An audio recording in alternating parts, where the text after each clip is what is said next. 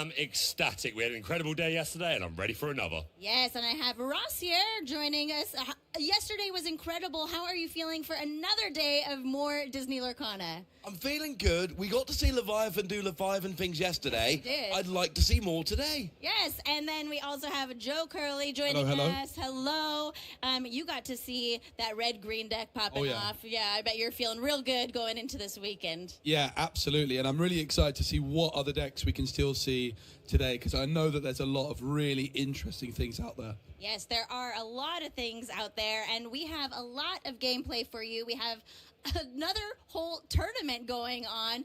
Baker, tell us all about what we can expect today. Yeah, 100%. So, yes, this is day one, Saturday, for the Disney Lorcana Challenge at Dortmund. We are going to be having 8 rounds of Swiss Infinity Core constructed format. It's very, very exciting. Shades of the past, sets 1 through 4, absolutely legal. And those players that are able to achieve 18 points or more by the end of today, that's 8 rounds of Swiss, will advance to day 2, which is Championship Sunday, which will be a further 4 rounds of Swiss. This will be both for the tournament we do today and yesterday's bracket. They will both continue on 4 further rounds. Let's see who can get to the top and make the top 32 for our top cut. When we get to top 32, it will be single elimination, best of 3, going all the way through to the finals of our 2 brackets. And once we have a bracket champion, those 2 will face off in the grand finals to see who's going to be crowned our winner, who is going to the World Championship. Well, it's funny you talk about the World Champions, Baker. That is, of course, the big prize that only one person is going to be going away with at the end of this weekend. So good luck to whoever gets that. But we have wonderful news. There are plenty of other prizes that are going to be on offer this weekend, from participation with that Pegasus gift for Hercules all the way up to the grand finale winner who gets that invite to Worlds. There's 2 real pinch points here as far as I'm concerned for prizes. Top 32, you get that foil Elsa Ice Maker, but you also get your invite to the European Championships, and I know that is the first real point a lot of people are aiming for. And then, of course, top 8, that serialized golden Mickey. I mean, they've got to be running out soon, right? How many more of them are there? How many have we given out? Has anyone been keeping count? I haven't been keeping count. They are so coveted, though, in this community. Those golden Mickeys are absolutely wonderful. We have a lot of other things going on here, though, this weekend. There's plenty of other exciting things. It's not just the prizes in a Disney Lorcana Challenge. There's also 3 amazing artists here at the Disney Lorcana Challenge. And you can come here and get your kind signed by Christian Romero, Alice Pisoni, or Juan Diego Leon. I've got plenty of my cards with me, and I'm really excited to see these brilliant artists here in the building with us in Dortmund. Yeah, what cards did you bring to get signed? I've got all sorts. I think the main one I'm interested in is the new Buzz Lightyear and Buzz's arm as well, which is a little bit of an unorthodox item I've been enjoying. I think that's the one I'm going to go for. Yeah, any special cards that you brought to get signed? I've got my playset of Sids ready for Juan Diego to sign. I am ready to banish my toys. I found out there were 2 different Calhoun from set 7 that I can get signed this weekend. And I need to give a shout out to the vendors, because I thought finding a couple of random set 7 Calhoun was going to be difficult. Went to the vendor, they've got their set 7 binder, whole set in order, loving it. That's incredible. I brought some really special cards, including I have the Mickey Mouse Playful Sorcerer D23 promo card that Alice Pisoni is going to sign for me, and I am very excited about that one. So I brought some other fun cards too, but meeting the artist is such a wonderful part of the Lorcana challenges. I was lucky enough to get to interview a couple of them yesterday for our socials, and I had a wonderful time. Something else we've been having a wonderful time with this weekend is the cast. I say having a wonderful time. I've not been having a wonderful time. Some of us are having a lovely time. I'm having a great time. I'm having a great time with the draft. The good news is, even if it went really badly for somebody yesterday, let's not worry about who. We got a whole new cast of draft rocking on here on Saturday. We've picked a whole new team. Who feels good about their team this weekend? Because I don't think I'll ever feel good about my team again. Well, you know, you have some really great players on your team, though. My team is stacked. David Restivo was your Friday winner in Ghent. Reese Benlier, one of the most successful players in the history of DLCs. But it doesn't matter who I pick, my team never does well. I would like to apologize to anyone that I have picked /cursed this weekend.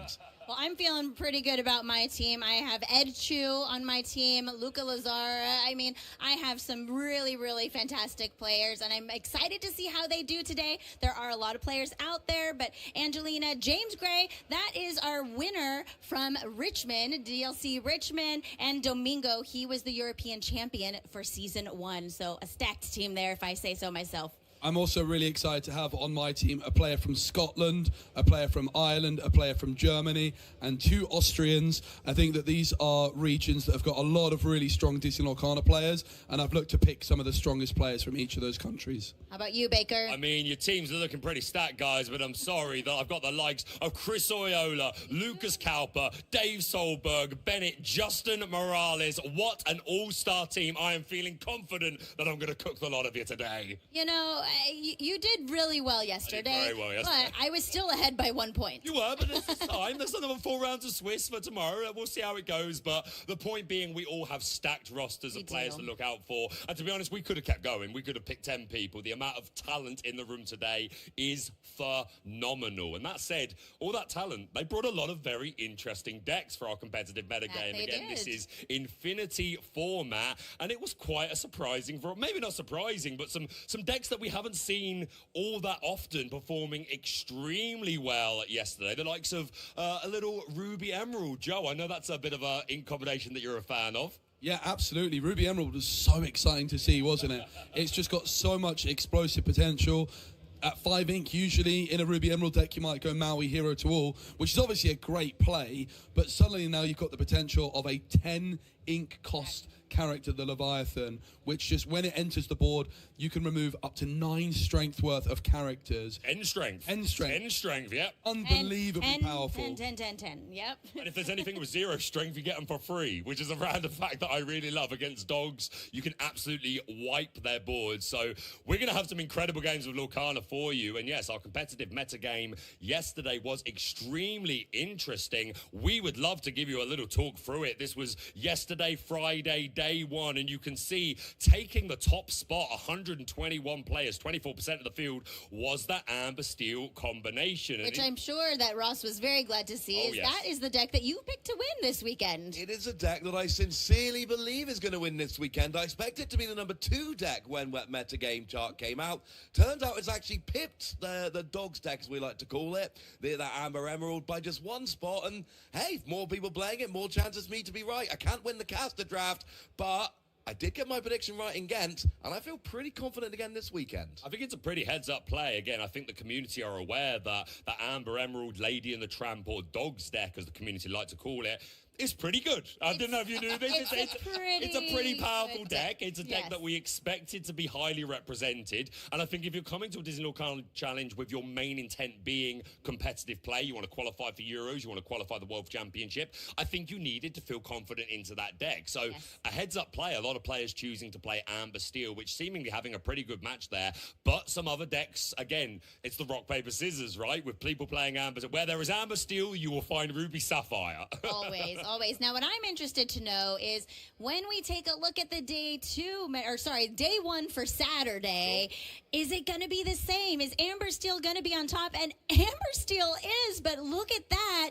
Ruby Sapphire is the 2nd highest represented deck in the room here today. See, I'm not terribly surprised by this. This is what we see with metagames quite a bit. You know, the whole Amber Emerald, this Lady and the Tramp, this Dogs decks, people like to call it. It is the big bad of the metagame. Everybody is teching against it. Everybody is coming into the room knowing I have to beat this. And there's a lot of players out there that don't really want to play a deck where every single person in the room is trying to beat it. That gets exhausting after a while, and that's going to make a bunch of people jump off of that deck onto things like Amber Steel songs. So I think this could have been expected, although still seeing it in 3rd place is a little bit of a shock. Yeah. Also, what's interesting with the Amber Emerald decks is you expect the mirrors.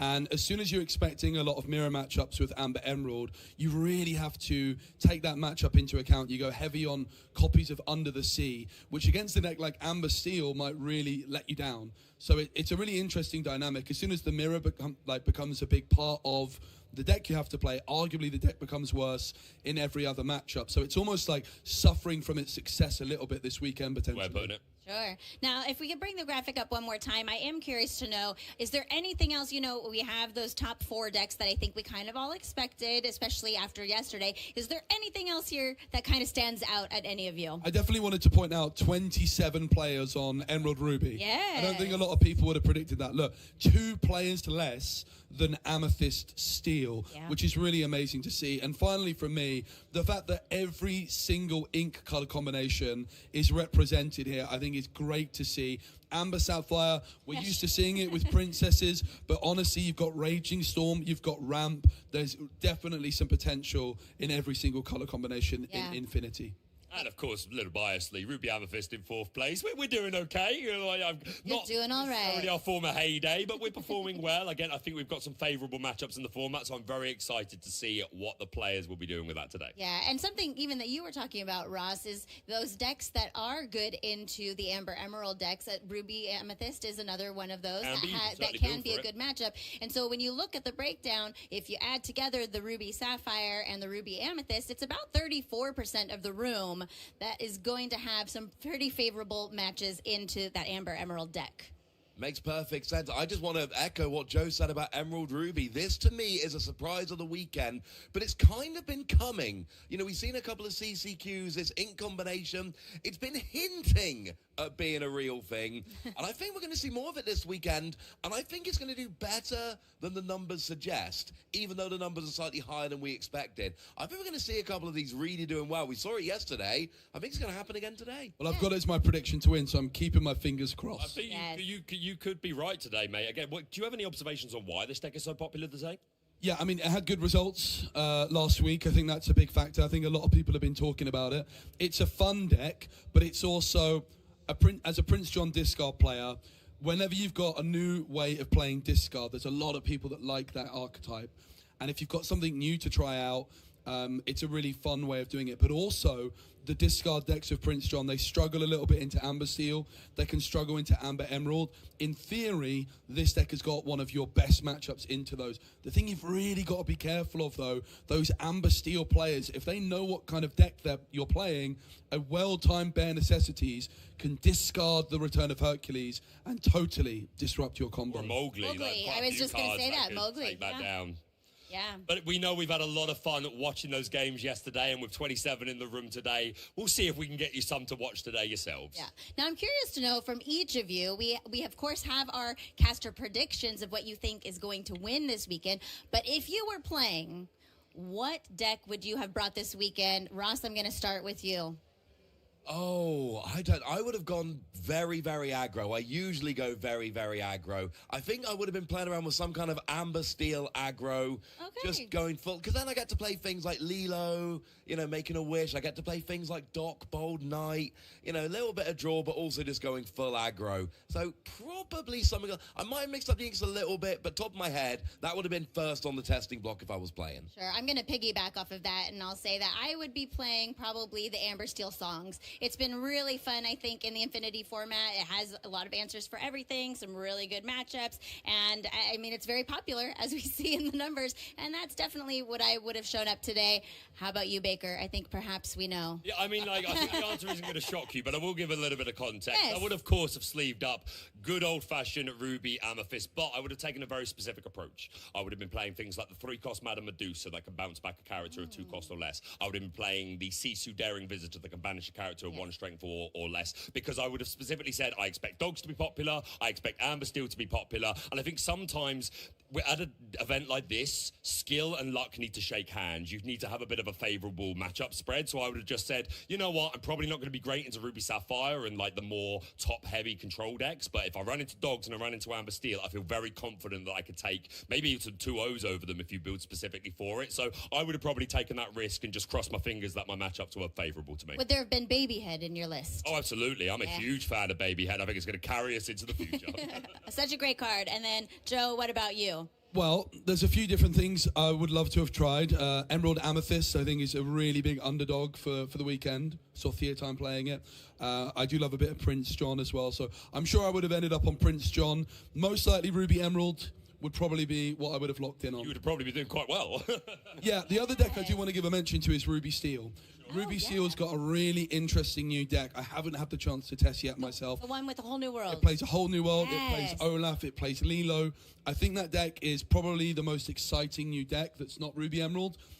I've heard it's got a pretty bad matchup into Amber Steel, though. And Amber Steel, looking like 25% of the room, maybe not the best pick in the end. Yeah.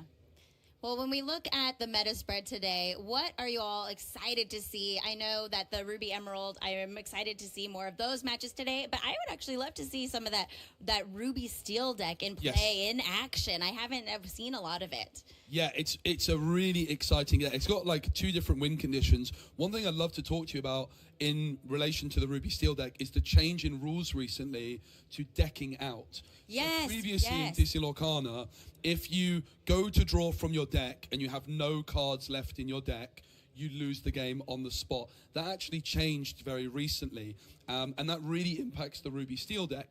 The new rule is that when you start your turn and you go to draw from your deck and you have no cards, that is when you will lose the game. So with the Ruby Steel deck, what you can do is you can play a whole new world.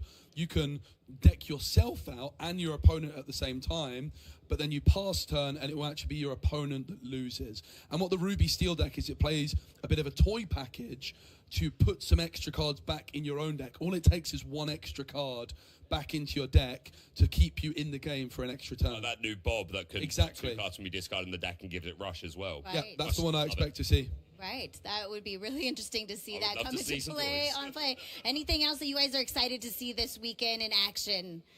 Be prepared. Of course. Yes. Saw it yesterday. I think the whole room heard the excitement. You know, it was sung with great fervor. Yes, it really was. I mean, I did hear it, and I wasn't always that close to the casting booth, but I heard you, buddy. I want to see something unexpected. Like, obviously I want to see this, this Ruby Steel. I loved that yesterday, and a Ruby Emerald again. I loved watching that with Leviathan. I want to see more of that. But I want to be surprised. There were a few decks we saw yesterday. We saw this great locations deck, which was very surprising, not something we expected to see.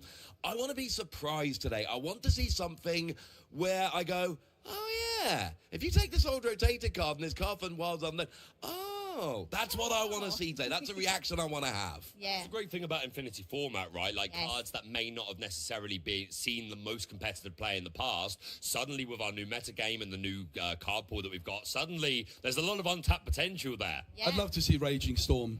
You want to see people play. I'd love to see Raging Storm as You well. sing Raging Storm. I'll leave that to you. All right, fair it's enough, not a fair song enough. after all. Fair. That is true. fair. But that's actually what's interesting with Raging Storm is Ursula Deceiver is a real thorn in the side of being Yes. prepared. But the fact that Raging Storm is just an action Yes. does give you a little bit of extra protection this meta. We're only seeing 2 Amber Sapphire decks today. I think that's the deck you most likely see it.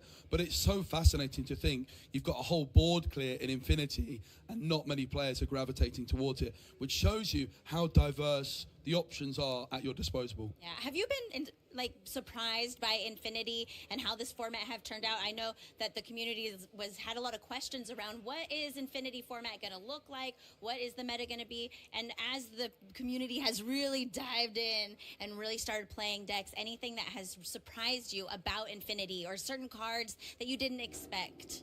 I honestly didn't expect Amber Emerald, the dogs deck, to have as much success in Infinity. I think if you look at over the last month of Infinity results, the Amber Emerald decks have they started off heavy Snowfort, Daisy Duck, Mulan, and we're still going to see some of those, Piglets. There's still some decks like that, but it's actually turned back more into what we expect to see from Core, with Tramp, Street Smart Dog, with Under the Seas. So I think I've actually been quite surprised and impressed with how well Amber Emerald is adapted to the Infinity format. Yeah. Anyone else have some surprises from Infinity or things you're excited about? I'm just going to say this just to make Joe happy. Nope. I am surprised that Robin Hood Sharpshooter has found a place in this metagame. I did not expect to see that. I thought that was a gimmicky card that was always going to be just for Joe. It always had potential. It never lived up to it. No matter how many times Joe told me it was going to live up to it, it never lived up to it. And yet, this weekend, it feels like it might actually be living up to it. That was the card that I have tried to play with in the We've all past tried. so many times because I did. I wanted Robin Hood to be good, and he's having a moment for sure. Yeah, and he's also having a lot of success in core right now in a Ruby Sapphire deck, so that's something to look out for as well. It's using the Olaf, dig a little deeper, Robin Hood. We saw actually a very similar Ruby Sapphire deck yesterday playing barely 12 characters and the rest were just actions. So really exciting to see. I think it's the Olaf, the 9-cost Olaf that's making a big difference. He's so man of action. big. Yeah, I think it speaks to, just to finish us off, like the biggest surprise for me is Amethyst Steel not performing incredibly well and not highly represented. And throughout the entire lifespan of Disney Lorcana, Amethyst Steel has always been one of the safest choices you could possibly pick. People speak to its consistency, like you can build aggro or mid-range, and it often performs extremely well. It's taken down big events. But and Karsten won with that this You're this absolutely season. right, yeah. First ever 2-time DLC champion, first ever DLC champion. So that's certainly a bit of a shock, and I think it speaks to the re-emergence of Ruby Sapphire in these cards like Pirate's Life and Nani's Payback and stuff like that. So and again, Olaf to take away lore. So yeah, it's going to be an interesting day, and we're sure that you're ready for some action. Yes, I am ready for some action. I know you all are ready to see some gameplay, and you all watching at home and joining us or here in the viewing area in the venue, you're ready for some gameplay. So we're going to throw it over to the desk with Kim and Ed to bring you our round 1 games. Thank you, Rebecca, and good morning, Illumineers. What a pleasure it is to be back with you guys for Day 1 Saturday, which is sort of like Day 1 2, the sequel. So that's exciting. Kim, good morning. How are you? Exciting to be with you again. I'm fantastic. I'm so excited. Not only did you guys get to finish the day with us in the booth yesterday, you get to start the day with us in the booth. And I'm excited. I think we're going to have some great matches on show today, and I can't wait to get into it. With even more, another day of yesterday, it's like an encore, and I'm ready for more. And at the end of today, we'll go into tomorrow, where all players with 18 points or more will make it into tomorrow, and we'll have more rounds of Swiss, and then we'll have 2 top 32s going side by side until we have a winner victorious from either side going head to head for that all-important World's invite. It's going to be very exciting to see how that goes. But first, we have to get through Day 1 Saturday, and it's a whole new pool of players. Everyone that you saw yesterday, none of them are here today. They're all resting up. They might even be playing some of the side events here at the Disney Lorcana Challenge to make sure that they are making the most of that time. I think I'd be resting up because tomorrow is going to be a long old day for our participants, especially the ones that do make it to Top Cut and make it all the way to the finals of their respective branches before those paths converge for our grand finals. And like you said, only one of those will be getting a World Championship invite, and that is going to be incredibly exciting to see what happens. And we can tell you that we're ready to get into our round 1 feature match, and actually we don't know what it's going to be just yet, so we're going to find this out with all of you to see exactly what we are in for. So let's take a look. We've got our 2 participants just here. Oh, and Baker's going to be pleased. We have a Ruby Amethyst and an Amber Ruby deck. And we're kicking things off with a Chernobog's followers from Tilo. I am so excited, Ed, because Ruby Amber is something that I've tried to make work, and you can build it so many ways. Not that I've tried. I have done it. I've played it, and it's so much fun. There could be a Reuben sandwich expert in there. We could do some healing, because not only can we just challenge with our Ruby, like Ruby aggressive characters, but we also have characters with such high willpower, like this Daisy Duck, Donald's Dale going into the inkwell, but maybe we'll have another one to be able to play a little bit later on. But a little bit of damage on Daisy Duck, and you team it up with cards like Ohana means family, draw more cards. But right now, we've got a Jebediah Farnsworth, a.k.a. Cookie, coming in. I don't know if we're going to want to quest anytime soon with that Daisy Duck. Jebediah is going to be rushing into that. That's why you need to get that Dale ready for his shot. If you get that out, suddenly Daisy Duck becomes a very threatening presence. Already, that ability, Big Prize, is very, very interesting because it starts sniping some of those effects there and some of those actions. But we are going to currently be looking at the hand with Mowgli, and we're going to get rid of friends on the other side. An easy one to have from Mowgli Man Cub. A great effect, and one of those reasons people are playing this card so much in the Amber decks. But now Passing back to Tilo, going to quest without Chernobog's followers. Are we going to banish it and draw the card? Yes, we are. So we're going to use that Restless Souls and draw into more stuff. We're going to then ink a Chernobog's followers and use Brawl to get rid of that Daisy Duck Donald's date, because that is a pesky card if you don't want things being sniped, Kim. Yeah, definitely. And choosing to keep the Brawl instead of the friends of the other side out of Mowgli's trigger. Tilo did get to have the option himself, because when you play Milo, it is the opponent's option to be able to discard whatever he wishes, and choosing to get rid of friends on the other side, keep the Brawl so we can easily get rid of that Daisy Duck Donald's date. We don't want any, perhaps, be prepared going to the bottom of the deck, but this is the Beast, and when he comes in, Ed, he comes in with damage. So teaming cards like this up with the likes of Rapunzel and Ohana Means Family, we can heal, we can draw. He comes in with 4 damage, but that's okay. He's a 3-cost 2/6, and imagine just healing this, the amount of card draw we're going to get off Ohana Means Family. That's great synergy, and lovely to see this card coming back, the Merlin Rabbit. I'm so excited to see that. Once that hits the board, you're going to draw a card, and when it leaves the board, you're going to draw a card again. So when we do see things like the Be Prepared in Dewey's hand, sure, it's going to banish all of those characters, but actually you're still going to get those bounce effects. And I can also see in hand there, Kim, I think, is that 2? No. I must be mistaken. I thought it might be 2 Leviathans, but actually I don't think it's Leviathans. I don't believe so. No, I think I'm mistaking the corner of that eye. It looked like some of the claws in the Leviathan, but I think I'm wrong. We do actually see Mulan in hand as well here. Still have another Donald Daisy as well somewhere in the hand. Yeah, Mulan. You see a bare necessities too. Mulan, injured soldier, going into the inkwell. We're going to play out another one. She also comes in with 2 damage, which is why this color pairing coming together teams up really well, Ed, because we've so many cards like Ohana Means Family, Rapunzel, when we come in, her ability Gleam and Glow, just to be able to heal up to 3 off one of our other characters and draw up to 3 cards. Amazing for card draw, healing, but also being able to play this Mulan, injured soldier. We have the option for the shift Mulan Elite Archer later on, but right now Tilo is going to be doing a little bit of challenging, and we're bouncing that Merlin Rabbit back to hand. We're going to draw another card, and now Madam Mim Fox has the option to rush right in there to the Beast. Gosh, I still love the Madam Mim and Merlin little combos that we see, but we do see a Diablo coming down as well here. So already just kicking things off, still quite low on the questing front, but I think at this point it's about controlling that board, trying to prevent Dewey from, like you say, getting into any shifts or anything like that. And there's quite a good option to do that right now with those Madam Mims. Do we see more in hand? We do see the Elsa, and we still have, I think, another Merlin Rabbit in hand, because that got bounced back to the hand by the Madam Mim Fox.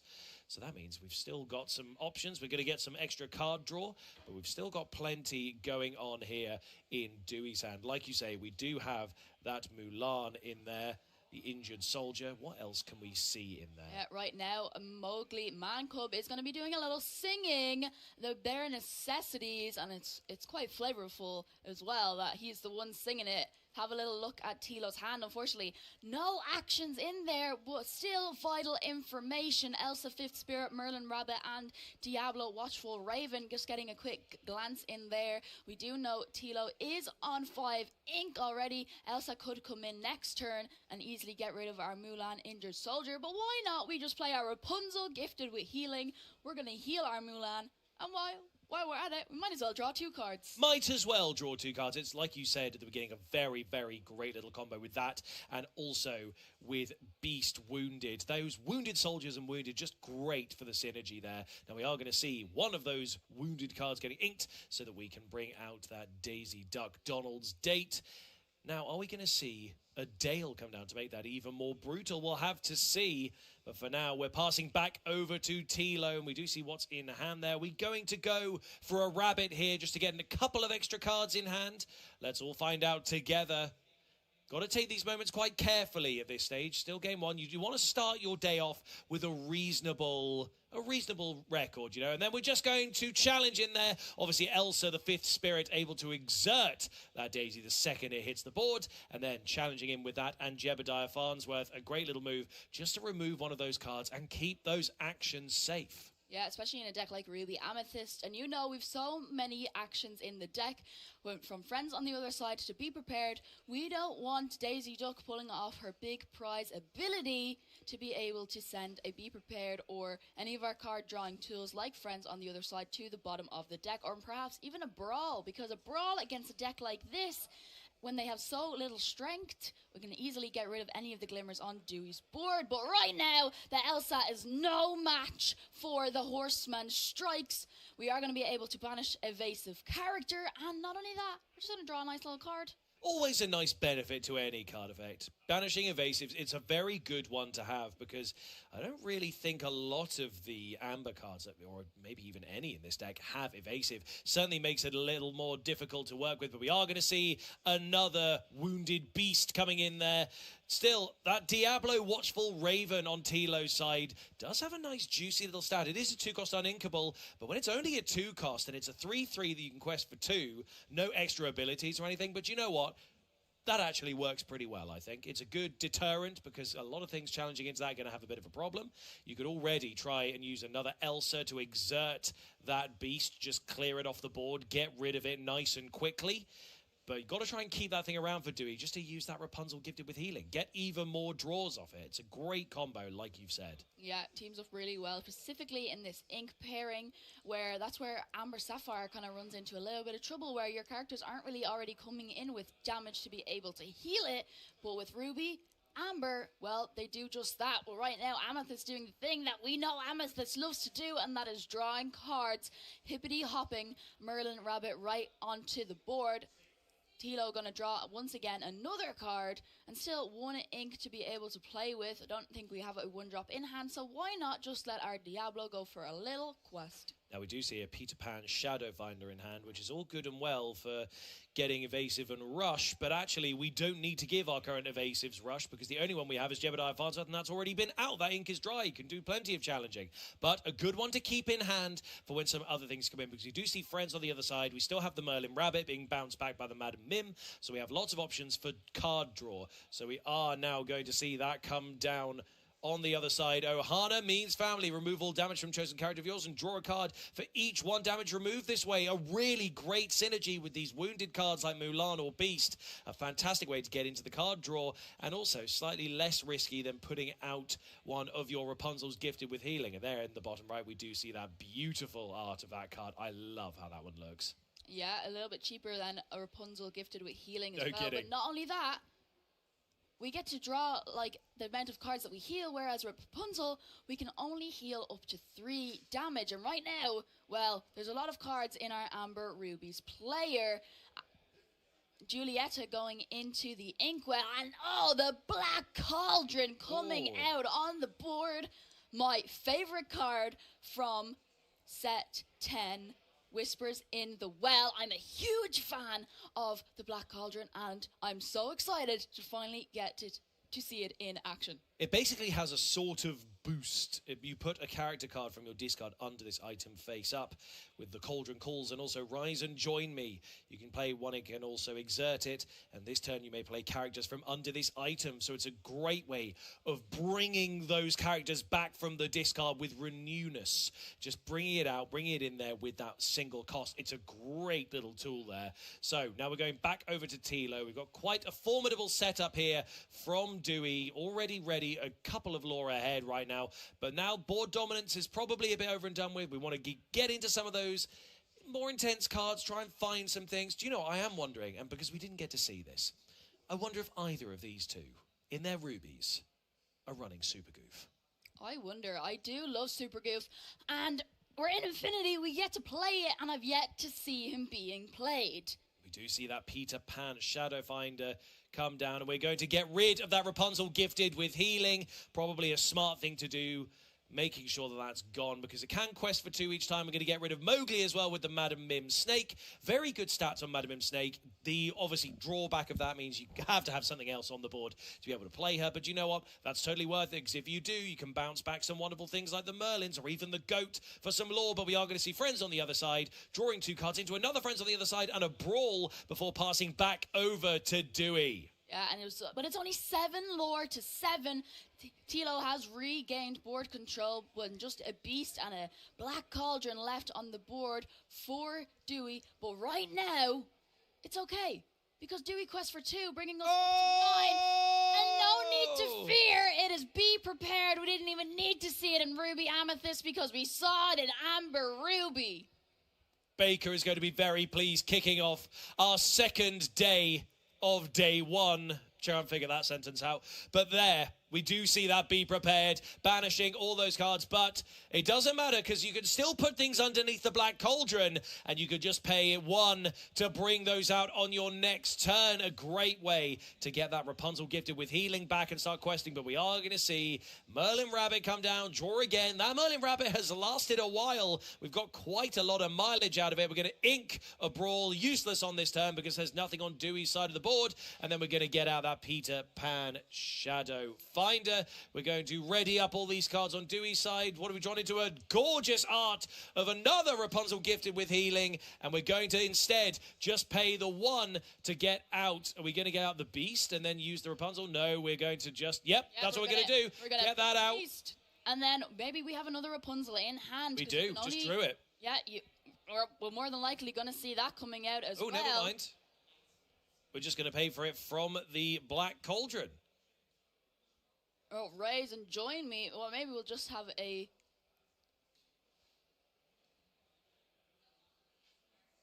There was one in hand as well we could have done and saved the Rapunzel gifted with healing for the next turn, but it's okay. Mulan, injured soldier, coming in with 2 damage as well, and already so many cards in Dewey's hand. It's a great one because we still, as we know, have a couple of those Rapunzels gifted with healing there in the hand. So that's going to be able to get a couple more draws the next turn. We are going to sing Friends on the other side with Peter Pan Shadow Finder, looking for a couple more cards. We do see the Maui Hero to all there. So that's always going to be a good one for challenging. But everything's ready on Dewey's side of the board. So at this point, challenging not an option.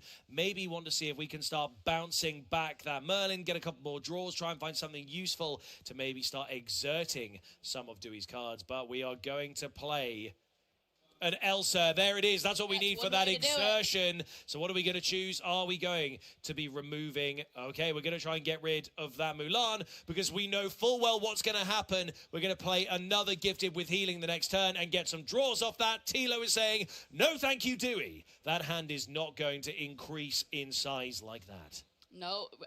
Yeah, we've already seen the power of this deck. Healing, drawing cards, and that is not something our Ruby Amethyst player wants to see anymore. When Amethyst is normally the deck drawing all the cards, but in this instance, it's Amber Ruby doing all the card draw in this game, and a Diablo Watchful Raven coming in there to help Tilo build back up his board as well. And do I spy be prepared in his hand? The last thing he's going to want to do is clear his board. Well, maybe he won't have to if Dewey does it first with a brawl coming down to get rid of Peter Pan Shadow Finder and another one on top of Elsa the Fifth Spirit. You're right, there is one at the back of his hand, so he's got that one in the pocket in case he suddenly gets a bit too intimidated by Tilo's board and Tilo's questing power. But for now, no need to do that. We're going to Mowgli, we're going to take a look, and are we going to snipe that Be Prepared out of the hand? Yes, we are! Tilo does no longer have that option of Be Preparing and wiping out Dewey's board. And by the looks of it, there is enough ink on Tilo's side to have done that this turn, and that would have actually been quite good because look how much we can quest for. We're now going to start racing ahead as Dewey gets up to 13 lore here in game 1, basically 17 minutes in, and now we're starting to get close to the end of our game 1. What will Tilo do now? Knowing full well that we can still get more of those characters back under the Black Cauldron, we're going to see that beast come down, and like we said, we know what's in hand. We can still see that other Rapunzel gifted with healing. We know the lines Dewey's going to play, so we're going to ready up on Tilo's side and head back to his turn. Maybe we'll draw another Be Prepared, or well, a brawl will still help us here because next turn Dewey will be able to quest up to 18. And there's the brawl coming in. We don't want that wounded beast to be healed right now. So straight into the discard it goes. And Maui Hero to all, another card that is back in this format. And I have missed him so much. He's got Rush, he's got Reckless, and he Well, sadly, he challenged in and got rid of Rapunzel. Poor Rapunzel, but that's what he's there for. That is what he's there for. Now, we did see Tigger bouncing all the way get put into that inkwell. Now, I know you're a big fan of Tigger. You know a lot of trivia about I sure do. about Tigger. He What is the bouncy. most wonderful thing about Tiggers? He's bouncy, flouncy, fun. And And the most wonderful thing of all, he's the only one. exactly So right, he's in Kim. the inkwell, but that's Oh, here we go. worries for Dewey, because we played our beast, we had our Rapunzel, like you were saying, in the hand, Ed. We are going to heal for 3 and draw 3 And cards. drew another Rapunzel gifted with healing. This loop is going to continue on forever, it seems, which is great for replenishing all those resources. We are going to see that Julieta Madrigal, excellent cook, getting inked. No, discarded? Inked? I can't tell what that is. Inked. Yeah, and this is the reason why the Black Cauldron is such a great tool in a deck like this. We're drawing so much cards, we're playing so much cards, and then they're getting challenged, or you're using them to challenge. But that's okay, because the Black Cauldron, we're just recycling them out of our discard. We're going to replay them again. And at this point, well, next turn, Dewey's going to be able to quest for 5, bringing him up to 19. Does Tilo have a way to be able to clear the board? Well, this is one way. At least we can get rid of a Mowgli Man Cub by challenging with our Maui. We do have another Maui, but no characters exerted left on Dewey's board. We do see Iago, giant spectral parrot in there, evasive and vanish, but we don't have that cheeky Peter Pan shadow finder to really give it that threatening turn play, but it's okay. We are going to see quest for 4 there, getting us up to 18. So right now, game is on board for Dewey, but Tilo has plenty of options here with things like Diablo, Watchful Raven with 3/3. That's going to be quite threatening. You could even go in with the Diablo and the Merlin, get rid of one of those, and you'd still be able to get off the draw on that. But instead, we're going to see our second Be Prepared. Baker is going to be very happy to see 2 of these getting played now, but that is going to do a lot to stop Tilo from building up that board again and closing the gap. We are going to see that Beast get added back under the cauldron, and then a Lilo escape artist coming down. Game is still on board, Kim. Yeah, that's one way to make sure that your opponent can challenge any of your exerted glimmers. And, well, why not? Let's just banish them all and start to rebuild our board with the exact card that can get us there. But Tilo had a Be Prepared of his own, and we're having a little bit of a Be Prepared off. But that's okay, because Leo Escape Artist, well, we can replay that at the start of our turn, but maybe we don't even need to. We can replay Beast from under our Black Cauldron and heal it, because there's also another Rapunzel gifted with healing in hand. We do have plenty of options here, so despite that board getting wiped 2 different turns in a row, there's still plenty of options here for Dewey. Are we going to see that cauldron? Yes, we are. That's going to get exerted. We're then going to see that beast come out. Some damage is going to go on it, and then we're going to heal it up with that Rapunzel gifted with healing, and we're going to draw 3 cards off that right away. Let's see what we get off this draw. Is any of it going to be the sealing of the deal? We do see that Daisy Duck. And you were talking about Super Goof No! earlier, and there's Super Goof Super in Goof! hand. If Tilo manages to clear any of these glimmers on the board and leaves one of his glimmers perhaps exerted, Super Goof could come in and challenge and gain the 2 lore needed, because Dewey only needs 2 more lore to make it to 20 to take the game 1 win. That's very true. And Dewey just getting that bare necessities down there, hoping that there's no top deck there. There, Tilo is going to concede game 1 to Dewey.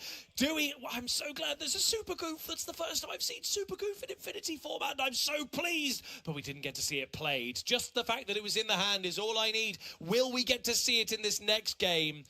Gosh, I hope so. But that was a very exciting Be Prepared off that we got to see. 2 quite fun decks there that I don't believe we got to see an awful lot of yesterday. No, I know we've seen a little bit of Ruby Amethyst, and I know Baker's been scouting the room looking for all of the Ruby Amethyst, and there's a little bit less Ruby Amethyst, I think, today than we had yesterday. But I'm excited nonetheless, because Amber Ruby gifted with healing, and Ohana means family. Well, we're healing, we're playing cards, Black Cauldron, really showing I think a lot of people underestimated this card when it was first announced in Whispers in the Well, but I've loved it. I'm excited, and in Ruby Amber just goes to show, Dewey showing us all the power of the Black Cauldron and how we can cycle cards from our discard under the Black Cauldron, and when we're ready, especially if we've no cards in hand, it doesn't even matter because we can play cards from under the Black Cauldron, we can exert it and then pay the cost of the card to play any of the glimmers from underneath the Black Cauldron that turn. But right now, our players are getting ready for game 2 here. We're round 1, still beginning our beautiful day here in day 2 of Disney Lorcana Challenge Dortmund, and I'm excited. It's going to be a very, very great day, and we're kicking off with such a wonderful pair-up. I'm glad we get to see these two ink combos going against each other. The particular builds that we get to see of all these different decks are quite nice. I like that while the meta is also quite wide open, even choosing 2 decks of the same inks, you get such a variety in the build idea. This is what I really love about, for instance, Ruby Sapphire, which is really well represented in the deck breakdowns that we saw today. I think it's 2nd place today. It was 3rd place yesterday, because I think it was Amber Steel topping both days. Then I think it was Emerald Amber 2nd place, then Ruby Sapphire. But today it's coming up, and that's the deck I picked to win. I'm starting to feel a little bit better about that decision, and so is everyone else, clearly. Maybe the odds will be in my favor, but anyway, let's not worry about them. It's time to ink that Diablo and then get out that Cherna Boggs Followers, the standard Ruby Amethyst opening. Cherna Boggs Followers, Creatures of Evil. Then we go back over to Dewey for Dewey's turn here. Do we get that Daisy Duck out immediately? Probably. We're going to ink that Lilo Escape Artist, and there it is, Daisy Duck Donald's Date. Try and say that 5 times fast. And we draw into our next card. Yeah, also a Mulan Injured Soldier there in Dewey's hand, which we can use and then heal later on if we have the right other cards in hand. But Diablo Watchful Raven joining the board with our Cherna Boggs Followers, not wanting to banish it and draw a card yet, maybe trying to save it, but once won a challenge from Daisy Duck, and the Cherna Boggs Followers is no more, leaving it exerted, leaving them a bit risky, but still, there's lore on the board. We quested, we didn't banish, we didn't want to draw the card, but that's okay. There's lore on the board. There is lore on the board. Now, we're going to see that Mulan Injured Soldier getting inked, and there's Mowgli. So we're probably going to hit that Brawl because it is the only option, but we get a good idea of what's in the hand. We are going to see a Genie come out very soon, the Peter Pan Shadowfinder and the Madam Mim. So we're probably going to see a quest with something like the Diablo. Bounce that back to the hand so that it's nice and safe, and you can play it again and have that nice stat line to be able to quest. Instead, that's not what's going to happen at all. We're going to ink it and play that Peter Pan Shadowfinder. Yeah, and we could definitely have seen the Brawl come out here for turn 3, like we've seen in game 1, but playing this Mowgli Man Cub for our Ruby Amber player at the right time. Last time we got rid of a Friends on the other side. This time we got rid of a Brawl, which was even better, making sure our Daisy Duck Donald stay and our Mowgli Man Cub stay on the board. But what's not staying on the board? And that's Peter Pan Shadowfinder, thanks to the Horseman Strikes. Taking it down, but also getting to draw a card off that. It's a great card from our set 10 here. Just being able to not only banish evasives, so it means you don't have to pack your deck with evasives or things that can challenge that. This just does the job, gets rid of them, just banishes chosen character with evasive. Doesn't matter what their stats are. You don't have to worry about challenging them or maybe challenging them over a couple of turns. Just banish them and get a card off the back of that. So we're now going to challenge into the Diablo and put 2 damage on it and 3 damage on the Daisy Duck there. Are we just going to get rid of that this turn so that he can't keep questing and sniping things like Brawl out the hand? Let's find out. We're going to Brawl it ourselves. So there goes Daisy Duck. No more questing there. Instead, Tilo's going to quest for 2 with our Diablo.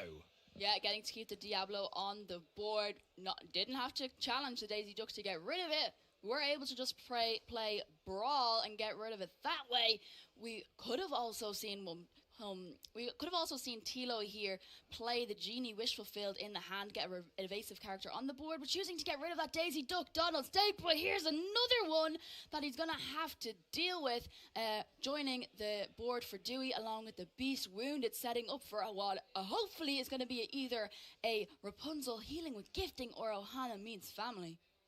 So here we go. We're going to see that Jebediah Farnsworth getting inked And then we're going to play our Elsa the Fifth Spirit, exert it immediately, challenge into that. Just get rid of it. He knows what Dewey's going to be trying to do. We saw it all too many times in the last game, just filling that hand every single turn off the Mulan, off the Beast, whatever it might be. So that's not going to happen this time. We're just going to get rid of it. And now we see that Mother Gothel withered and wicked in the hand. And that one also enters play with 3 damage on it. This is a very carefully crafted deck purely around that healing. We are going to see a Headless Horseman coming down right there. The Headless Horseman Terror of Sleepy Hollow. So banishing, it's basically got its own version of Brawl built into it. And whenever an opposing character is banished, each of your characters get +1 strength this turn, which I guess is useful if that's what you want to do. But right now, doesn't matter.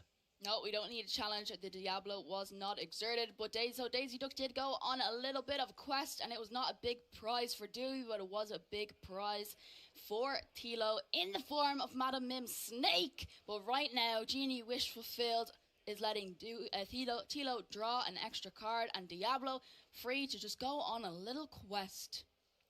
We're going to see another Chernobog getting inked. Bounce back that Raven, because you want to keep that safe. It's good stats. Doesn't cost much at this point in the game.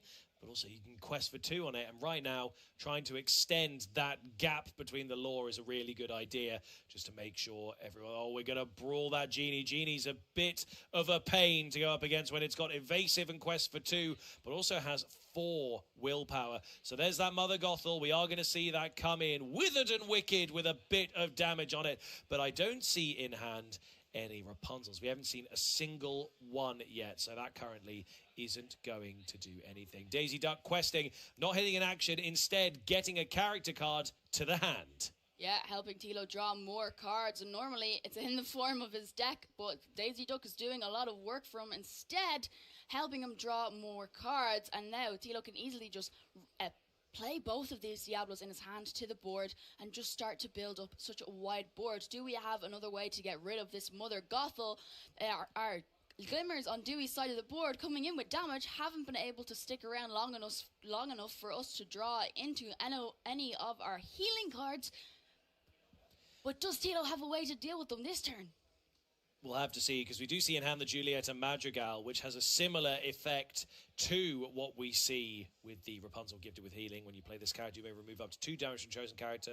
If you remove damage this way, you may draw a card. So it's not as good, but it's still a way of getting a little bit of healing off. But instead, we're going to see it exerted and banished. Tilo knows the strategy now. He knows how to prevent Dewey getting his way. So right now, that card in hand, that Julieta Madrigal, is no use to Dewey. It's just not going to be able to do what it needs to do.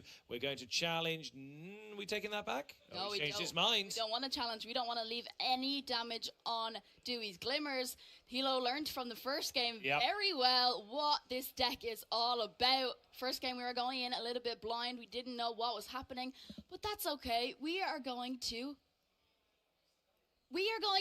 play Julieta anyway. We can still remove damage. It doesn't have to be our own characters. Oh, it doesn't. It's just of chosen character. We You're removed right. damage of Elsa the Fifth Spirit, meaning this is still helping Dewey draw some cards. I'm going to play a Bare Necessities, have a look at Tilo's hand. Unfortunately, no non-character cards in his hand. That's happened twice now. We haven't quite been able to snipe or even off the Daisy Duck, not hitting an action. So that's a little bit difficult for Dewey. Dewey a little bit on the back foot here, still not seeing enough damage on the board, and certainly not seeing any Rapunzel gifted with healing to really capitalize on any of the damage that would have stuck around anyway. We see another Chernobog come into the hands. Possibly at this point it's time to just build a huge board, just maybe with a couple of the Ravens as well. Get those Diablos down. No, never mind. We're just going to get a Peter Pan Shadow Finder on there, as well as the Chernobog's followers. And we're going to quest with Elsa. And that's probably going to be it. We're going to keep that snake. Yep, going to keep Madam Mim's snake there ready in case we need to do a quick challenge. Yeah, not making it very easy for Dewey at all. Tilo learned how to play around this healing manipulation deck, but that's okay. Dewey has another Mulan injured soldier coming in with 2 damage. Unfortunately, none of the non-evasive characters on Tilo's board exerted, meaning that Maui hero to all left in Dewey's hands not going to be much use at this moment in time.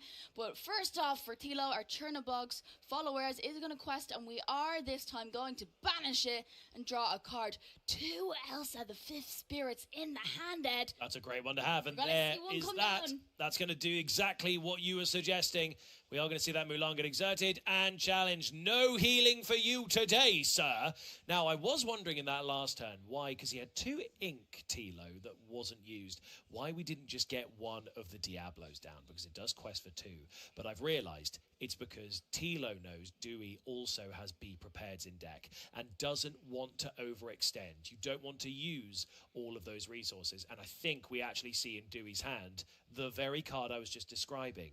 Be prepared. I think it was that. It's hard to tell with the glare. All I can see is the reflection of Dewey's thumb. I believe you're right, and I think it could be that, but unfortunately for Dewey, we haven't gotten a whole lot of card draw this game, and we're only on 6 ink. We won't be able to play it, and not something we want to play right now, and we don't have a hand or any way to rebuild our board, because ideally, when we're going to do Be Prepared, we want to have something like our Black Cauldron with this deck, or even our Lilo Escape Artist that we can just replay and start building back up our board, and not just clear the board when our Ruby Amethyst player has a lot of cards in his hand which can easily play and just start rebuilding his side. But it's only 12 lore to 9. It's not over yet. It's okay. It's not over yet, and also there's not a huge amount of quest power on Tilo's board right now, which is why I assumed maybe we try and get some of the Ravens down, try and get those Diablos in there just to quest, because this turn you could have quested for 4 more on top of the 4 that's already on the board. So we could have quested for 8. That might have been game if we'd played that, but you can't overextend. He would have been completely out of resources, and then he would have been in a bit of a tough spot once that Be Prepared came down. So right now Tilo is thinking this through. Do I do that? Do I spend that to put one of them down when I've also just put a Maui in? We haven't challenged with the Maui yet. That's what we're probably going to do first. Are we going to get rid of Horseman?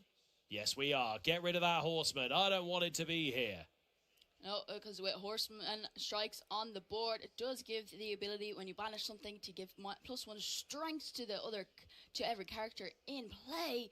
But we don't want that to happen, but also being able to challenge with 4 strength is pretty nice. Just leaving just a Daisy Duck and a Julieta on the board. Did we draw an inkable card? We did. We drew a Rapunzel gifted with healing. So now Dewey's in a slightly difficult spot because he has to choose.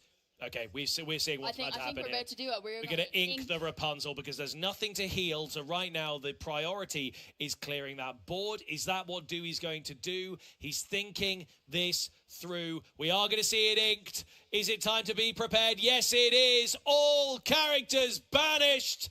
That has cleared Tilo's board with only 5 lore remaining for Tilo. Dewey not too far behind, but no cards in hand for Dewey.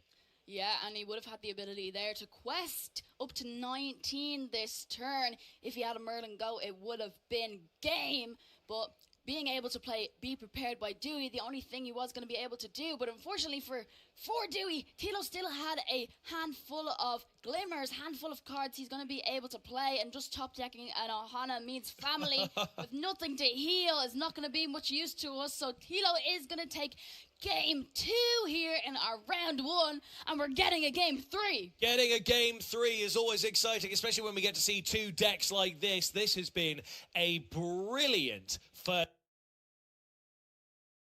on Saturday. I'm pleased that this is the match we got to kick things off with, Kim. These are 2 decks that are really, really fun. However, unfortunately for Dewey, just didn't get the chance to do what the deck did in game 1.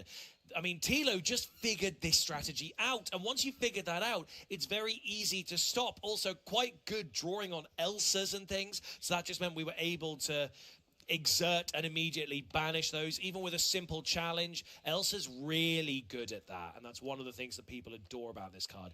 Against this deck, if you're drawing right, you can stop that strategy in its tracks, and we even saw by the end, even if you clear that whole board,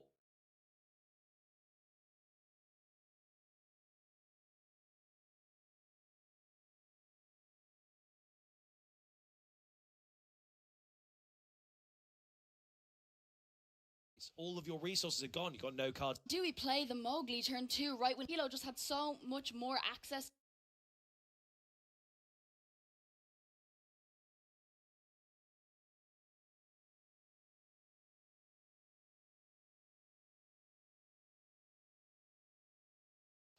To like you were saying, Ed, play that Elsa, exert cards and get rid of it. And you know, going into of a Disney Lorcana challenge, especially here in Dortmund, and well, we're off to game 3 now. Both decks containing Ruby, both doing similar things.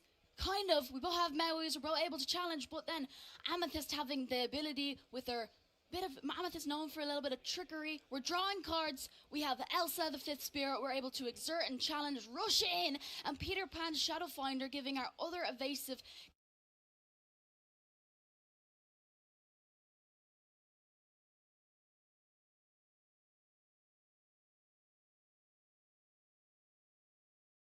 A Rapunzel or an Ohana meets family to heal them. But first off, starting Dewey on the play, coming in with 2 damage. Did with healing coming in, we're going to ink the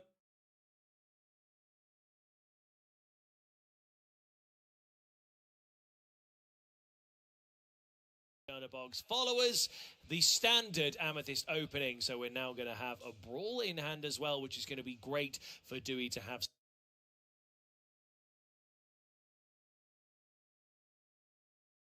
Tilo. So this is just basic.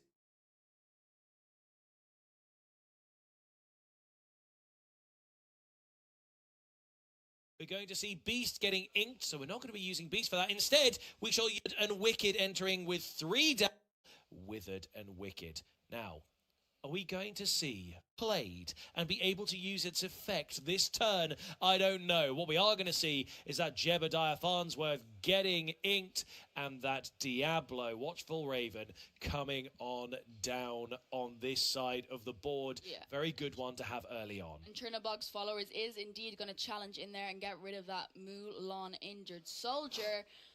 There it. Oh no, we're inking going it into the inkwell, and we are indeed going to be able, at long last. We didn't see it.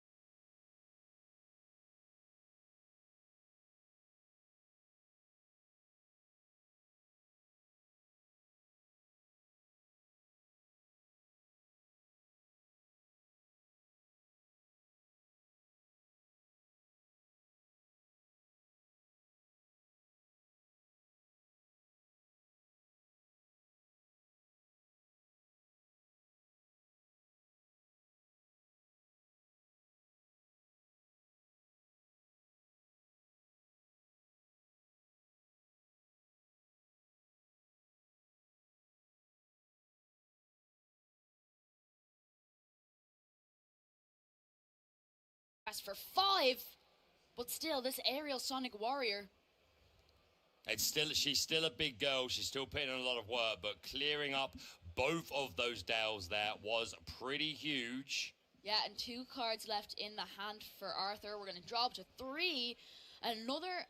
Another song, I do believe I spy, Bare Necessities. There's nothing in Andrea's hand, but even just singing it, Bare Necessities, just dealing 3 damage, we could easily get rid of at least the dock off the board here. But maybe we want to challenge in to this Alice Savvy Sailor with Ward now that she's finally exerted. The thing is, there's only 2, 4, 6, 7, 8 lore on board for Andrea if you include the +1 boost from Alice. So I think Arthur is really incentivized to mostly quest. I agree with that challenge. Again, it's just a Pete, you're giving up, getting rid of the scuttle. And other than that, exactly doing that. Where our 2 questers just getting more lore on the board. It would take a double challenge into Lilo. It would take a double challenge into Alice. Whereas here, we go to 13. We have 2, 4, 5, 6, sorry, to 14. So we are representing exactly game on board. And Andrea would have to invest a lot. He doesn't have a way of doing it with characters on board. He would need to let it go or a strength or something like that. And he's just going to extend the handshake. It was a Splatter Phoenix. Arthur takes this game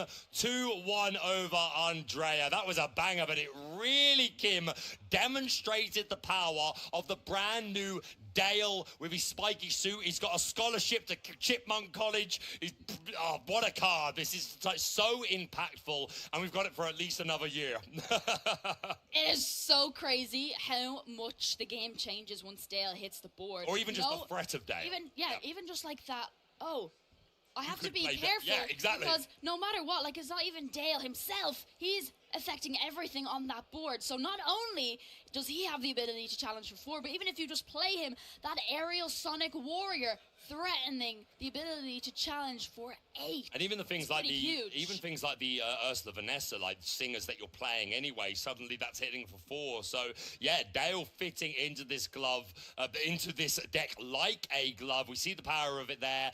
Commiserations to the opponent. It's been great to see some Sapphire Steel decks with Alice Savvy Sailor. Really cool deck. Can it go all the way? Can it make top cut? I hope so. I know you certainly hope so. But after those couple of bangers, we're going to be going over to an interview with Arthur from that second feature match that you just saw. So without any further ado, let's throw it back over to the lounge.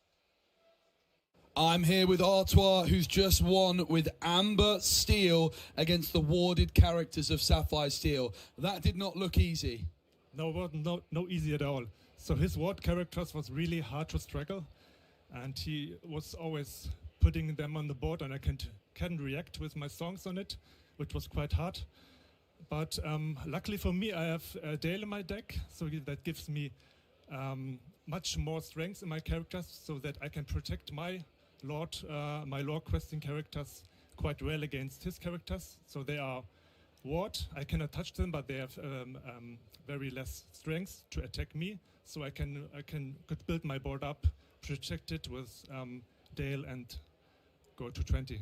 Yeah, and that's really fascinating because Dale's a very different kind of card, isn't it, for Amber Steel? Also, a Coup d'Etamui is also another new card, post-rotation for Amber Steel. Are these cards that are making a big difference to your deck overall? Yes, a Coup d'Etamui is a very important card. It allows me to bring very strong and important characters early, like Ariel or the shift characters. We can shift more easier or more early, which is very good, very important. And Dale is a kind of good character that brings, for example, the aerial Sonic Warrior to 8/8 in strength, which is untouchable for most decks. I can struggle against blue decks which play Hades or Let It Go or some these cards that easily remove my characters, but luckily I didn't have this opponent today, so amazing. It's good. Now, my final question for you. You told me you're a local here from Dortmund. We're here at the Disney Lorcaner Challenge in Dortmund. So I'd love to ask you a little bit about Dortmund as a city, but also the Disney Lorcaner community here in Dortmund. Yeah, Dortmund is a really nice city. So it's greener than most people think. So it was industry area most of the time, but it's now converted into some more place with yeah, More green spaces. more green spaces, more culture, more nice areas. We have a small city lake that was created a few years ago, so it's kind of nice place to live. That's amazing. And how about the Disney Lorcaner community here in Dortmund? We have a very good community. We have 3 local stores here in Dortmund, which are frequently visited, and many teams are located here, like my team, and it's very, very cool and strong community. That's amazing. Well, Artois, thank you so much for your time. Best of luck in your next round. Thank you. We are going to end the interview there, but don't go anywhere. There's plenty more Disney Lorcaner TCG action coming your way. Great to have a chat there with Arthur. Apologies, we were saying Arthur during that game, but yeah, Arthur, what a lovely guy. And it is great to be in Dortmund, isn't it? Have you been to Dortmund beautiful. before? I've never been to Dortmund. What a pleasure it is to be here for the first time. I've been to Germany, but never this part of Germany, and it's been so good. Yeah, and the hotel we're staying at, it's actually kind of in the middle of nowhere, and he was just talking about how green the area is, and yeah, it's been a beautiful area, so what a pleasure it is to be here in Dortmund. If you're from Dortmund, well done. Good job. It's nice fantastic. place you got here. But yeah, always great to get to talk to the players firsthand. But we are going to go into another little segment. Of course, we know there are a lot of very impactful cards over the course of the weekend, and we sat down and we talked through all the different in combinations and discussed which cards we think are going to be the most impactful, from the newest set for Wilds Unknown, from sets from between the last couple of sets, and indeed Infinity from sets 1 to 4, which cards might come back and be incredibly powerful in this meta game. So let's hand it over to the lounge, and we're going to talk about some steel game-changing cards.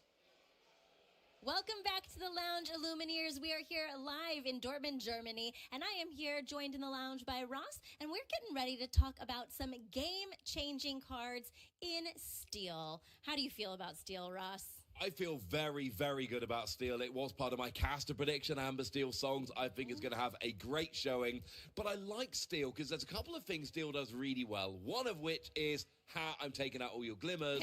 And the other thing is, oh, you know that thing you wanted to do? Well, now you can't do it anymore. So let's start off with one of the new cards. Yes. Diablo Stone Servant. I love this. If it's exerted, none of your villain characters can be challenged. Yeah, and when you have a villain character in play, he gets 2 extra strength and an extra willpower, making him a 3/3 that quests for 2, a really fantastic card that has been seeing a lot of play. And then another card that stops people from doing what they want to do is the new song, Keep the Ancient Ways, where opponents can't play actions or items until the start of your next turn. It's like a singable Pete, Ross. Yeah, Pete Games Referee is a card which is fantastic, but that stopped actions and was a character. This, like you say, it is singable, but it's not just singable, it also stops items. And we have seen, you know, Sapphire, they've got some really fun itemy tricks here in Infinity constructed. So I think that could be a card which is very, very impactful. And Diablo, you know, protecting all of your characters, and you have to build around it. There is that downside of it's only villains, but if you do, those 2 cards combined, you can stop your opponent challenging and playing actions and playing items. Time that right, you could ruin your opponent's day. You really can. You know what else ruins your opponent's day? Is Merida, Formidable Archer, who comes in ready to sling those arrows. She has a full quiver. She brings back the 3 arrows, new action, and whenever an action deals damage, you get to deal an extra 2 damage to that character. And this is such a fun card. I love Merida as a character from Brave, of course, and this legendary card is pretty legendary. I rewatched Brave when they told me it was going to be in Disney Lorcaner. Had to be done. I'm back up on the lore. Good. But getting the 3 arrows back and then being able to play that, and you know, you ping for 2, you ping for 1, that's good. But when that turns into the extra damage from Merida as well, it's not 2 and 1. Now all of a sudden it's 4 and 3. That is significantly more damage. And now all of a sudden you are taking out these characters, these glimmers that should have been safe. But Merida's got other ideas. Yes. You know what else would do some extra damage is if you sang, and then along came Zeus, which is a card that was back in from the Infinity format, and we are seeing that song card all over the place. Being able to deal 5 damage is huge, and of course, not just to characters, but also to locations if you wanted to. Absolutely. Location, unfortunately, wouldn't get the extra with Merida, which makes me a little bit sad, because that would make a huge difference. But you're absolutely right. It's another song, and it's dealing 5 damage to a character or a location. It means that if your opponent is setting up behind locations, and we've got McDuck Manor, Scrooge's Mansion, we've got the Library, A Gift for Belle, we've got Queen's Castle, Mirror Chamber. These are locations seeing a lot of play in Infinity. You need a way around them. That can be an excellent way to either get there or at least get you a lot of the way. Yeah, and of course we have He Hurled His Thunderbolt in the game right now, but that only does 4 damage, and that 1 extra damage from Along Came Zeus just can make the difference sometimes in a game. And another card that is making a big difference, Ross, here in Infinity is we have the return of Cinderella Stout-Hearted, and oh my goodness, this card is fantastic and has been seeing so much play. I mean, you need to be playing this in a song-heavy deck, but if you do, you play a song and then you can challenge ready characters. That makes such a huge difference. And you combine it with something like And Along Came Zeus, and all of a sudden, you know, there's tricks we do. Leaving your characters ready so that they can't be challenged, so that they have that natural protection from the rules of the game. Yeah, they don't have that protection anymore. Being able to take out ready characters to turn their blade before they can do anything, one of the most powerful things in the game as far as I'm concerned. Yes, and there's definitely some characters out there that you know your opponent isn't going to turn sideways very often, like your Prince Johns, you know, all those warded characters, the Muses, and so having that Cinderella Stout-Hearted there that can challenge into those characters is really fantastic. She is stout-hearted indeed, and I am excited to see these steel cards in play this weekend. Ross, how about you? I mean, it's like I said a minute ago, you can take out characters and glimmers that should be protected. You can stop your opponent doing the things that your opponent generally wants to do. And of course, you've got that combo there with Amber and all of those singers. And I do think it is a natural combo. You can use these steel cards outside of Amber, of course. But I just think we're going to see a bunch of these, and seeing Cinderella Stout-Hearted coming back makes me happy. I just want to know how many players are going to use their event promos from back from last season. She's beautiful. The art on that is just gorgeous. I got my place there. I do too. I love her so much. And we are going to be back with more Disney Lorcana shortly. Stick around. Don't go anywhere. We're here in Dortmund bringing you all of Disney Lorcana Challenge. We are here in Dortmund. We are bringing you all of Disney Lorcana Challenge. And for this round, you've got myself, Ross, and you've got the lovely Joe. We saw some lovely steel cards there, but one of us is trying to steal the fantasy caster draft. But I'm not sure we need to see an update right now. I feel like there's something more important we can do other than look at an update for the caster fantasy draft. You're not very good at these fantasy drafts, are you, Ross? I am terrible at these fantasy drafts. And here's the thing, right? You guys might not see this at home. I have a spreadsheet with every top 8 of every Disney Lorcana challenge that's ever been done. Yep. And I also have various other documents I've got. So I'm sat there, when we're doing the caster draft, I'm not just picking random names. I am sitting down there. I have got ranked who I want in my team with really specific reasons. And I'm looking through and I'm building my team. I take these fantasy drafts extremely seriously. In Ghent, my team was unbelievably stacked. I did not do well. No. And here, my team, Friday team, I was happy with. My Saturday team, I was ecstatic with my last pick of the draft for Saturday, for today. I got the player who won the Friday Ghent event with a score of something like 15-1. Yeah.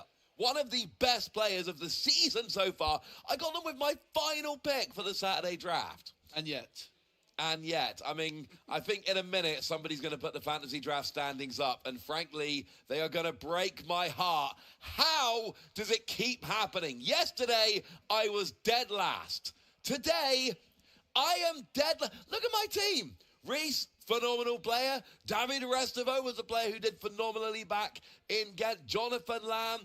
Bruno Hing, I believe, got top 8 in Bologna. Like, this is a stacked team of phenomenal players. How does this keep happening? well, yeah, it's pretty unfortunate how good that team is. But you are bottom of the pile. But there is still a long, old way to go. 3 of the casting team on 24 points. That's Rebecca, Baker, and Ed. Kim is on 19. I'm on 21 points. I'm still in there. And Ross is an absolute mile behind. Yeah, and it is worth pointing out, I sit here talking about how stacked my team is. Everyone's team here is absolutely stacked. You're looking at some of these names here, and, there are some great teams. I mean, yesterday I was dead last, and I had Zan Saeed on my team. Wow. So, I think that's the kind of level we're at here. I had the number 1 pick. I ran to the podium to put in my pick for Zam, and I still ended up last. So I suppose to anyone that ends up on my fantasy team at any of these events, you have my sincere apologies, because apparently being picked by me is terrible luck. I mean, you've got to look at Rebecca's team. You've got the North American champion and the European champion from season 1. That alone is quite unbelievable. Incredibly impressive there. Yeah, it is absolutely. Now, it is worth pointing out there were a few changes. I had Elie Vapierre was on my team, unfortunately unable to make it. So my first round pick for today wasn't able to get here, and that is a player I believe would have had a great tournament.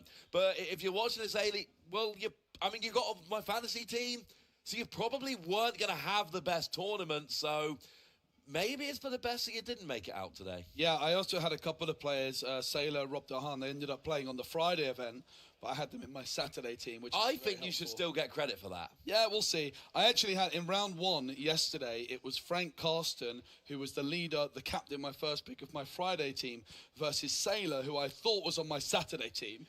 And Sailor, who's no longer on my team, beat Frank Carsten. So I had a bit of a word with Sailor afterwards, all in good fun. I would have had a bit of a word. That sounds like a pretty tragic situation. You got a beast of tragic hero going on here. Yeah. It is. Yeah, I mean, look, these fantasy drafts, they are just fun. And at the end of the day, all we're doing is picking players we think are going to be good and then enjoying watching them. At the end of the day, the best players will win, and we will get to see them throughout the whole weekend here.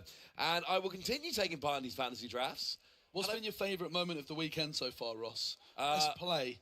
I mean, you know what my favourite moment of the weekend was. It was round 1 yesterday. It wasn't just that we had the Hercules returns into Leviathan. That alone was great. But it was just that definitive moment of Leviathan comes down and the opponent just puts a hand out. That is the end of the game. Seeing those great plays is fun. But seeing those great plays ending the game, there's just that extra little bit of magic on top of that. That was beautiful. Although some of the plays we saw in our round 2 game this morning. Yeah. Oh, I got to say, my favourite was round 8 yesterday. I think I was doing it with you, if I'm not mistaken. I was on all the odd-numbered rounds. Bend to my will. Round 7. I was round 7, there you go. Round 7 yesterday. Bend to my will was played from hand, and then it was replayed thanks to Lady Tremaine, and then it was replayed thanks to Lady Tremaine. 3 Bend to my wills from a single copy in a single game. But I can see some Emerald action, I think. Based off what I'm seeing some Hypnotize, I'm seeing some Sudden Chills, and I'm seeing Ruby. So it's going to be that extremely exciting and impressive Emerald and Ruby deck. We've got Ege against Lucas. I apologise for any mispronunciations here. I'm not 100% sure how to pronounce the player on the right. I'm going to go for Ege unless you can tell me something better, or Egeman.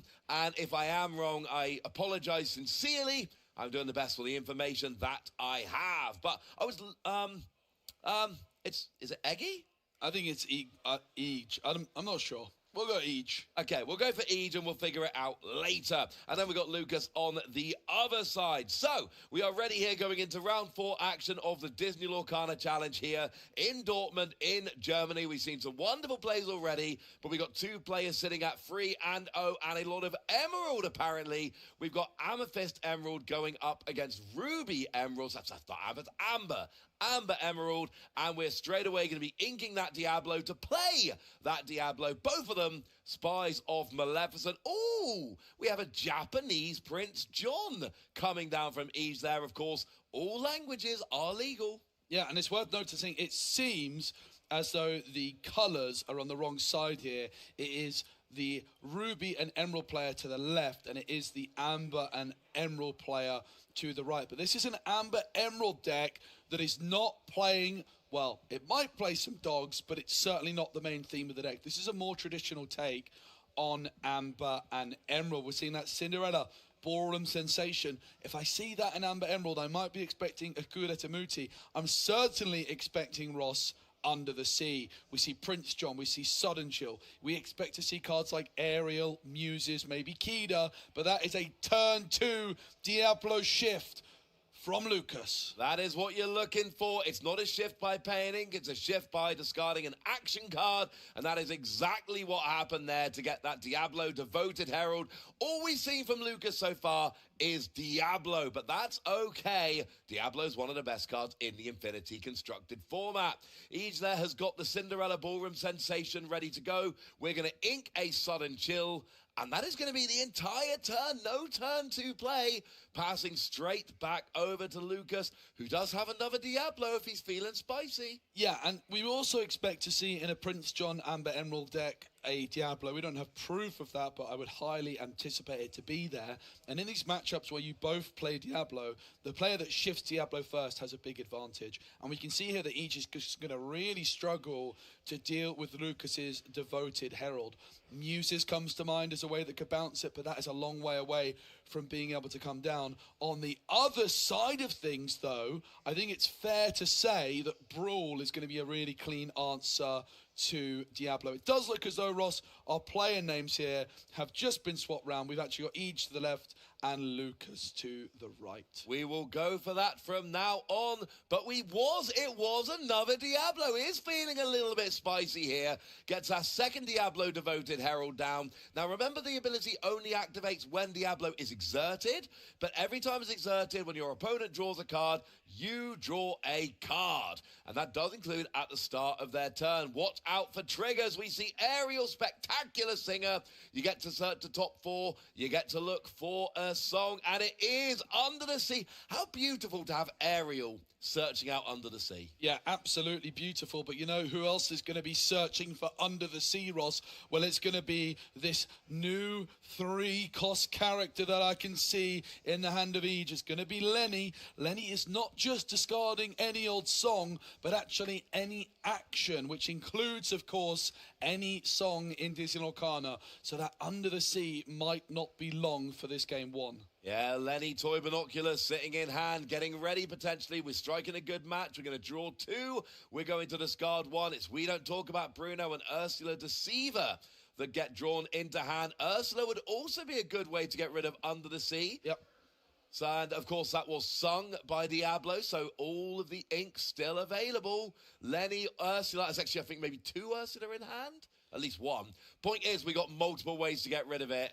But do we have something else we'd rather do? Well, it's going to give those Diablos so much protection. It's got to be Lenny or Ursula. That's really the decision here for each. There's not really a particularly good way of using the rest of the ink. Whatever you do here with this hand, it's only going to be that character. I would imagine that it's going to be Ursula inked and Lenny played, but maybe I'm going to be proven wrong here. It looks like Chip might be going into the discard. It's actually going to be Gaetan Moliere. You would imagine then it's going to be Lenny preferred, but maybe just guaranteeing that discard with Ursula. Here we go, looking at the hand, couple of Prince John. There is a Sudden Chill, but I'm pretty sure we're probably going to be going for the Under the Sea here. Now, worth noting, Under the Sea is an 8 cost. Yep. But it's a Sing Together, and Ariel's got Singer 5, Cinderella's got Singer 3, so they would be able to combine next turn to sing Under the Sea. That is why it is so crucial for each to get rid of it right this second. But Ross, a top deck from Lucas would be able to avoid the watchful glare of Ursula Deceiver. A top deck Under the Sea right now would be monumental. Unfortunately not. The odds were low, but you're right. That would have been fantastic. I believe it was an Ariel Ethereal Voice. Might have been the underdog Angel that was drawn just there. Oh, the Angel Siren Singer, yes. Well, they're the first 2 cards in the hand regardless, but it's not Under the Sea. We see Prince John, greediest of all, the lovely Japanese version coming down. Ariel Siren Singer goes into the ink. So you've still got 1 ink to play with. Problem here, Ross, you can sing the Sudden Chill, but your opponent is going to be also able to draw off of their Diablos if you draw off Prince John. So 1 card drawn for you is 2 cards drawn for your opponent. So discarding 1 card from your opponent's hand to let them draw 2 doesn't sound that valuable. It really is not. You got the weird interaction, of course, when your opponent discards, Prince John draws, but that means you've drawn, and when you draw, Diablo draws, only when exerted, of course, but they will generally be. We do see Brawl coming down, taking out that Ariel Spectacular Singer. And I believe we're questing up to 5 for Ease now, taking a lead in this game. And this has all been about this Diablo. Ruby Emerald doesn't have that much card draw. Both these decks really relying on both Prince John and Diablo for card draw. But as we just saw, if you've got a Prince John down and your opponent's got Diablos out, well, Prince John, it might draw you cards, but it's going to draw your opponent just as many. The Cinderella could sing a sudden chill, and you draw 2. Well, guess what? Each is going to draw 4. We get a second version of Prince John. Weirdly, a second Japanese version. All the other cards have been in English so far. It's not terribly important to the game, but it is something I'm tracking. We got 2 Prince John. We got a Cinderella. But then over on the other side, each has those 2 Diablo and an Ursula. Already up to 6 lore compared to 0 for Lucas. And now in a pretty nice position, honestly. Can start building his board. There's not a lot of pressure being put on by anything on Lucas's side of the board. Unless those Prince John decide to start questing, it's not really what Prince John tends to do. No, and both of these players, I mean, Ruby Emerald is definitely in the better position here overall, right? These Diablos have been drawing them so many cards, and each is going to be using this Diablo to peek at the hand. If you've got that Lenny still, if you've got an Ursula, you could discard the Sudden Chill, for example, and really start trying to apply some hand pressure, because each knows here a top deck Under the Sea would still be really, really dangerous. So Lenny will finally come down. We've known about it for a long time. Those binoculars spy the Sudden Chill, and it will be discarded swiftly. Yeah, that lovely pre-release promo comes down, of course. And I love the little combo here. Use Diablo, Ursula's Maleficent Spy. Just have a look at the hand. Know you're going to hit with Lenny. And then play Lenny. What are we oohing? Leviathan just drawn. Still looking for that return of Hercules. But the combo is here. Now, the Muses is what Lucas needs to deal with these Diablos. I've got to say, it's come down pretty late in this one. But we could be seeing a Leviathan. But in fact, the Leviathan is not going to be the star of the show right now. Because look, Muses, it has Ward. Prince John Ward. Prince John Ward. Only Cinderella could be targeted by the Leviathan. But you know what could deal with all 3 of these characters? That Sisu in the hand of Ege is going to be Prince John. It's going to be Chip. Lucas will have to discard, and Ege is going to draw. And the Prince John card draw is now joining the card draw engine of the Diablos. And the good news is your opponent does not have any Diablo down, so they don't get to draw. It's just you from Prince John. We're then questing up. There's 5 glimmers being exerted, each questing for 1. So that's going to go up 5 lore in total. I believe that will be game on board, and that is a fist bump. Ease takes this one at a canter. Would have been up to 20 lore before Lucas gets a single lore. That double Diablo early in the game seems to be pretty relevant at this stage. Yeah, it's a huge difference. And you also look, if it was on the other side, right? If the Amber Emerald player here shifts a Diablo, well, Brawl, that Ruby Brawl card is going to come in so useful. On the other side, though, if you don't shift your own Diablo, Ross, long gone are the days where these Amber Emerald decks are going to want to be playing Sir Hiss on turn 2. It's just not something you see very often. No. But that means if you don't shift your own Diablo, you're really going to be relying on the Muses to bounce back that Diablo or just find the Under the Sea. But you saw the Lenny, you saw the Ursula, so it's not going to be easy to get that Under the Sea off here. And that's the thing. I think you make an excellent point. Under the Sea would have been absolutely huge in that game. It would have been fantastic. But it was never going to work because you've got Ursula and you've got Lenny, and if you've got, your Cinderella and your Ariel that together can sing 8 to sing it, then your opponent's going to go, yeah, I'm clear. I know you can Under the Sea right now. I know that's on the table, so I'm going to play one of my 14 cards, I'm exaggerating, that can deal with Under the Sea. So basically, either you top deck it at the perfect moment and there's nothing I can do, or you're not going to have access to Under the Sea. I'm just not going to let you use it. I'll let you keep your hand. Yeah. Right up until you've got 8 singers or singer 8 represented on the board. And then I'm getting out your hand. Yeah, so the top deck would be the all-important thing, right? Like, there was that one moment I referenced where if Lucas was able to draw that Under the Sea in that exact moment, I think the game would have swung in their favor. That's 3 Leviathans in the hands here for Ege. They've also got the Prince John, strike a good match, double hypnotize. I would imagine all 3 Leviathans are going to go here. I think Sisu might be the better option of Return of Hercules against these warded characters of Lucas. I agree entirely. They're also 10 cost uninkable, so they are not doing much for a while. Okay, fine. When you get to 5 ink, you can play it with Return of Hercules. That's still a turn 5 play with an uninkable in your hand doing nothing until then. Thank goodness for the altar phase, quite frankly, because otherwise that was a bad opening hand. It certainly was, and the altar phase in Disney Arcana, it's so powerful, and players being able to utilize that to their advantage is one of the biggest skill gaps that you can have in this game. Yeah, absolutely it is. If you know your deck well enough, and you know, one of the things about picking up a deck, whenever I start a new deck with Disney Lorcana, the first thing I want to know about the deck, before the ins and outs of all the matchups, I want to know, how do I deal with the altar phase? Now, I know that sometimes does depend on the matchup, but I want to be an expert at the altar phase before I get into the nitty-gritty. But here we go, nitty-gritty of Game 2. Lucas starts off with a Cinderella ballroom sensation, that singer free, just like we saw back in Game 1. Yep. Akud is going to be an option potentially for Lucas. You don't always play Akud Etamuti in these Amber Emerald decks. Cindy might just be there more so for that under the sea contribution. No Diablo Maleficent Spy again on turn 1, but neither from Ega here either. Neither player going for it. No, unfortunately not. So we do have an ink down for each. Doesn't look like we've got much to do. There's no Diablo or anything. So back to Lucas, who is going to be inking, the Angel Siren. It's an underdog story. It is an underdog story. And questing Cinderella. First lore of the match for Lucas here, as a little side note. But once again, it's turn 2. There's no turn 2 play. There's nothing to really do. It's just quest with Cinderella and move on. Here we are inking Maui hero to all. We are striking a good match, but we're playing it for 2 ink rather than singing it. We have drawn into Diablo for next turn, which is lovely, but that's 2 turns of not really developing anything for each here. Yeah, but being able to discard an uninkable is really nice. There's 2 Prince Johns, there's a Diablo, but Firefly Swarm is the card that is selected. So each really valuing those 3 cost uninkable characters that can give him some card draw before he it's going to be... Wait, 2 cards were discarded there. And then one was a Strike a Good Match, which had been played. Strike a Good Match, okay. Yeah, so there was one discarded from Strike a Good Match, and then Strike a Good Match had been put down and then got moved to the discard, did it not? Yeah, I think we'll work that out. We'll get that cleared up. But I believe it was put on the board, and then it was resolved, and then it was put into the discard at the end. Okay.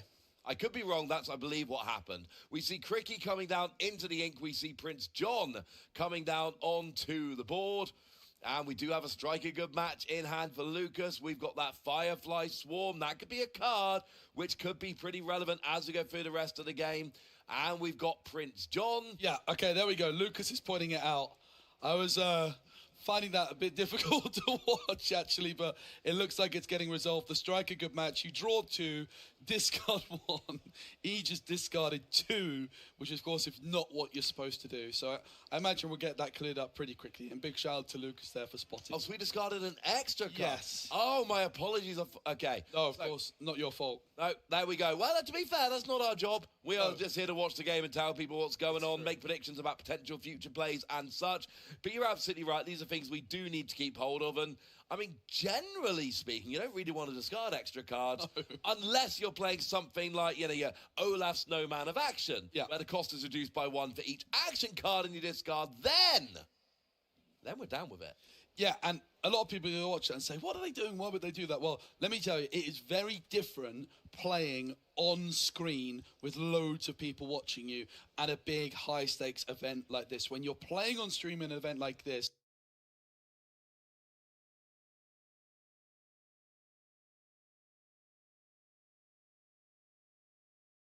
you're not in your usual environment, right? You're not out on the floor with everybody else. There's big, bright lights. The cameras are on. You've got a headset. There's judges over you. It's a very different environment, Ross, and things like this can happen very easily. Oh, no, absolutely agree. One thing I hear from people all the time when they have their first game on stream is, I didn't realize until I played how different it was. You know, I've heard people in the past talk about, you know, see all these misplays, how did these misplays happen? And they play a game on stream and they come back to me and they're like, yeah, okay, fine, you're right. It is like everyone knows it's different playing on stream, but I think until you actually play on stream, you don't necessarily see it. But looks like we are just back here. Looks like Prince John has gone back to hand for Each. It is just the Firefly Swarm and the Strike a Good Match that are in the discard, and Prince John is back in hand. Cookie! Jebediah Farnsworth is inked. Oh, and that Prince John went back to hand. No, mate. Back down, straight on the field. Yeah, there is another Prince John in hand as well as a Diablo, but it's really, really interesting to look at that Jebediah Farnsworth that each inked. That's the kind of card that Lucas would have absolutely loved to have on their own. And that's why this Ruby Emerald deck is more than just a gimmick. It's not just about that Return of Hercules into the Leviathan. There is a lot more going on. And speaking of Ruby Emerald, there is the card Undermine, a dual ink card, Ross, that I absolutely adore. It is a discard card, kind of similar to a Sudden Chill, but it's not a song, it's an action. But chosen character gets +2 strength this turn. Very useful against illusions, by the way. Yeah, absolutely. Your opponent discards a card, and then you get +2 strength. I like it when the dual ink is kind of like, the discard is really an emerald thing. Yep. And the extra strength is really a ruby thing. Right. But it's on a ruby emerald card. And apparently 4 of the 5 glimmers on the board right now are Prince John. Greediest of all, we see a Sudden Chill come down, forcing the discard of Kida, Protector of Atlantis. And that is going to be 2 cards drawn for each there, which is absolutely lovely. No Diablo to mess things up. Your opponent discards 1, you draw 2. Jobs are good. And can Lucas take advantage? Remember, last game each had double Diablo Devoted Herald. There ain't none down on that board right now. No, it's a Prince John party right now, isn't it? And these Prince John mirror matchups for us are pretty difficult to navigate, as Lucas is going to play You Have Forgotten Me. Double Sudden Chill. It's exactly double Sudden Chill. Twice the cost. Double effect, exact same deal. Point is, now 2 cards get discarded, which means 4 cards drawn for Lucas. Yeah, and we talked a lot about the benefits of Ruby, right? The Jebediah Farnsworth, the Brawl. Well, that's a huge benefit of pairing Prince John with Amber. You Have Forgotten Me. Being able to discard 2 cards on turn 4 is brilliant. Now, imagine we see a song. Oh, it's Under the Sea. Life is much better if you're Lucas, but it's worse if you're Eve, because now both those Prince John have gone under the deck, and that means that Lucas now has a lovely board of characters. Each has nothing. And Lucas, remember, just drew 4 cards a minute ago. Oh, and Strike a Good Match comes through. You draw 2, and what do you have to do at the end, Ross? Discard 1, and the Prince John, greediest of all, will have another opportunity to collect some more taxes. But this is one of those triggers that's quite difficult to remember, but Lucas is on the ball. And this is what Lucas has done, right? You force your opponent to basically play Strike a Good Match just to get back into the game, just to have some options. But, you know, each paid 2 ink, drew 2, discarded 1, and Lucas just drew 2. Now, here comes Diablo Devoted Herald. This is going to make a big difference, because now when it's exerted, if Lucas draws for Prince John, Ige draws with Diablo, so Lucas discarding for Ige makes both of them draw, which is going to be a lot more beneficial. Here comes Mowgli Mancub. And it is the choice of Ige what to discard. It's obviously going to be Hypnotized. I mean, I imagine it's going to be Hypnotized. Yeah, I think so, but that's really good information for Lucas. A Sisu off the top for Ige would be absolutely incredible. But here comes Cinderella singing a cood. Now, there's only 2 ink available for Lucas, but the muses can be paid for 2.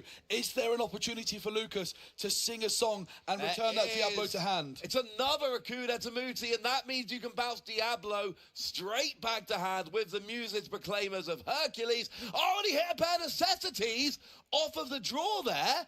So if he's able to play that, he could actually then go and get the Return of Hercules song, or... I know it's a non-act, yeah. Yeah, so you can play bare necessities. Go for it, Ross, which could be absolutely devastating. But fortunately here for Lucas, the Sisu was not found off the top.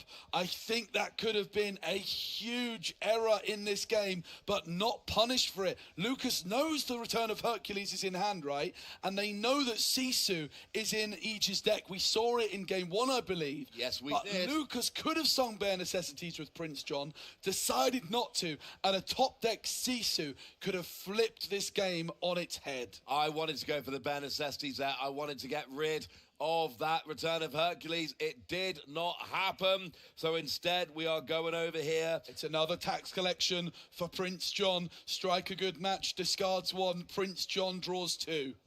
Well, there we go. But the good news is, that Prince John is drawing so many cards. Lucas really in command this game. We see another Akuda Tamusi sung by Cinderella. And, of course, that will activate the muses, which will bounce that glimmer back to Aegis' hand. Now we play a third Prince John, because apparently 2 wasn't enough beforehand. We're playing a couple of ink here. And we're going to be, there we go, bare necessities. No prizes for guessing what's going to be going for. I mean, there's only actually one option. But he's playing it because he knows, get rid of Return of Hercules. That is your big game-ending card. Pay nothing because you sing. Discard 1, draw 3. That's the power of Prince John in combinations with bare necessities. It's a big old quest for Lucas.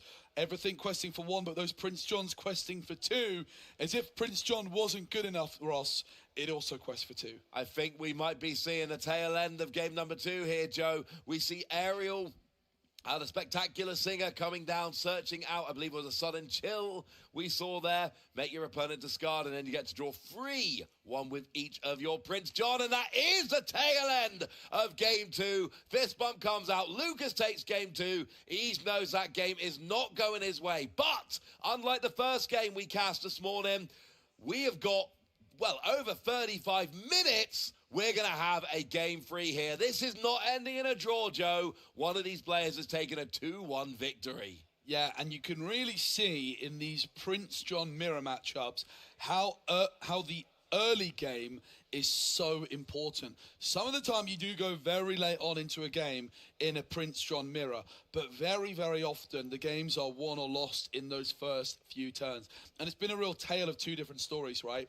Ruby Emerald dominating with Diablo in game number 1, but then it was Prince John and Under the Sea dominating in game number 2 for Amber and Emerald. Yeah, absolutely. Under the Sea was there in game 1, but it got picked out of the hand super quickly. The double Diablo, giving essentially infinite draw, getting pretty much everything you need, getting rid of the Under the Sea, and that led to a pretty straightforward victory for Ege. Whereas in game 2, the Under the Sea wasn't taken out. There were no Diablo until quite late in the game, and by the time they came out, they could be pretty easily dealt with by the muses, for instance, and that meant, Ege got just nothing going in that second game. So game number 3, is it going to look more like game 1 and give the win to Ege? Is it going to look more like game 2 and give the win to Lucas? Good news is we have got plenty of time to find out. And it looks like we're altering some hands here. Yeah, doing a hand alter.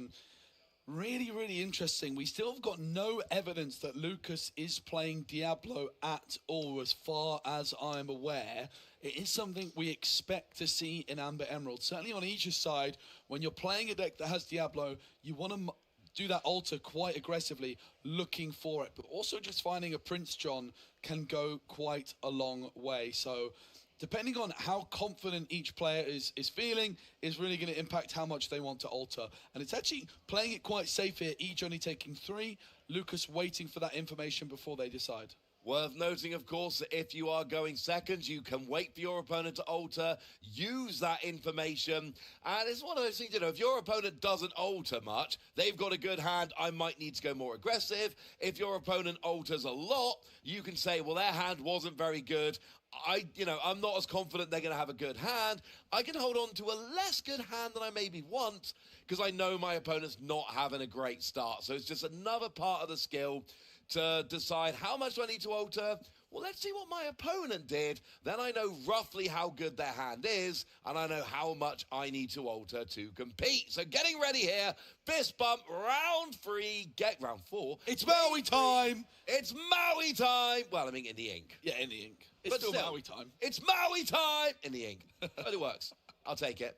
Now we are going to see, I believe, that is going to be a We Don't Talk About Bruno. And, wait, what kind of story is this? It's an underdog story. A proper underdog story, of course. A 1-cost play, turn 1 going second. But here comes Ursula Deceiver. Yeah, straight for the Under the Sea. No mucking about. We all know what is going on here. Look, there's other things. No.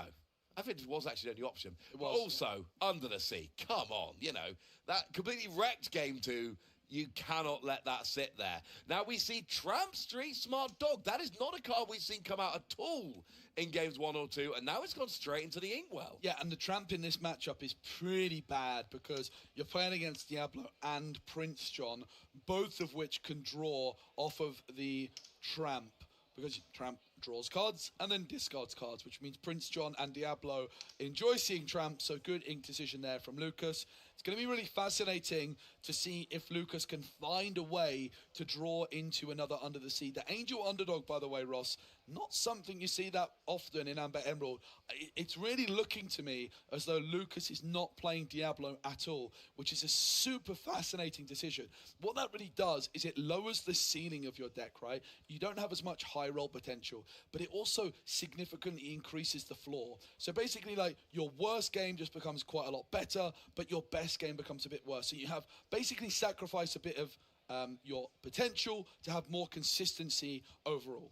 Very well explained. Well, we saw our first Prince John played there by Ege. I rather suspect, given how games 1 and 2 went, that will not be the last Prince John that we see in this third game. We are inking up for Lucas. It is Akita. It was not the last Prince John we saw. Immediately, Lucas goes and joins with a Prince John on the field as well. And we're back to Ege. We're going to be inking a Diablo Maleficent Spy. Now, we got Leviathan in hand. We're a turn away from Return of Hercules. Any chance we could draw it between now and then? Yeah, it certainly is possible. And also for Lucas, they don't know any information about the hand of Ege just yet, right? There's not been a Diablo, no Ursula, no Lenny. So Ege's hand is very much a secret from Lucas's perspective. But you've got to expect there might be a Return of Hercules. And we've seen Lucas plays Mowgli, but in particular that Bare Necessities can be one of the best counterplays to this deck. You said it wouldn't be the last Prince John. Well, how about a third as Ursula Quest for 1? Now I just want to see if Lucas is going to go over to his turn and be like, right, well, there's 3 Prince John. How about a 4th Prince John? And then play one as well. They're taking it in turns at the moment. Of course, just trying to take advantage. They both play these heavy discard packages. So if you can make your opponent discard while you draw, not too shabby. This is a really impressive card. And I think thematically so appropriate. Think back to Robin Hood, Prince John. Well, he's taking from people who don't have much to give, so drawing when your opponent discards, absolutely. You have forgotten me! That's what Lucas thinks. 2 cards discarded. It's a Leviathan, and it's 4 cards drawn. No, sorry, 2 cards drawn for Lucas. He's only got 1 Prince John. A sudden chill here could be extremely valuable, discarding that very last card from Ege's hand. If I'm Ege and I've got 2 copies of Prince John, the card I keep is a discard, and the top deck there is absolutely glorious. It's the sudden chill. You know what it is in German, Ross? It's called Durchbohrender Blick. Yes. Yes, it is. And I believe, is it chip? Is chip still chip in German? The quick thinker also makes your opponent discard on play. So you make your opponent discard with sudden chill, draw 2. You play the chip quick thinker. You make your opponent discard again. You draw another 2. And all of a sudden, your opponent is -2 in hand. You are +4 in hand. And you are flipping the resources battle here really rather nicely. And you've got a Maui Half Shark, apparently, as well. And also, if you're Ege, you see that aerial discarded. And that's got to be a big question mark. Well, let's have a peek. And there's going to be a lot of information. And look at that, Ross. It's back. Under the Sea is there. You have forgotten me. And the Muses, Proclaimers of Hercules, the 3 cards in Lucas's hand. And Ege is going to be thinking, I got a lot of these low-strength characters.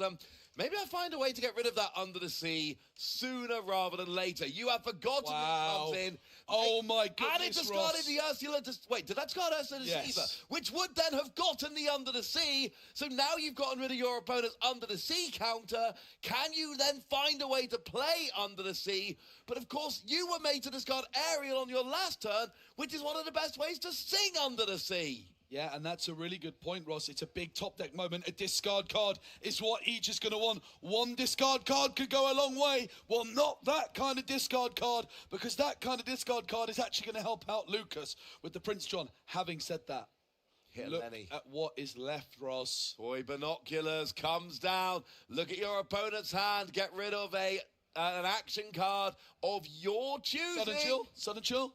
No. No. Not going to be Sun and Chill, mate. Definitely going to be Under the Sea. And if you're Lucas, that's got to be heartbreaking. You got rid of Ursula Deceiver. Wow. And it didn't work. And this is that card you were talking about earlier, that Undermine. And that is going to be discard a card and then a +2 strength boost. And this is what happened in a Prince John mirror. One good top deck. I wasn't too impressed by the Striker Good match because of the card draw of Prince John for Lucas. But oh boy, was it worth it when it found that Lenny drawing 2 for each. It drew into another discard card. That drew another 2. So one Striker Good match off the top, Ross. It doesn't look that menacing, but it turned into a whole lot more. Look at the hand size of each, and look at the Under the Sea and the Akida in the discard of Lucas. This Striker Good match was so impressive. If an Under the Sea were to come down from Lucas now, it would be absolutely devastating to Aegis board. But having to have discarded the aerial, bad. Having to discard the Under the Sea, bad. Aegis dodged this Under the Sea so beautifully. It was one of the key moments back in Game 2 when Lucas was able to pull it off. But it's not happening here in Game 3. Aegis has been discarding like a champion, and it has made a gigantic difference. It certainly has, but it's not over just yet. We do see it looks like Aegis at 5 ink currently, thinking of going to 6 to try and get all the way to 8 for that Sisu, but I think each here recognizes if they ink the Diablo, all it takes is one discard card from Lucas, and then each would have to discard one of their valuable cards. The Aerial Ethereal Voice is boosted, so if a song is sung, and it certainly is, it's going to be Sudden Chill. I bet each is happy they didn't ink that Diablo right now. Lucas is going to draw for Prince John and draw for Aerial. And I think you got to discard a card if you're Aegis. You got to think it's probably going to be that Diablo, unless you don't know. It is a Sisu, so that's basically Aegis' way of saying, I don't think I'm willing to commit the ink to go up to this. I'm going to be playing a slightly lower to the ground game, so I can get rid of it for that exact reason. But you're still looking pretty good. Now, there's one law between them. It's on Aegis, if anyone's wondering. But it's the board I'm looking at. We see another Cinderella Ballroom sensation coming down. Cricky was flirted with, but Cricky is in the hand for now. Diablo, Devoted Herald, drawn off the top. Hypnotized, though. You pay 3, you draw 1. Your opponent discards 1. And then Prince John will draw you 2 more. So that Hypnotize is absolutely unbelievable right now. I am a little bit surprised not to have held that Sisu in hand, but definitely each here playing it safe. It tells me, Ross, they feel confident and they don't need to take risks at this moment in time. I agree with you, and this means you can ink a bit less, keep more cards in hand to give yourself more protection from your opponent's discards. If you want to play the 8-cost Sisu, you've got to keep inking, which means you keep lowering your hand size. Here we are paying a little bit of ink. We're looking at that Undermine. That is another card discarded from Lucas. Does he have any? No, I think we're empty-handed. Yep. Now, I think that is the entire hand. So now Lucas in full top deck mode. And we are now using Ursula to challenge in and banish that Angel Siren Singer from the board. And each taking control of this game now. Yeah, and it's really been a tale of 3 Prince Johns, hasn't it? Each with 2, Lucas with just 1, and that double Prince John has come in clutch for each. Lucas was very close to sweeping them under the sea, but those Prince Johns have had their armbands on. They've been paddling, and they've just about managed to stay above the surface. They have indeed, and they are making the most of their little trip to the sea. Well, not going under it, of course. And they are really pushing each into the driver's seat. Under the here. sea off the top, though, would clear the board. There is finally Singer 8 for Lucas. We've seen 2 Under the Seas discarded. Can they find a third? Oh, it's a coup. That's a Muti playing it really just to draw, but then you also draw a second with the Aerial Ethereal Voice because it is boosted. We're paying a couple here. We're playing... No. We are. Mowgli Man Cub. Here he comes. Now, it is a non-action of your... non-character. Of your opponent's choice here. Right. So we don't talk about Bruno. There's a Brawl in there. There's a Firefly Swarm. I believe it is the Brawl that went away. That's right, yeah. Brawl went. Of course, each gets to determine which is the choice. That Return of Hercules is in there, but of course, Ige put that Sisu into the discard a few turns earlier. Also, there is songs, but I'm not sure there's any songs in there that you could sing. So for Lucas, like basically what you've got to consider here is if you exert your characters, you open up the opportunity for Ige to challenge into one of your characters, banishing it, playing the Return of Hercules, and then getting the Leviathan trigger through. Right now, without Ige having the Leviathan or a song in hand, Lucas is actually safe from the Leviathan for this turn. He is indeed, and we talked about the ward in previous games. Well, that board for Lucas is significantly less warded than it has been in previous games. He got the Prince John and not much else, and not getting that protection, but... Ross, just to correct myself as well, of course, if Ige was to draw a sudden chill, you could sing the sudden chill, maybe draw into the Leviathan. Yes. So there still is an opportunity there for Ige, but Lucas is feeling relatively safe, and leaving those characters ready just gives him that extra safety net.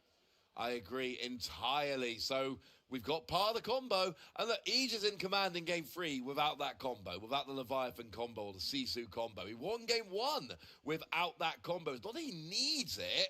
It'd just be fun, and I kind of want to see it. Lenny is going to be questing here, putting Ige up to, I believe, 6 lore in total. You could quest for another 7 if you wanted to. It looks like it might be, we don't talk about Bruno, but if you do go for the Bruno on the aerial, she is boosted, and that boosted card will follow. Of course, Lenny also will be readying, though, after that Bruno, and Prince John's will be drawing. But if you do go for the Bruno on the aerial, you are giving Lucas that additional card in hand because of the way boost works. Having said that, Ross, Cinderella, Prince John, Mowgli, those 3 glimmers altogether does add up to 8 ink cost. So even if Ariel's gone, Under the Sea could still be live. It absolutely could. That is something we're looking for. Under the Sea would still be absolutely devastating to Ige's board here. That's what we're looking for, a way to clear that board. If you don't clear Ige's board, he might well run away with this game before too long. So, he's having a little bit of a look. He's doing some calculations. There's no real challenging going on here. Since we don't talk about Bruno, going to bouncy Cinderella. And I kind of like this, because, of course, remember, if you bounce the aerial, like you said, the boosted cards get bounced as well. Now we're discarding a random card from hand, and it is the aerial that gets discarded. That feels like what he might have wanted on the board, get a bit more draw. Yeah, I think you could be right. And Ige here really utilising this Bruno as a way of drawing some extra cards, thanks to their 2 Prince Johns. So there is that Diablo and Maleficent Spy on the board. Worth noticing, there is a trigger still in the bag, but it looks like it might have been missed. It was that Lenny. Very easy to miss that trigger where you can ready it when you play an action.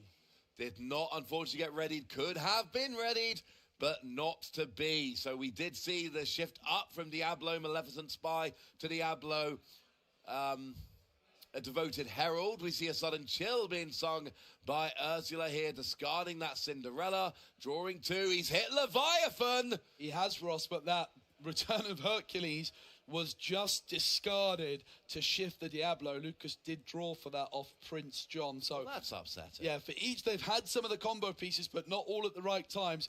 That is a brilliant hand, though, for Lucas. Lucas is fighting tooth and nail to stay in this one. You Have Forgotten Me and Sudden Chill. They are still an Under the Sea away from sweeping the entire board apart from that chip. It's not over yet, Ross. You can be singing that you can be singing some of these songs. You've got your top deck.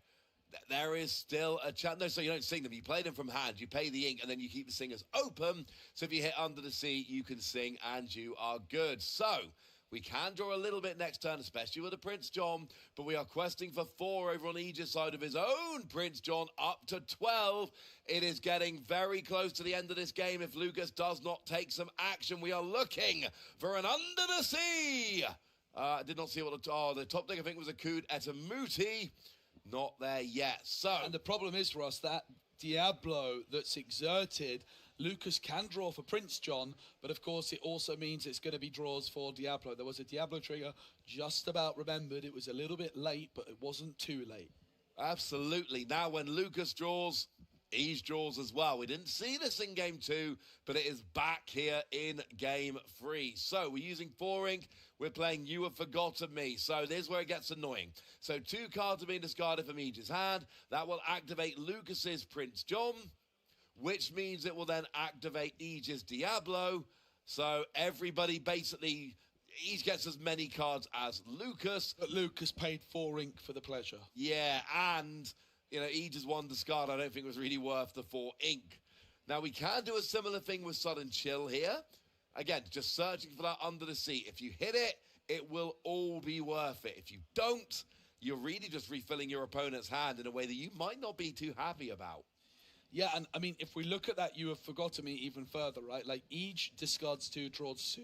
Lucas plays a card from hand and draws 2. So, yeah, that extra card you have to play from hand isn't ideal. There's going to be a sudden chill now. So another card discarded by Each, another card drawn by Lucas. In fact, 2 cards drawn by Lucas because of Ariel, but that's going to mean another 2 cards drawn by Each. So overall, right, on this, as long as Each remembers their Diablo triggers, they are going to discard 1 and draw 2. Yeah, that is pretty gosh darn nice. You are taking advantage of your opponent's own cards. And, you know, it's not just that you got the Diablo, you've also got the 2 Prince John to your opponent's 1. And look, if, like I say, if Lucas gets under the sea, this will be worth it. Because your opponent is losing their entire board. Have we got it yet? No, we are inking. We don't talk about Bruno. We are playing Cinderella Ballroom Sensation. Is it Under the Sea? Doesn't look like it, does it, Ross? Doesn't look like it at all. We're challenging Ariel, Ethereal Voice, finally taking out one of those Prince John, greediest of all. But it's not Under the Sea yet. Challenge here confirms there will be no Under the Sea. Mowgli going after Ursula Deceiver. It's not playing Under the Sea, though, is it? No, and this is the problem for Lucas, right? They have to find Under the Sea, so they have to dig into their deck. They have to draw some cards to try and find it. But the more they dig, the more Diablo draws. And the longer you don't find it, the worse the situation gets. It's really not looking good right now for Lucas. Each will quest for 1 with Lenny to start things off. Could actually go up to 18 here. Like, if you just quest across the board, I'm not saying you will, but I'm saying if you do quest across the board, that will put you up to 18. In fact, we're singing a Sudden Chill. That is going to make Lucas discard the Ursula Deceiver. Only 1 Prince John trigger here. Remember, 1 was challenged and banished. But, wait, what we got? Oh, we've got, along comes Hercules. Oh, it's getting inked. Lenny trigger missed for the 2nd time. It happens very often, Ross. Having played Lenny myself, this is the trigger I forget about the most often. Oh, to the 2nd, along comes Hercules, and here comes Leviathan, Guardian of Atlantis. And this is going to get rid of Cinderella. It's going to get rid of Ariel. It's going to get rid of Mowgli. All getting banished here and putting game on board for Ease next turn. It's going to be questing all the way up, I believe, to 18, no, to 17 here. But the thing is, that means that Leviathan alone can win the game next turn. Oh, it is up to 18, 19, I believe. I mean, it's getting late early here. It's up to 18, so I'm told. But Leviathan alone is going to be able to win the game. And look at that. The Guardian of Atlantis. Now the Guardian of Aegis board. And he draws for turn, and that should mean that all you need to do... Oh, no, sorry, don't draw for turn. You're drawing for your Diablo trigger. Lucas has got to do something, but even an Under the Sea won't save him now because Leviathan definitely has too much strength, and there's a handshake. He just won it, and once again, Leviathan, Guardian of Atlantis. When that card hits the board, you probably win the game. Pretty impressive stuff, eh? We've seen a lot of Ruby Emerald so far, and the more of it I see, the more impressed of it I am. You think it's this gimmick deck using Return of Hercules and Leviathan, but it's really so much more than that, Ross. It really is. And then this game helped to really convince me about this deck, because game 1, that combo didn't come out. He won it. Fine. Game 2, look, game 2 was a nightmare. You didn't get Diablo. Your opponent had a better setup. Game 2 wasn't your game. That happens. We play best of 3. Don't worry about it. But then in game 3, yeah, you got the combo at the end. That was fun. It's nice to see the Leviathan come down. He was winning that game without Leviathan. That was very much the definition of what we call in TCG circles a win more card. Sure. You're going to win anyway, but Leviathan makes you win more. But having said that, against Amber Steel, against the Amber Emerald Dogs decks, they get off to a really quick start. That is where the Leviathan can come in absolutely clutch, Ross. It makes such a difference. Oh, it absolutely does. And both of those players are really playing keep away in that game, trying to make sure that the Under the Sea doesn't come down, trying to stop that combo coming down with the return of Hercules. But after all of that, it is that Ruby Emerald deck standing tall. We've seen it on stream, winning a few times this weekend. It was one that was it was on the periphery of my radar coming in, but it is better than I was giving it credit for. But why talk about a game that's just finished when we could go to another game of Disney Lorcana action? Let's go straight to feature match 2. We've got Jürgen and Adam, and they are going to be showing us some more Disney Lorcana trading card game action. Yeah, both players shuffling up. Jürgen here to the left is on Amethyst and Emerald. Adam to the right is on Amber and Emerald. It's two players coming from Germany. We're in Germany here, of course, in Dortmund. Lots of very strong Disney Lorcana players from Germany, Ross, including, of course, the world champion Ding Kang Pham. Yeah, got a few good German players rolling around. It's a great country for Disney Lorcana. We had our DLC in Bochum back in Season 1. We're now back here in Dortmund in Season 2. So me and Germany and Disney Lorcana going quite well. We're inking We Don't Talk About Bruno. We're playing Diablo Maleficent Spy. We are off in game number 2 here of our second feature match in round 4. Adam on Amber Emerald, already one game up against Jürgen with Amethyst Emerald. Love Emerald right now. There is, and there's some interesting things already I'm seeing here.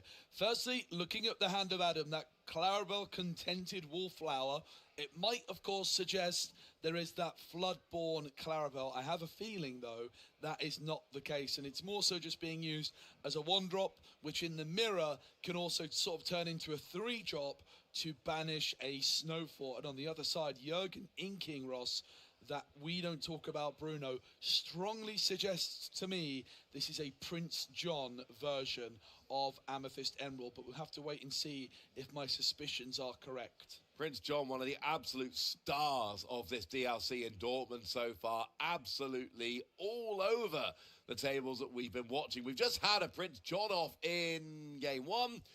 The first feature match might be happening again here. Nani stage manager goes into the ink, and Lady Decisive Dog goes into the field.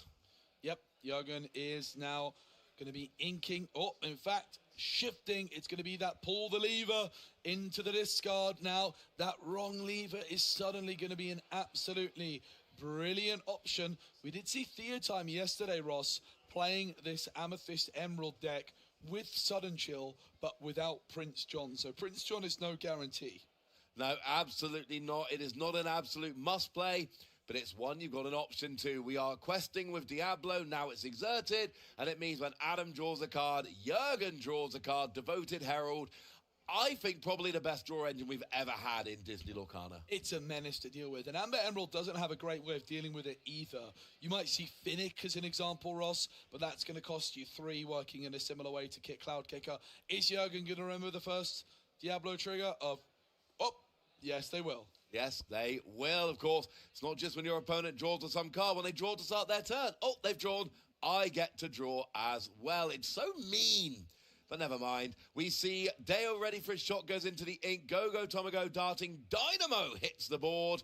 And Adam is setting up the kind of thing we tend to see from this ink combination. Yeah, and I said there's not many good answers to the Diablo. Well, Go-Go Tomago, usually we see it in the late game, but that 2-2 evasive body is going to be enough to deal with this Diablo unless Jürgen has some way of removing it from the board. If you have a wrong lever here, for example, Ross, it would be kind of outrageous, but you could just put that Go-Go on the bottom of the deck to protect your Diablo. And as good as this Go-Go is, it is not what Adam wants to be doing on turn 2 in an ideal world. So the Diablo getting a ton of value here just by disrupting Adam's gameplay. They've got that Grandmother Willow in hand, does Adam, but going for the Go-Go instead. No, I think that is not a bad shout because you need, like you say, you need to have an answer to that Diablo. And Diablo being evasive means it can only be challenged by a character with evasive or alert. Go Tomago goes and gets inked by Jurgen, and it is Diablo, Spiteful Raven, the dual ink Diablo coming down. Diablo, one of the most represented cards in competitive Disney Lorcana right now, especially in the Infinity constructed format. And we've already seen 3 different ones from Jurgen. What's Adam got in response? We're thinking about inking. Yeah, Adam currently at 2 ink. Didn't get that Grandmother Willow down, so could go for a Grandmother Willow and a couple of 2-drops, or Grandmother Willow and a 2-drop this turn. That Eleanor is also in the hand as an uninkable for Adam. It is indeed. So, looks like we're going to be getting Grandmother Willow down. The Ancient Advisor, that is going to reduce the cost every turn of one of your characters for as long as it's out there.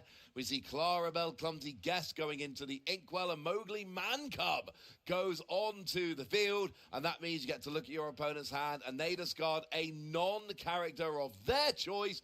I'm going to go on a limb here and say it's not going to be Snowfall. Yeah, Sudden Chill would be the obvious option here, I think. Friends on the other side looking very tempting to sing with Diablo next turn, of course. But having said that, that Go-Go is going to surely be challenging into it. I love the sequencing here, though, from Adam.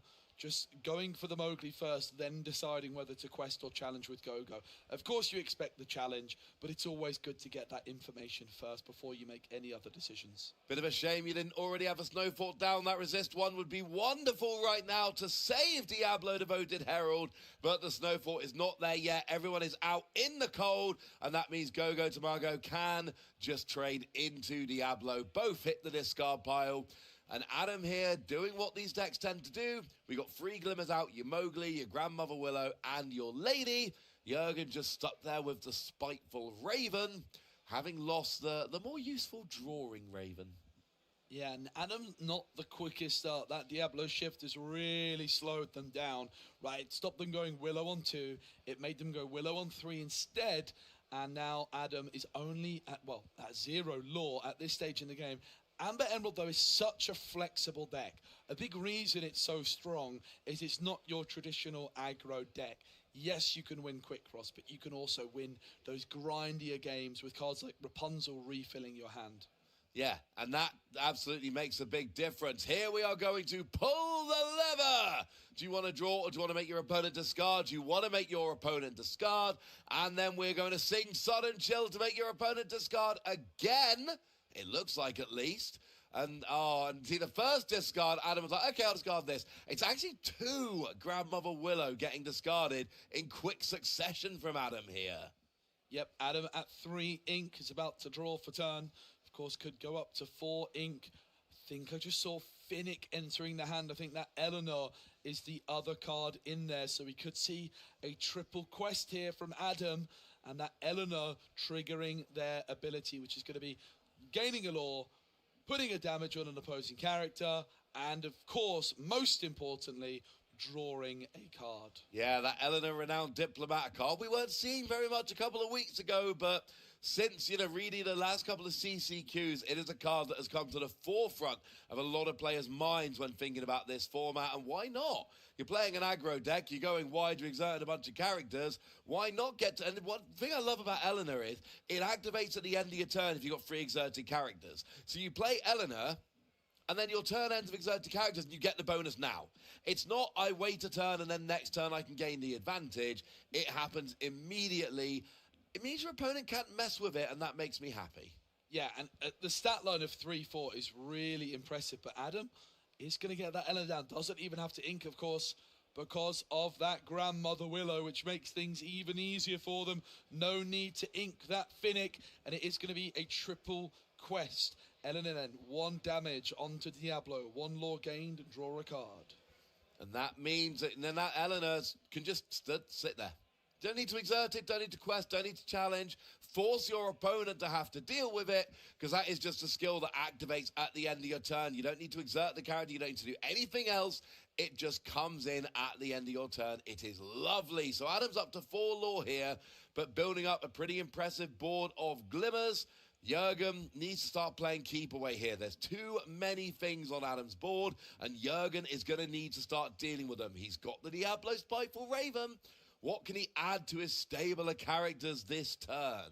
You know, Ross, I played a lot of Emerald Amethyst, and I think that the Eleanor is really the most difficult card for this deck to deal with, and you can see why. Well, the Snow 4 is going to help a little bit. Now the Diablo with Resist can challenge Lady. I mean, you can challenge Lady already, removing it, but now the Eleanor, that 1 extra damage, is it putting the damage on there, or does it deals 1 damage? So the Snow Fort Resist is protecting this Diablo, and it's getting huge value. Absolutely. Snow Fort gives resist 1, reduces damage by 1. So damage would be dealt, reduced by 1 by Snow Fort, and that means it never goes on in the first place. And this is what they're just discussing. I believe Adam's pointing at Snow Fort, pointing at Diablo, pointing at Eleanor, just making sure. But of course, we have our lore guides at the table. This is why they're here, making sure that all of these ruling interactions go as smoothly as possible. Yeah, so we saw that Adam had Finnick in hand at one point, but 2 cards have been drawn since then, 1 for the Eleanor and 1 for turn. Jürgen, it looks like just 1 measly card in their hand, but 1 card sometimes is all it takes. Here comes Finnick, Tiny Terror, and we are paying the extra. Actually played it for free using Grandmother Willow, then paid the 2 to bounce that Diablo Spiteful Raven to hand, and now has to actually quest with Eleanor as well, so that he can end the turn with 3 exerted characters, because it doesn't say 3 other, it just says 3 or more exerted characters. So by questing with Eleanor, that will activate Eleanor's ability. You'd rather leave her active, ready, but you don't really have a choice right now. You want the ability, you got to do this. Yeah, Eleanor's absolutely taken over this game. That is the 2nd card drawn by the renowned diplomat. Jürgen with no characters on the board. It's a Dumbo, it's a Diablo, and it's that other Spiteful Raven Diablo in the hand for Jürgen. None of these characters are particularly good at dealing with the Eleanor. It's going to be a trade at best. Well, we do see the Diablo Spiteful Raven coming down, joined by a Diablo Obedient Raven. We do have a little bit of a Diablo party, but we're just passing back to Adam. Adam can get 5 lore this turn and go up to 13, and the clock is really starting to tick for Jürgen. Neither of those glimmers on his side of the board are really that impressive. They are nice early game options. We are not in the early game right now. Daisy Duck Donald's Date comes down for the cost of 1 ink. And we've still got, well, we've got Grandmother Willow, has not been used yet. Plus, you've still got a couple of ink open. The fact that this deck can play like it does and like stick at 3 ink just is wild to me. Yeah, it really is brilliant at doing that. You think that the deck is out of resources, but it just finds a way. And the Eleanor is just that 1 extra way of doing it. So, of course, Daisy not costing anything thanks to that Grandmother Willow. Well, we are now bringing in the Tramp Enterprise Street Smart Dog. Wasn't great in the last matchup we watched, but much better here. And now you get to draw 5 cards. This is only a 2 cost, reduced by 1 for every other character you've got in play. And now you get to draw 1 for every character you've got in play. That's 5, and then discard that many. You don't gain hand advantage. What you do, however, is you tutor your hand. You set your hand up with the cards that you want, and that makes a big difference. Yeah, and you also get to choose what cards go into your discard, right? So for the Lilo Escape Artist, there's no place she'd rather be. That is the name of the ability that allows you to play that character from the discard down the line. Absolutely. You can play them from the discard just as easily as you can play them from your hand. Do not bother to keep them in your hand. A second Tramp Street Smart Dog comes down. It's for 1 ink. Now, I want to just point out, right, Adam had 3 ink when this turn started. Yep. He played Daisy Duck Donald's Date for 0 ink. He then played Tramp Street Smart Dog for 2 ink, and then played a second Tramp Street Smart Dog for 1 ink. Those 3 characters all came down for 3 ink total. Yeah, and it's not done there yet. Adam kept 1 card in hand, and it is Under the Sea. Mowgli 4, yeah, there's enough to sing Under the Sea here. We could just go for it immediately. And that's what we're seeing. Diablos Under the Sea. And the Diablos get swept under the sea. Birds famously not very good swimmers. They like the air. They don't like the water. And that means that Adam here is up 9-0. 9-2, my apologies. But with 2, 4, 6, 7, 8, 9, 10 law represented on the board, we are up to 10. That is huge because it means that Adam now has game on board. Exact game on board. Dumbo, ninth wonder of the universe, comes down. There's a we don't talk about Bruno. We pass over to Adam, and it should just be quest. I think that was the right number of quests. And we see Jürgen. He's adding it up. I'm pretty sure it's 10. The Elo Escape artist joined the party just for good measure. And Adam with the Eleanor, it really made the difference. 2, 4, 5, 6, 7, 8, 9, 10 puts us up to 20, and we'll put Adam with this 2-0 victory here in round 4 with this very aggressive deck. Really, really impressed by the Eleanor in particular. It was a really strong start there, wasn't it, for Amethyst and Emerald. But as soon as that Eleanor came down, the scope of the game really changed. Now, I'm talking about Eleanor, the real MVP. Go to Margot. Yeah, no, absolutely, because you needed an option early in the game to get rid of that Diablo. That Diablo was going to be a pain. So in comes Gogo Tamago and going, oh, hi, look, I'm only a 2-2. I'm sorry about that, but great news. I've got evasive, you've got evasive. Let's have a little challenge, a little bit of a scuffle, and then we can roll. But we just saw Adam win so spectacularly with such an aggressive deck. Why don't we go over to the lounge and have a chat with Adam? In the lounge! In the lounge! Hello, Illumineers. I am in the lounge joined by our Amber Emerald winner, Adam. Well, it's round... I've lost track of how many rounds it is, but you... 2-0 victory, 2-1 victory. In round 4, it was a 2-0 victory. Yes, it was a 2-0 victory. I was watching correctly. Got to be feeling pretty confident now going into the next round after a good victory. Now I'm a little bit confident. I had really sorrows with my deck, but so far it went very, very well, and I'm glad to sit here. Amazing. And you were telling me before we started filming, or before we sat down and the camera started rolling, that you're actually from Dortmund. Do you want to tell us a little bit about that and how excited you were that the Disney Lorcaner Challenge was going to be here? I'm not exactly from Dortmund, but from Schwerte. It's really, really near. It's only 10 kilometers, and the whole community in this area was so glad to hear that we have a DLC in our beautiful Dortmund. So it's really nice to be here. Amazing. Thank you so much for taking some time out of your busy competing day to have a little chat with me. I wish you best of luck with the rest of your rounds. Is there anyone we want to give a little shout out to before we let you go? Yes. I want to shout out to my wife and my children, to my sister in Bayern, to my parents, to my teammates from the team No Promo, and every Lorcaner player here from this region, and everyone I've forgotten. Amazing. My students at school, they will be really glad. Amazing. I'm so happy I got the chance to meet you and talk to you. Congratulations again on your win there, and best of luck with the next few rounds of the tournament, and I hope we will see you again on Sunday, tomorrow. Thanks. Thank you. And let's head back over to the guys in the booth for more Disney Lorcaner. Welcome back, Illumineers, to Disney Lorcaner Challenge. We're coming to you live from Dortmund, Germany, where our competitors have built incredible decks to summon, challenge, and quest their way to the top. with access to over 2,400 cards going all the way back to the first chapter. I have to ask, are you prepared?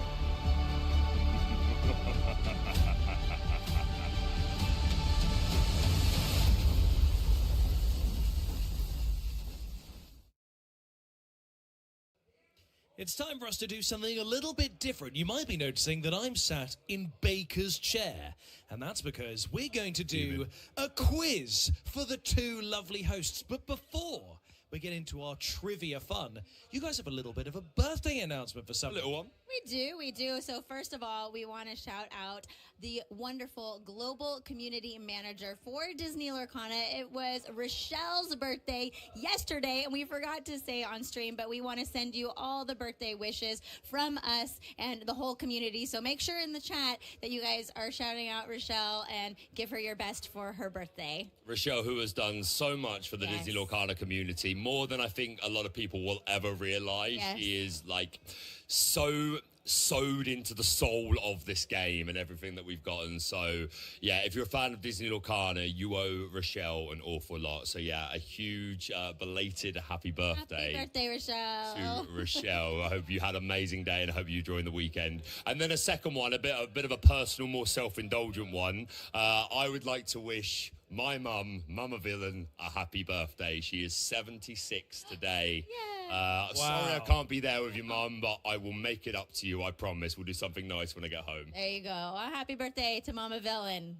Do you know what? I'm sorry to shift the tone because we're going from lovely birthday, love and things, and now it's about to get competitive, bitter. I'm down. I'm ready to be Ready. I'm ready. You two do so much as part of these streams, but I think now it's fun to have you two sit back on the nice couch and just answer some nice trivia questions because you guys are both Disney fans and Disney Lorcana fans. And so it's time to test your Disney Lorcana knowledge. Now, I will say, I'm ready. These are in increasing difficulty. We're going to start quite easy. Okay. And by the end, get quite harder. But I think they're all within your remit of things that you guys know. Are you guys ready? Okay. As ready as I'm going to be. We're going to do it. I'm ready to ruin my reputation as a Disney I know, right? Yeah, that's... Here's how I want to do this. How do you want to do it? I'm going to ask the question. Okay. And if you want to answer, I want you to say buzz. Oh, okay. Appropriate. Can I say wood? Can I say woody? So it's... You can if you want, if you're going to remember to say. You can say buzz, you say woody. Notice? It's thematically appropriate. Yes. This is good. And so some of them later on, if you guys can't get the answers, I do have some multiple choices for you. Cool. Okay. But ideally, let's see if we can get the answer without them. Sure. But don't worry. I want this to be fun. Okay. I don't want this to be brutal. So Now, are we ready to kick things off? I have a question. Oh, okay. This is important. Hang on, I'm the quiz master I know, here. I know, but I have this is important, okay? Is this like where we have to wait until you have finished reading the question to buzz in? Ideally, or can yes. we buzz in at any time if we think we know? I think you should wait to the end because what if the audience didn't quite finish it or get the Hear same the train whole of thought? question. We want Got them it. to also hear the question, be able to answer it in the Okay. chat as well. Okay. I'm ready. Are we ready? Let me practice. Okay, so yeah. What is my name? Buzz. That was really good. I think you got the B in slightly earlier, maybe. Okay, but this is the problem. What if you buzz at the same time? How do we figure this out? A rock, paper, scissors, perhaps? And then an answer? We've been playing a lot of rock, paper, scissors, for There sure. you I'm down. Yeah, that works. Okay, so we'll do it that way. Okay, right. So let's kick off, guys, Ready. with question number 1. One of your easy questions. What set number was Shimmering Skies? Woody. Buzz. That was Woody first. Shimmering Skies was set 5. Is correct. 1 point to Baker. Now, I will say, please keep a memory of your scores. I will forget them. Okay. boy, Some okay. quizmaster you are, joking. I know. I'm sort of failing at the first You hand. said quizmaster, not count on point my master. fingers. Thank you, Baker. Helping me out That's here. true. Okay, question 2, guys. What set was the first appearance of items? Buzz. I think it was you. I think it was Buzz there. It was Into the Inklands. It's incorrect. Oh, wait. So does it defer? Wait. It Yeah, does. it does defer. It's first chapter. It was It just is the first chapter. Why did I say that? I don't even... Second I guess. think you're thinking of locations. No, I was thinking of You were thinking of locations, locations, and which is that's better. why. And so, anyway, my brain got a little too See, far it's a ahead. good thing we wait to the end. I got Got to have a moment to process the question. I got 2 sets ahead of myself. Yep. You know what? It's fine. Rebecca. Is it you still, fine? You still It's got fine. loads of time to be able to Okay. come this back. Don't worry. Okay. Right, here's a nice easy one for you guys. Question 3. The golden Mickey card is an alternate of which Mickey card? Buzz. Rock, paper, scissors, this one. We 1, do 2, 3, it. go, okay? Rock, paper, scissors, shoot. Yep, okay, Yeah, ready? Okay. Rock, 1, paper, 2, 3, scissors, go. shoot. Okay, Rebecca? Mickey Mouse, Brave Little Tailor. Point Hey, for I got a point. Rebecca. She's on the board On the now. So, your last easy question before we get into medium questions. Question number 4.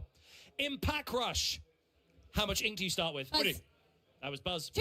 Correct! Yes. Okay, guys, there's 4 questions remaining. Okay. We're now in the medium category. Okay. Question number 5. In the Illumineers' quest, Deep Trouble, which card does Ursula start with? Woody. Go for it. The trident. It is definitely the trident, but I need the full name, don't I? The Lost Trident?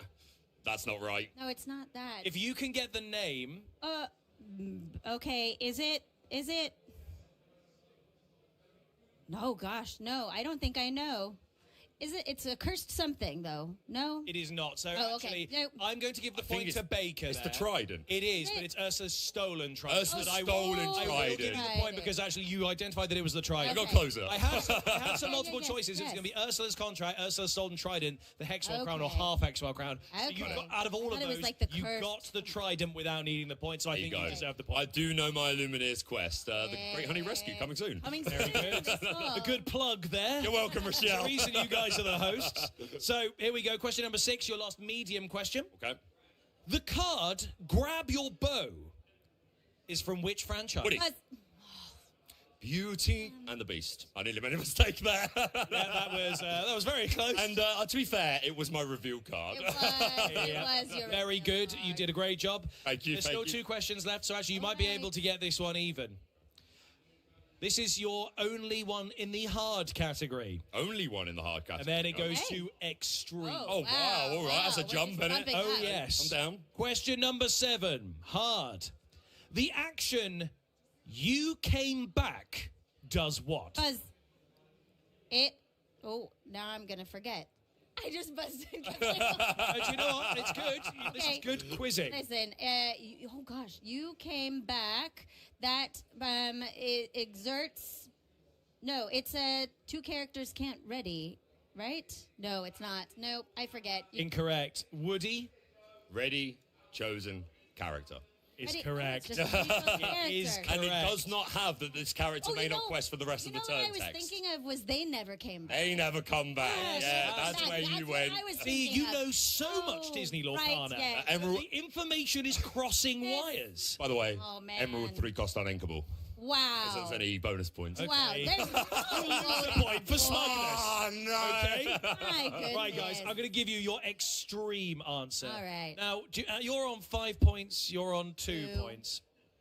I was going to say this one's worth double points, but I don't even know if that will help. It won't. No, grand champion. I wanted to add some The respect. trepidation to the next moment. It's 5 points. Well, she's one ahead of me on the But you know after what? draft. I can So be if one you ahead. get this, it's even and I'll do a tiebreaker. If you win, you win. Okay? I feel like the villain is being punished unfairly here, but sure. You know, I'm trying to make sure everyone's having a good time. Okay. I want to make sure I have a good time, Eds. It's fine. Go on. Okay, guys, your extreme question. And I will give multiple choice for this one before you answer. Straight okay? away? Straight away. Oh, I think No, let's have a- just let's give us have the a moment. question. Well, okay, let me tell you why there's All right, this, because okay. this is how the question is phrased. Okay. Which of these is not a card Fair. by Christian Romero?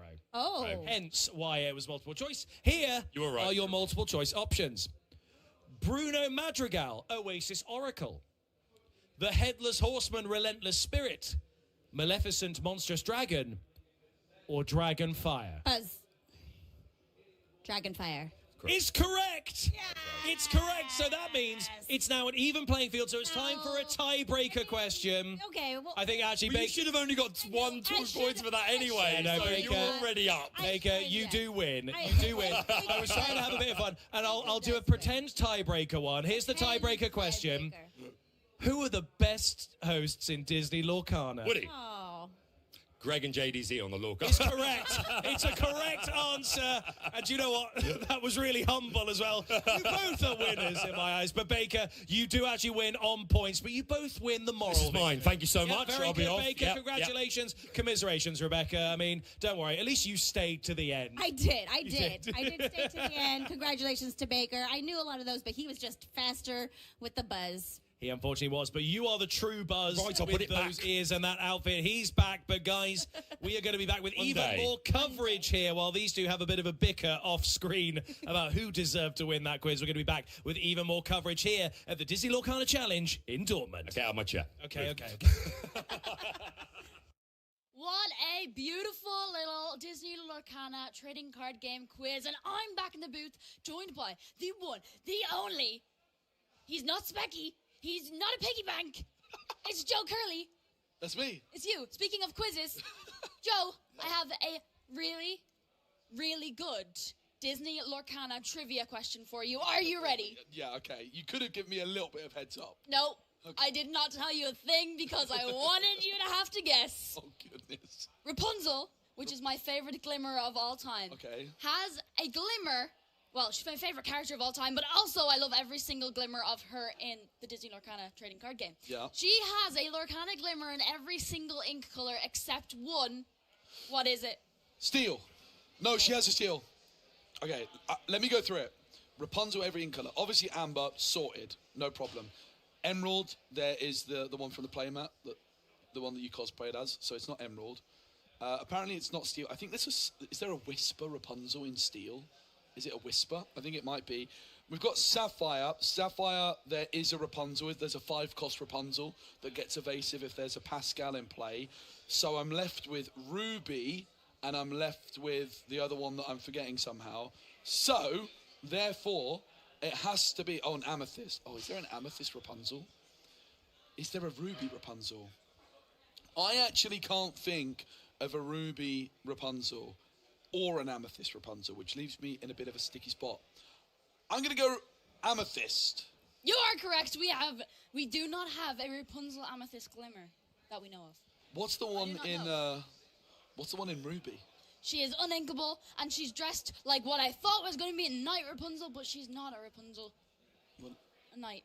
Okay, but what is the Rapunzel? Like, what does it do? She's like this. Yeah. And it's not a vanilla. Okay. It does something. We're gonna have to look it's uninkable, afterwards. but we'll find out Remind very ourselves. soon. But That was we're not some going to good Disney see. trivia. I got some Disney trivia But for you. maybe we will see it because in this next match, Okay. who knows? Maybe it will be a playable card because in Infinity, the whole cards are at our disposal. That's true. And we could very well That's see it true. because one of the ink colors in the next ink pairing combination is Ruby paired up with Emerald. I We've love seen it Emerald. before. I do. Going up It's my against- prediction to win, Kim. It is. Right, I've got a Disney Lorcaner bit of trivia Okay, for you. okay, I'm excited. Okay, so there's a let's- card in the latest set, Wilds Unknown, called Ham. What is the German name for ham? Specky! It's true. It's true. But here we go. Less of that. More of the Disney Lorcaner challenge action here in Dortmund. We have got each who we've seen already, and we have got Luna to the left. Luna from the UK, each from Germany. It is going to be an emerald mirror. It's going to be steel and emerald Yes. versus ruby and emerald. Yeah, and it's your pick to win and take down this whole week. Yep. And it's got Lenny. It's got such exciting stuff. We're going to do some discarding. Maybe we'll even see the one and only Leviathan. Yeah, the Leviathan is extremely exciting. Let's talk about Emerald Seal, because we just watch each play as we do see that Jebediah Farnsworth into the Ingwall.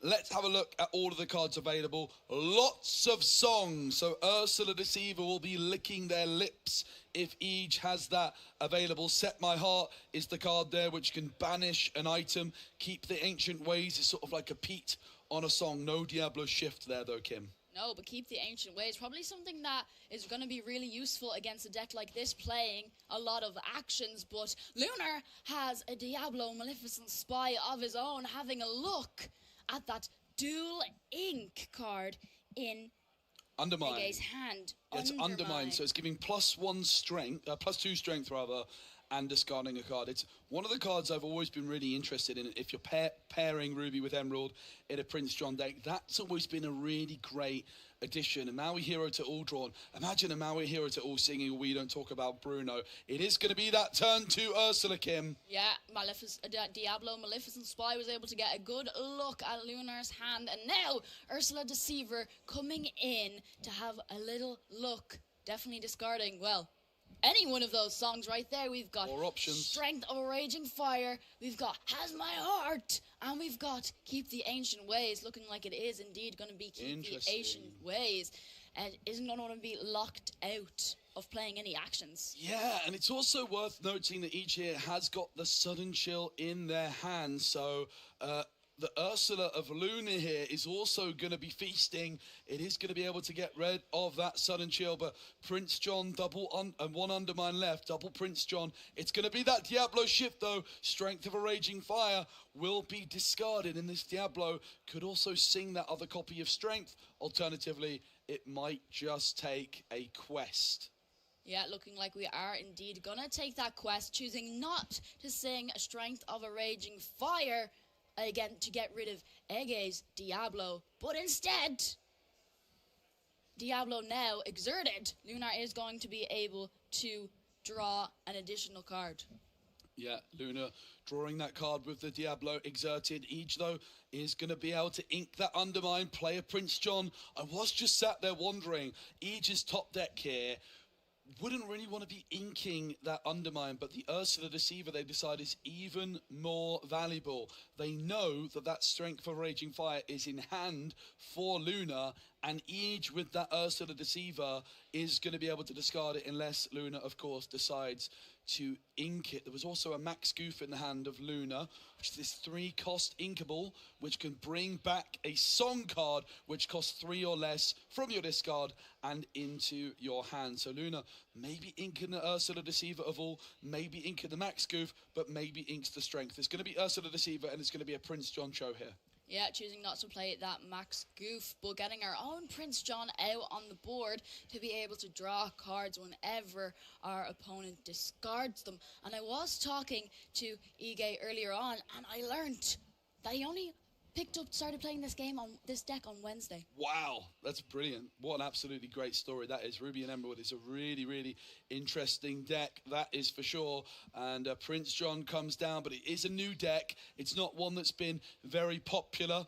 But, of course, if you're a skilled player in Disney Lorcana, you can adapt to the deck. Pete, blowing the whistle. No actions round here. Thank you very much. Oh, Pete, our game's referee. Keep the Ancient Ways was discarded out of Lunar's hand, but that's okay, because we've got Pete, game's referee, coming in and stopping any actions being played this turn. And that's the third Prince John, greediest of all, coming out on the board for our Ruby Emerald player.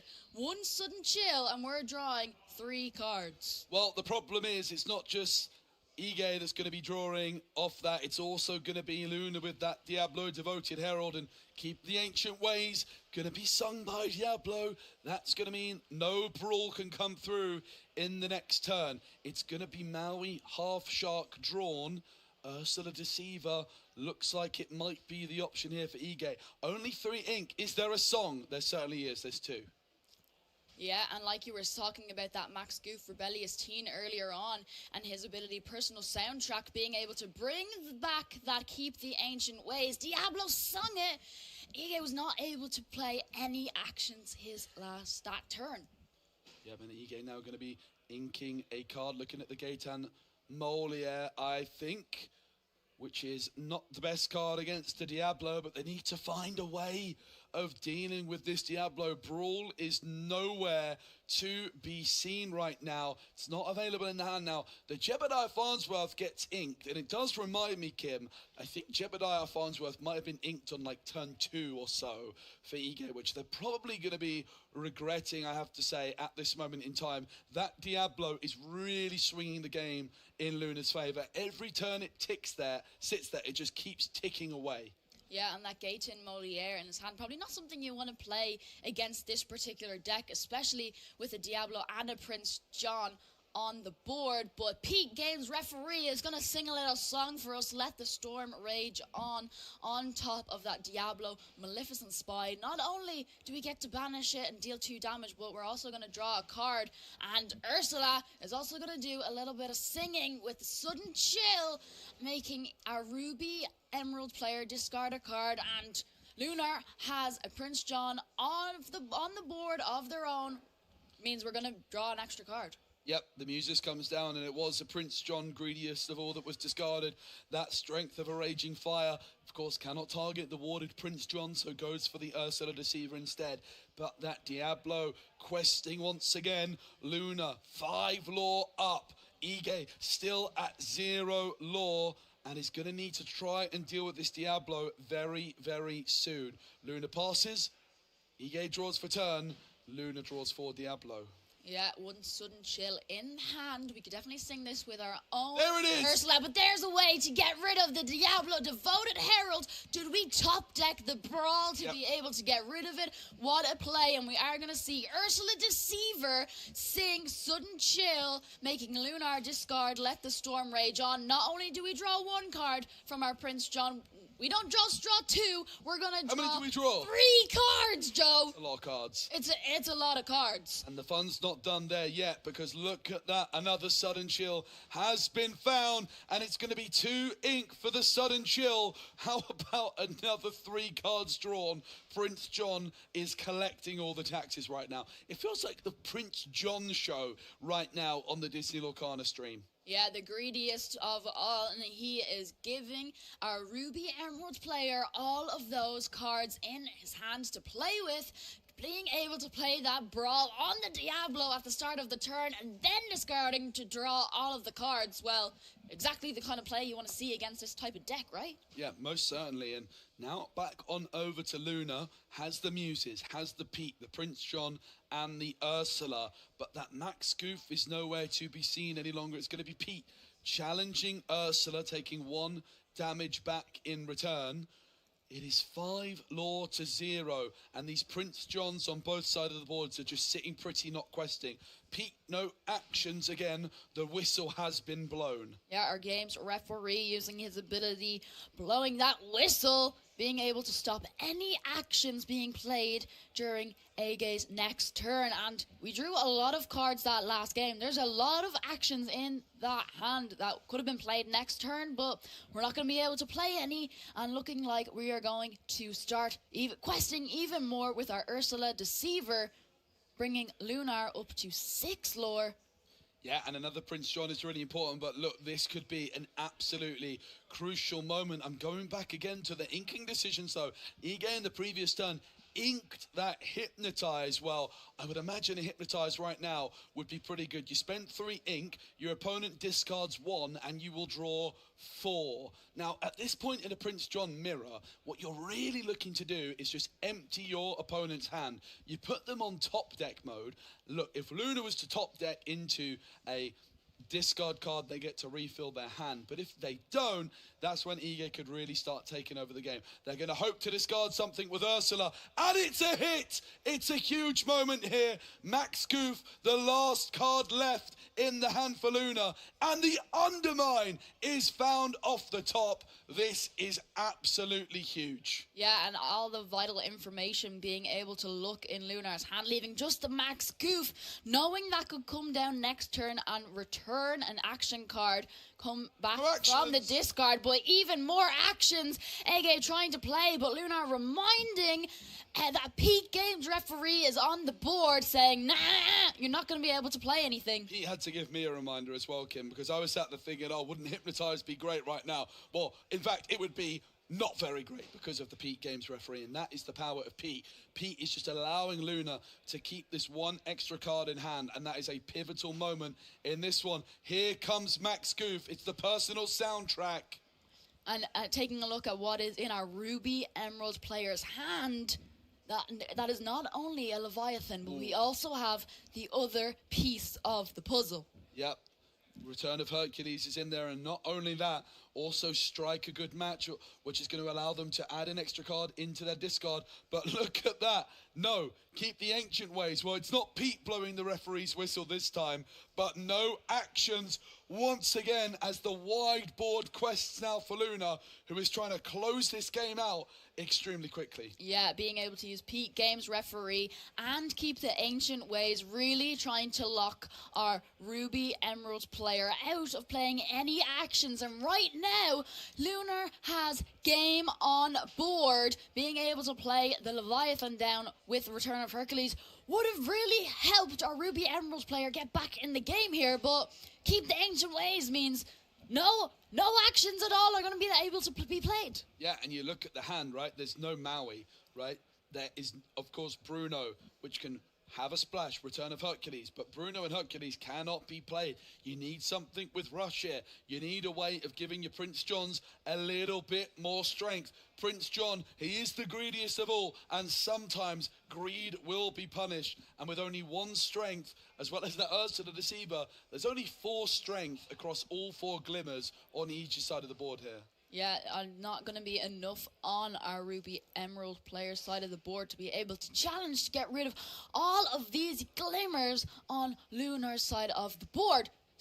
There's literally a sea of them, and Prince John is in command, being able to quest for 2. We are on 14 lore to 0.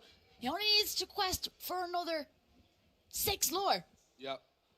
And each now just looking through their options, seeing if there's anything they can do. Of course, you can challenge into the Prince Johns on the opponent's side, right? So you can remove both Prince Johns. If you remove both Prince Johns, Max, Goof, Pete, Muses, and Ursula, and double Pete isn't going to be enough. And a Maui Half Shark is a really good way of stalling this out.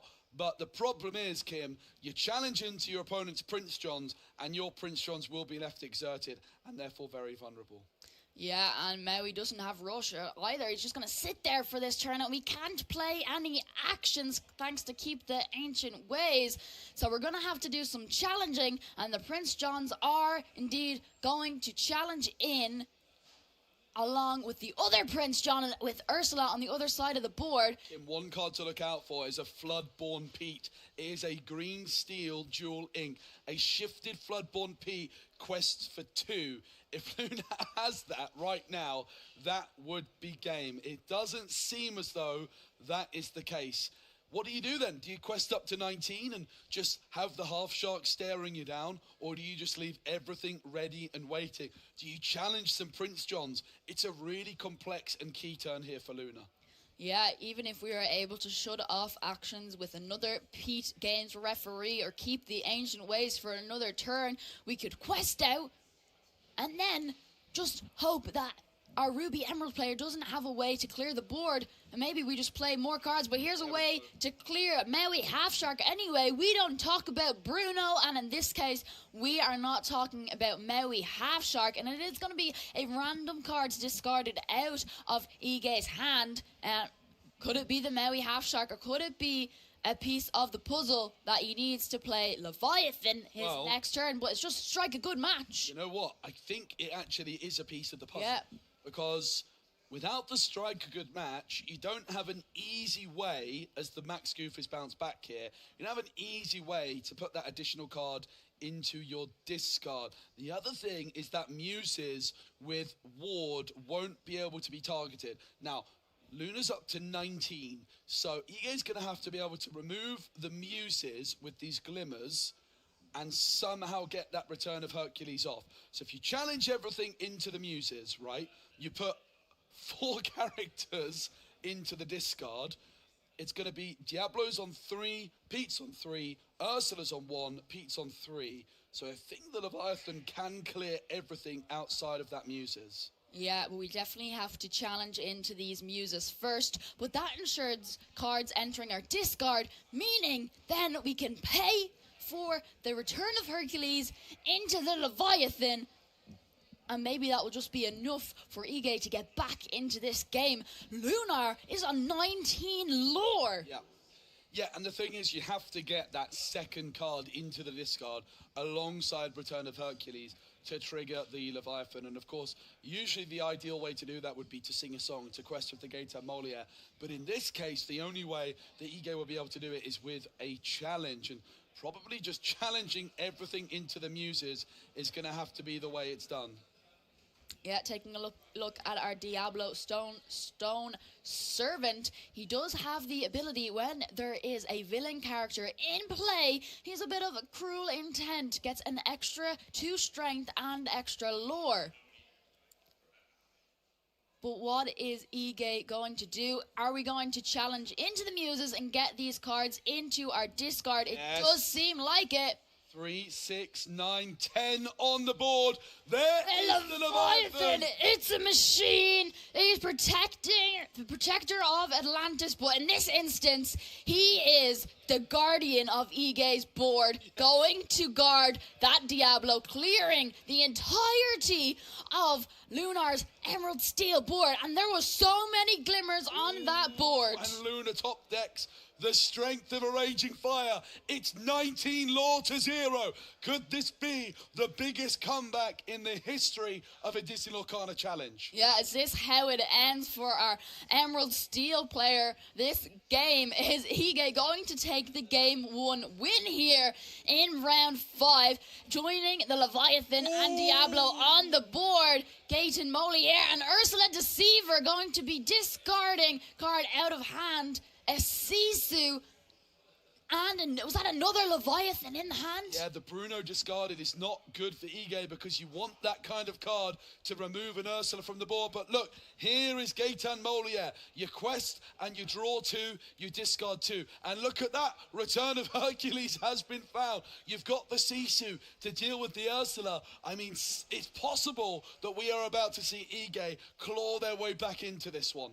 Yeah, could we potentially see here another Return of Hercules into maybe a Sisu, or maybe we just go in with another Leviathan as well and start questing. But Sisu also quests for 3, so why not just play our Sisu and easily get rid of the Ursula Deceiver? Yeah, and I think at this moment in time, Luna is going to be looking back at one of those turns as there is the Sisu and wonder if they should have just taken a single challenge on one of those Prince Johns, right? If Ige had 1 strength less on their board, their muses would have been safe and it could have made the difference. While Diablo now, Maleficent Spy, is looking to seal the deal.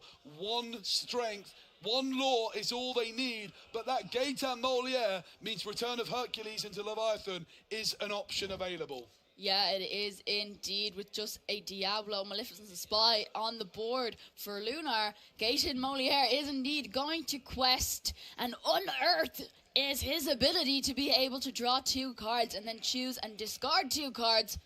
We've already seen it in his hand. Maleficent Spy, gotta have a little look at it. Maui, hero to all, going into the Inkwell. Yep. Are we going to play our Leviathan? Or we forgot to discard. We need to discard 2 cards first. We certainly do. Slightly surprised to see Return of Hercules actually discarded there, but there's 2 copies in the hand. That makes total sense. But you've got to remove this Diablo from the board. You've got the Bruno, of course it can be sung, but actually just paying all of the ink for it, and that is a big old quest, Kim. Luna needs a goat off the top of their deck, but there's no goat in Amber. Yeah, there's the handshake, and Ige is going to take the game 1 win in this matchup of Ruby Emerald versus Emerald Steel. How exciting. There was so many Prince Johns, there was so much discarding, but Leviathan, Guardian of Atlantis, it's a machine, and it got rid of a lot of that board. Well, it got rid of all that board. It did, and again, the key moment in that game, you've got to look back at it, right? There was that turn where there was the opportunity, maybe, I even said it's such a difficult turn. Do you just quest with everything? Do you challenge the Prince Johns? And the decision in the end was literally to quest with everything. You get to 19, but what that meant was the 4 strength on Ige's side of the board, right? It was what? Was it 3 Prince Johns and an Ursula Deceiver? Yep. Just enough strength to remove the muses, and then there was exactly 10 strength left on the board for the Leviathan. So I wonder if there was something slightly different that could have been done there by Luna to challenge into Prince John's, keep the muses protected, and maybe it took an extra turn to get to 20, but I think getting to 20 could have been a bit easier in that case. Of course, having said that, what a game, what a comeback. That is one for the record books. Yeah, what a game. Lunar making it all the way up to 19 lore. 19 to 0. 19 to 0. Like, a Ruby Emerald player didn't even have a chance to get any lore on the board before, and then we just cleared the board. And, well, it didn't look like our Emerald Steel player was going to be making much of a comeback. Ursula Deceiver came down and was able to get rid of that. We don't talk about Bruno, but Gaetan Moliere came in. He did the Draw a card. We didn't even need to replay another Leviathan. We drew into another We Don't Talk About Bruno to get rid of that Diablo Maleficent Spy. Yeah. That was insane. It really was. And now in game 2, things are a bit different, Kim, right? In game 1, you go into game 1, you don't know what kind of deck you're playing against. So in your alter phase, you sort of just do what we call like a blind alter. You just do a general alter for any matchup. But now you can really start tailoring your alter based on the matchup. So if you're playing Ruby Emerald, you're going to be looking for Brawl. You're going to be looking for Jebediah Farnsworth Cookie. And if you're on the Emerald Steel side of things, well, you're going to want to try and shift Diablo and sing Let the Storm Rage On. Yeah, and now we're ready to get into our game 2. And Lunar is going to be on the play. Probably going to give him a little bit of an advantage, but both players here are going to be looking to alter their hands for the perfect opening. I'm excited to get into it. And maybe we'll even see Lunar get all the way to 20 this time round. Look, seeing like we're only going to alter 2 cards out of our hand. And if you don't know what alter means, and if you're new to Lorcana, it's basically we can choose any number of cards, put them back to the bottom of our deck, and redraw new cards, and then shuffle our entire deck, and then we're ready to go to start the game. Yeah, and Luna with a very, very small alter there. I think just 2 cards. Usually when you're playing Diablo, you are not going to be, well, you're going to be altering very aggressively to look for that combo. But in this case, it was a very, very subtle alter. So seemingly all of the cards they need are already there. Yeah, and that's definitely one card you need to start your Diablo shift line, and definitely getting an inside look at your opponent's hand. Diablo Maleficent Spy. Let's have a look. There is the Brawl. There's 3 Prince Johns, and he does have a Diablo of his own.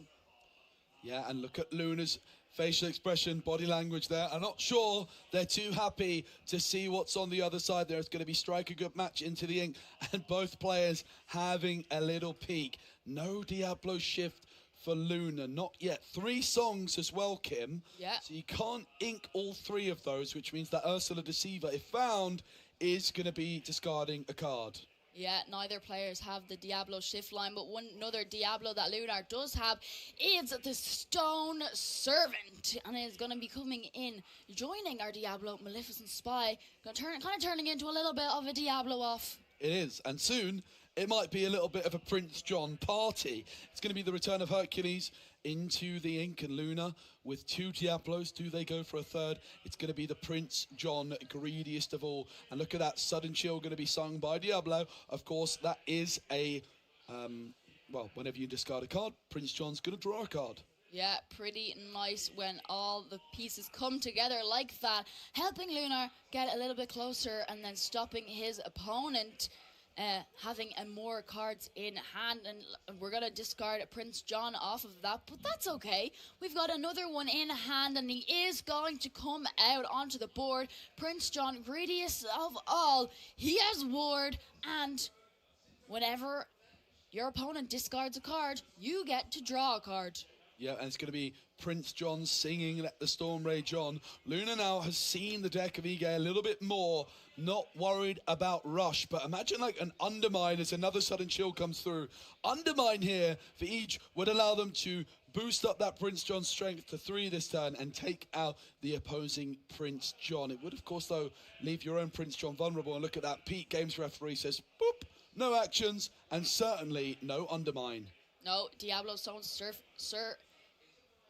Servant gonna do some little singing with Sudden Chill, discard a card, and then Pete Games referee coming in. Ige will not be able to play any actions this turn. Another Prince John, greediest of all. You talked about this card, and we're gonna have a little bit of a greedy party with all these Prince Johns on the board. Both decks, both playing Emeralds, both playing some similar songs in the kind of discardy package. Yeah, and the thing is often when you play Emerald Steel, it's very easy to cut some of the discard cards, but we see on the Ruby side, you've still got cards like Chip, you've still got Hypnotize, but that is a huge hit off Ursula. Ursula hitting the Sudden Chill, going to draw for Prince John, deny the discard on the other side as well, and that Max Goof is another way of getting some more discard action.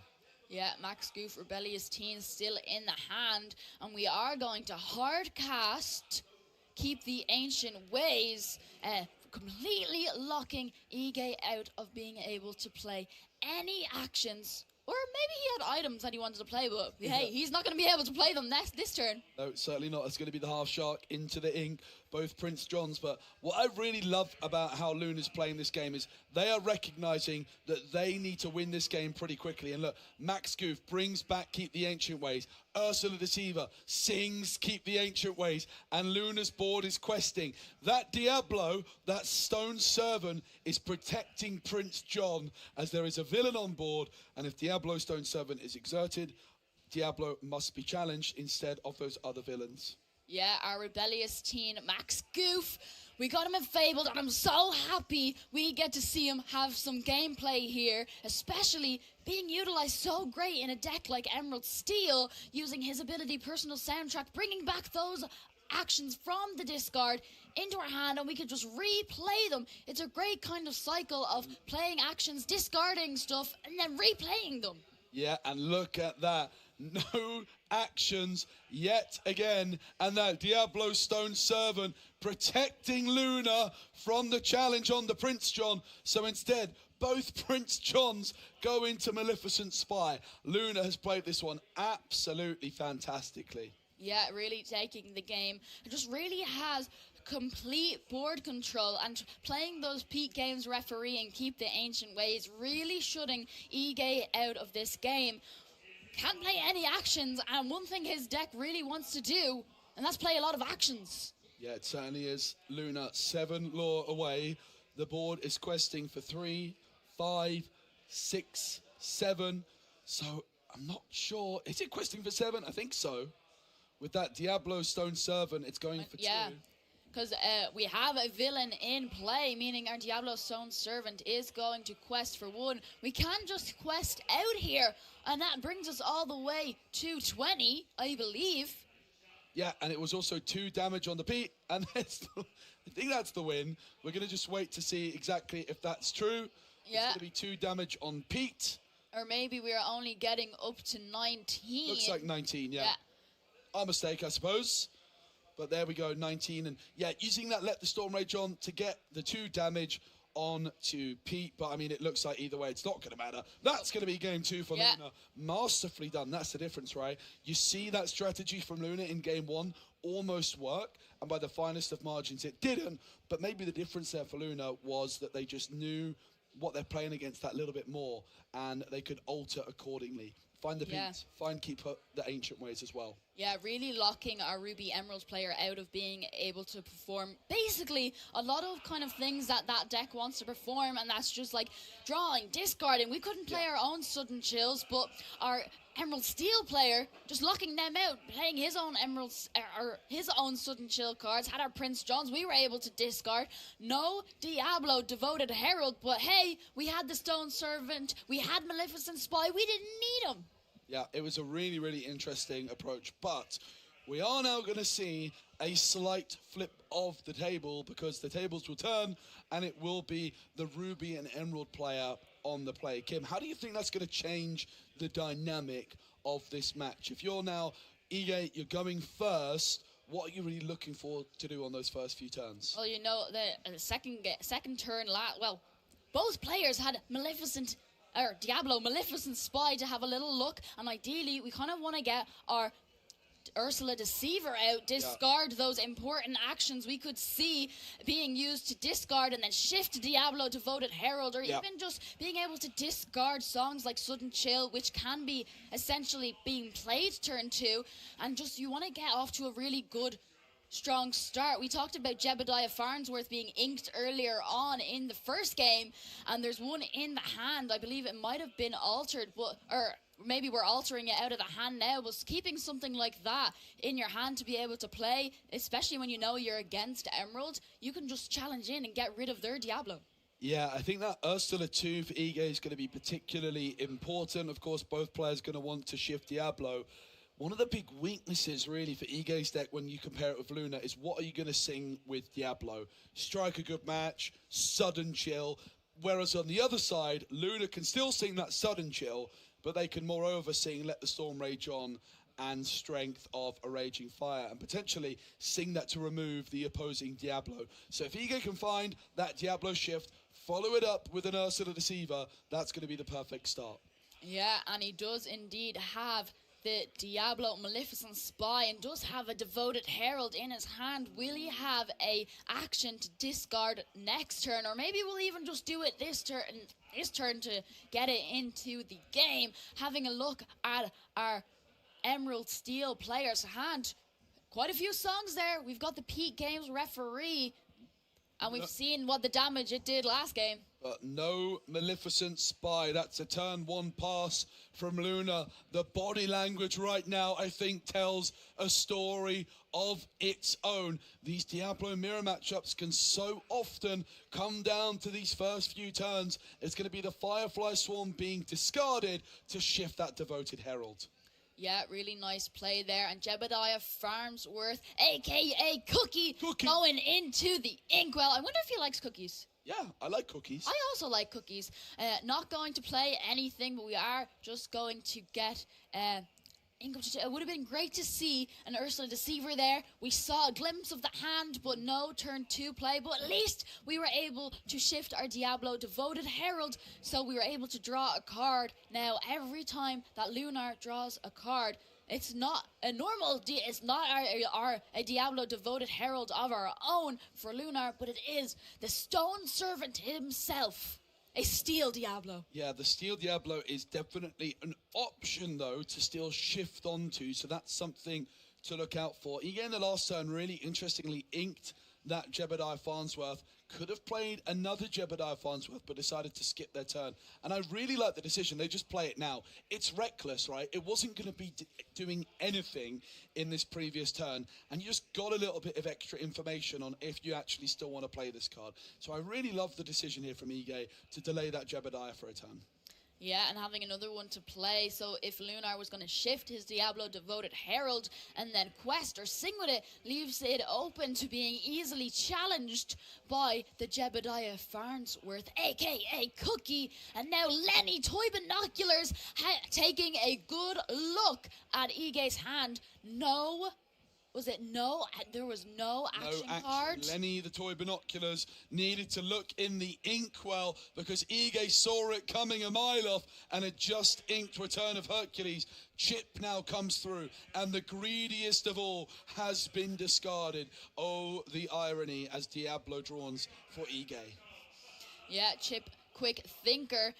He's got the ability, I'll handle this. When you play a character, chosen opponent chooses and discards a card, chooses to discard Prince John, but kept that Let the Storm Rage on so we can easily deal with that Diablo Devoted Herald. We're going to deal 2 damage to it, and we're also going to draw a card. Yeah, worth noting, Ige does draw, though, from the Storm Rage on, because the 2 damage counters are put on. Then once the Storm Rage on resolves, because you draw, then there is a board state check, which those 2 damage counters on Diablo means it is removed from the board. So that's why Ige is still drawing from that Storm Rage on. That is a known ruling, even though it's a little bit unintuitive. Lenny Toy Binoculars sung a song, it readied, and now it's over on to Ige, who has that Maui half shot in hand. Not going to be able to play it this turn, Kim. Nope. But could go for a chip, could go for a Maui hero to all. Of course, what they can't go for is that hypnotize because of Pete. Yeah, he's blown that whistle. No actions can be played this turn for Ige. Maybe we just take the opportunity to play another quick thinker. We have a chip in hand, or maybe we're going to get out our hero to all, our Maui, onto the board. Or it might just be a good decision here to get Chip out on the board and take the opportunity to discard another card out of Lunar's hand. Yeah, even though Ige had such a good start, now that Diablo's gone, there's no draw engine for either player, so it's low resources. So I think that even though the chip here, ideally you want to be drawing off Prince John when playing a card like this, but just applying that hand pressure to your opponent. If you can somehow empty your opponent's hand, it can go an awfully long way. Goes for Diablo's Maleficent Spy, gets a lot of intel. That is such a scary, scary hand. And look, you've got this intel now, but you've also spent one of your ink on a 1-cost character, so that's 1 card less in hand as well, and you don't have any card draw right now, Kim. No, none at all, but we are going to ink that Hypnotize. We aren't able to play it this turn, so it's not going to be much use to us. But Lunar is going to have to discard a card now, thanks to Chip. He's trying to handle this. He's a quick thinker coming in and getting a glimpse at that hand. Discarding anything is going to be pretty nice for Ige here. It is going to be the sudden chill. Chip will quest for 1. That is going to bring Ige up 4 points ahead, 4 law to 0 right now. Play passing back on over to Luna. There was an Ursula Deceiver of All. There was a Strength of a Raging Fire. There was a Max Goof. But what was the card drawn off the top? 3 ink to play with. 4 law behind. Yeah, it's only 4 lore to 0, and we're only just getting started. But probably not wanting to quest with anything here, thanks to Ige's Jebediah Farnsworth will be easily able to trade into or challenge into anything that is left exerted. But looking like we are going to be exerting 3 ink. Will Ursula, Deceiver of All, come down? And there she is. I did get a glimpse, and it is that dual ink Pete that you were talking about earlier. It's in the deck. Wow, that's awesome to see. Now, Ige knows about the Strength of a Raging Fire, and they know that this Ursula can double sing. So as tempting as the Maui half shark might be, it might not be all that wise here from Ige. No way of disrupting that Strength of a Raging Fire. And of course, Ursula Deceiver of All is a villain, and that Diablo Stone Servant protects those villains. So it's really going to be quite difficult for Ige to maneuver their way through this one. I think Luna, having since removed that Diablo from board, has really pulled back into this one. With no Prince John on either side, it is just a real battle of raw value. And I think Ursula and Strength is about to swing that in Luna's favour. Yeah, and Ursula has the ability, what a deal, whenever this character sings a song, you may play that song again from your discard for free, and if you do, well, you can put that card on the bottom of your deck instead of your discard. But right now, we're going to play that rebellious teen, Max Goof, bringing back a Let the Storm Rage On. We're going to play that instead, and we get to play it again and also draw another card. Yeah, and I love actually the play from Ige, though. They saw not necessarily the Storm Rage On coming, but Max Goof. They knew, I think, that was there. They knew Strength could come through. They could have played Maui Hero to All, but actually here, I think they've set a bit of a trap. What they're looking to do is challenge the Diablo here, the Stone Servant with the Maui, and then they can take out the Ursula with either the Chip or the Jebediah Farnsworth. But maybe Luna recognizes that. They could go ahead and sing the Strength here with Lenny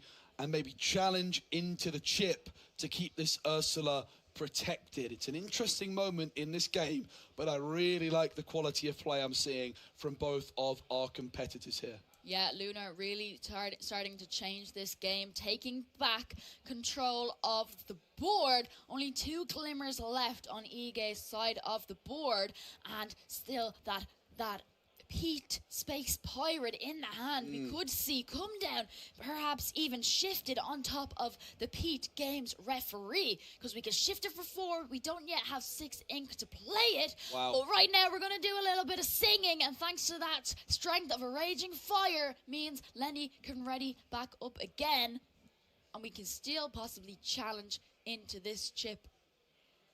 Yeah, and also just going to be seeing if you do take that challenge into Chip. Do you respect the Maui? I don't think they might even know it's there from the Lenny. I have a feeling they don't know that it's there. Yeah, of course, following that new ruling to leave the ink face up until the end of your turn. Really amazing play from Luna. We've got all the information, Kim, about what's in Ige's hand, right? And I'm like, maybe they could do this. I really didn't expect it, but they did exactly what I would do with all the information that we have. So that is just unbelievable play from Luna, making brilliant reads, and I'm incredibly impressed by their play throughout this series. Yeah, we can't yet play our Maui Half Shark unless we ink, but we don't even need to do that to play Maui Hero to all. Coming in, we're going to rush in and get rid of that Diablo Stone Servant. Yeah, and this is where the Leviathans can get a little bit awkward. 4 cards in hand, half your cards are 10 cost uninks, but it all could change very, very quickly if Return of Hercules is drawn. It's going to be Ursula trading for Maui.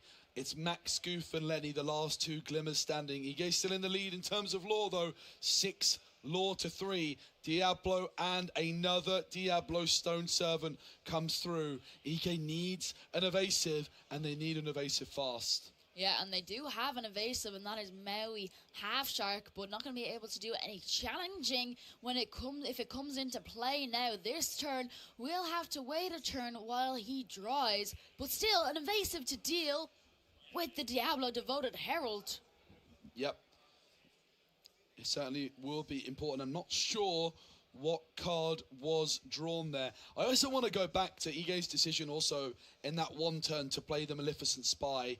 While they did get a lot of information, I think that card would have been better served in the Inkwell than being a character on the board. It ended up not doing much at all. And when you have such little card draw, probably I'd rather have that 1 ink than a 1 cost character on the board. We don't talk about Bruno. Onto the Half Shark. A big play for Luna. Yeah, and we know that Ige has kind of 2 clunky uninkable cards in his hand. The question is, are we going to be able to discard the Maui Half Shark or maybe one of those? Oh, and it is! We were able to discard it at random, but it was the Maui Half Shark. Wow.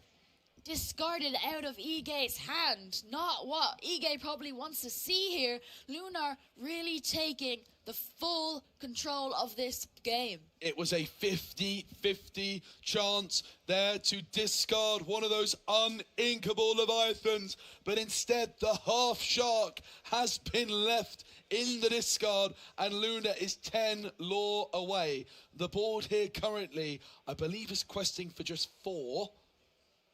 Yeah, but Beast Tragic Hero joins in. Yeah, this board is not going to be very tragic. Beast is going to be a little bit of savior to Lunar's hand at the start of his turn. If it doesn't have any damage on it, we're going to be able to draw an extra card. Or, hey-ho, if he does have damage, well, that's okay, because we're going to get a little bit of extra strength. Now, what's really important here for Lunar is that they don't give Ige an opportunity to challenge into something and banish it. I don't think it would have been possible. They banished their own character because the Return of Hercules, I think, has been found, right? And you might be looking at, okay, it's time for the Leviathan. No, it's not. Because for the Leviathan to trigger, you need to have put 2 cards into your discard.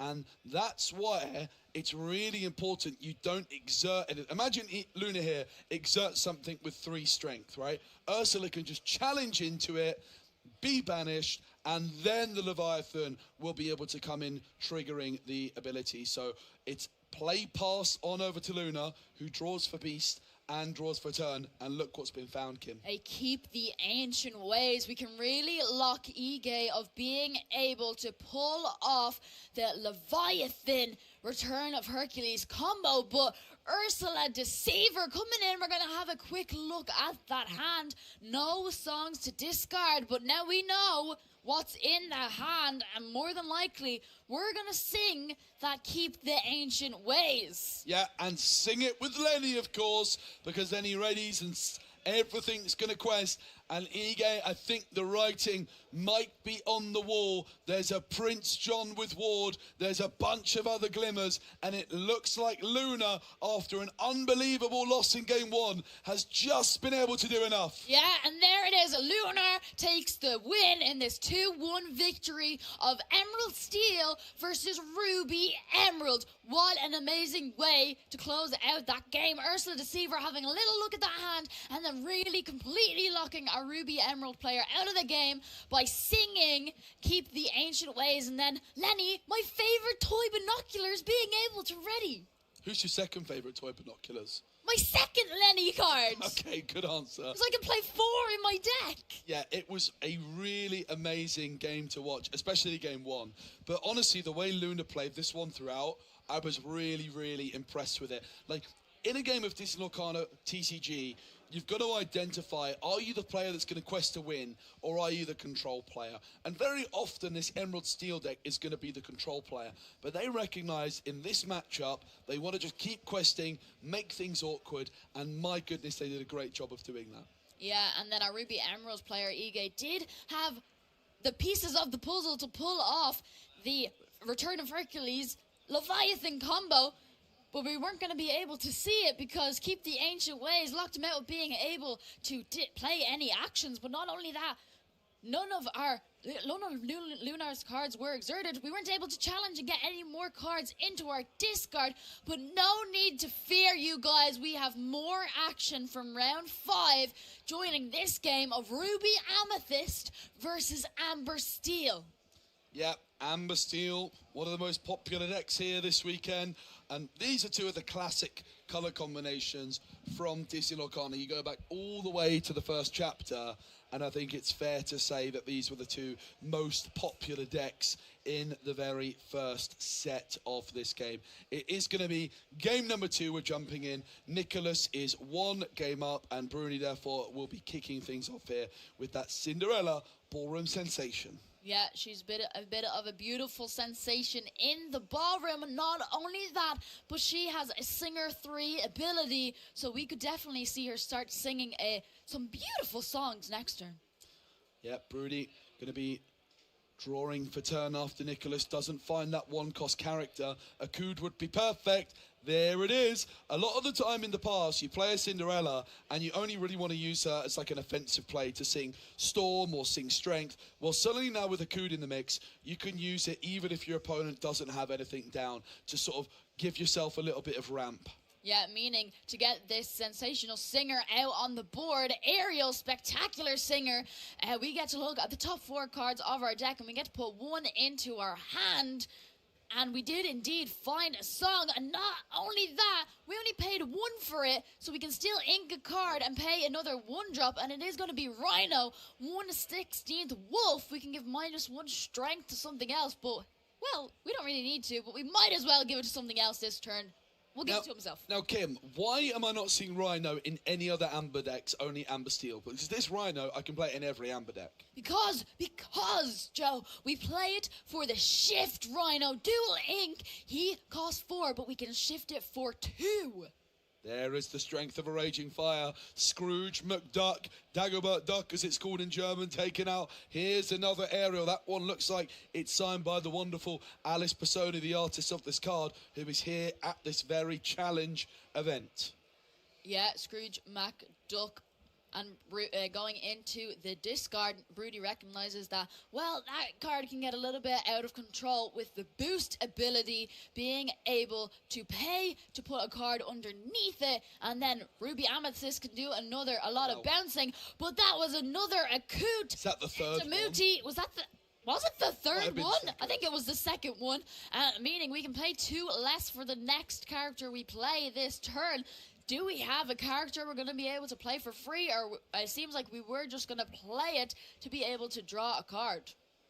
Yeah, Akud really putting in a lot of work. The other thing it does, of course, is it's just an extra song in your deck for that aerial consistency. I think Ariel found the Akud. That's why I was thinking there was a third. Of course, one was played on turn 1.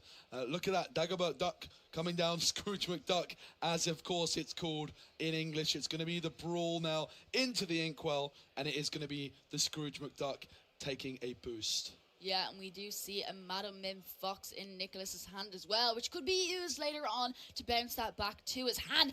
And here's the aerial Sonic Warrior coming in using her amplified voice ability. We can sing a song. Whenever you sing a song, you can pay 2, but we don't have any ink left to pay. But that's okay because we have another aerial on the board to be able to...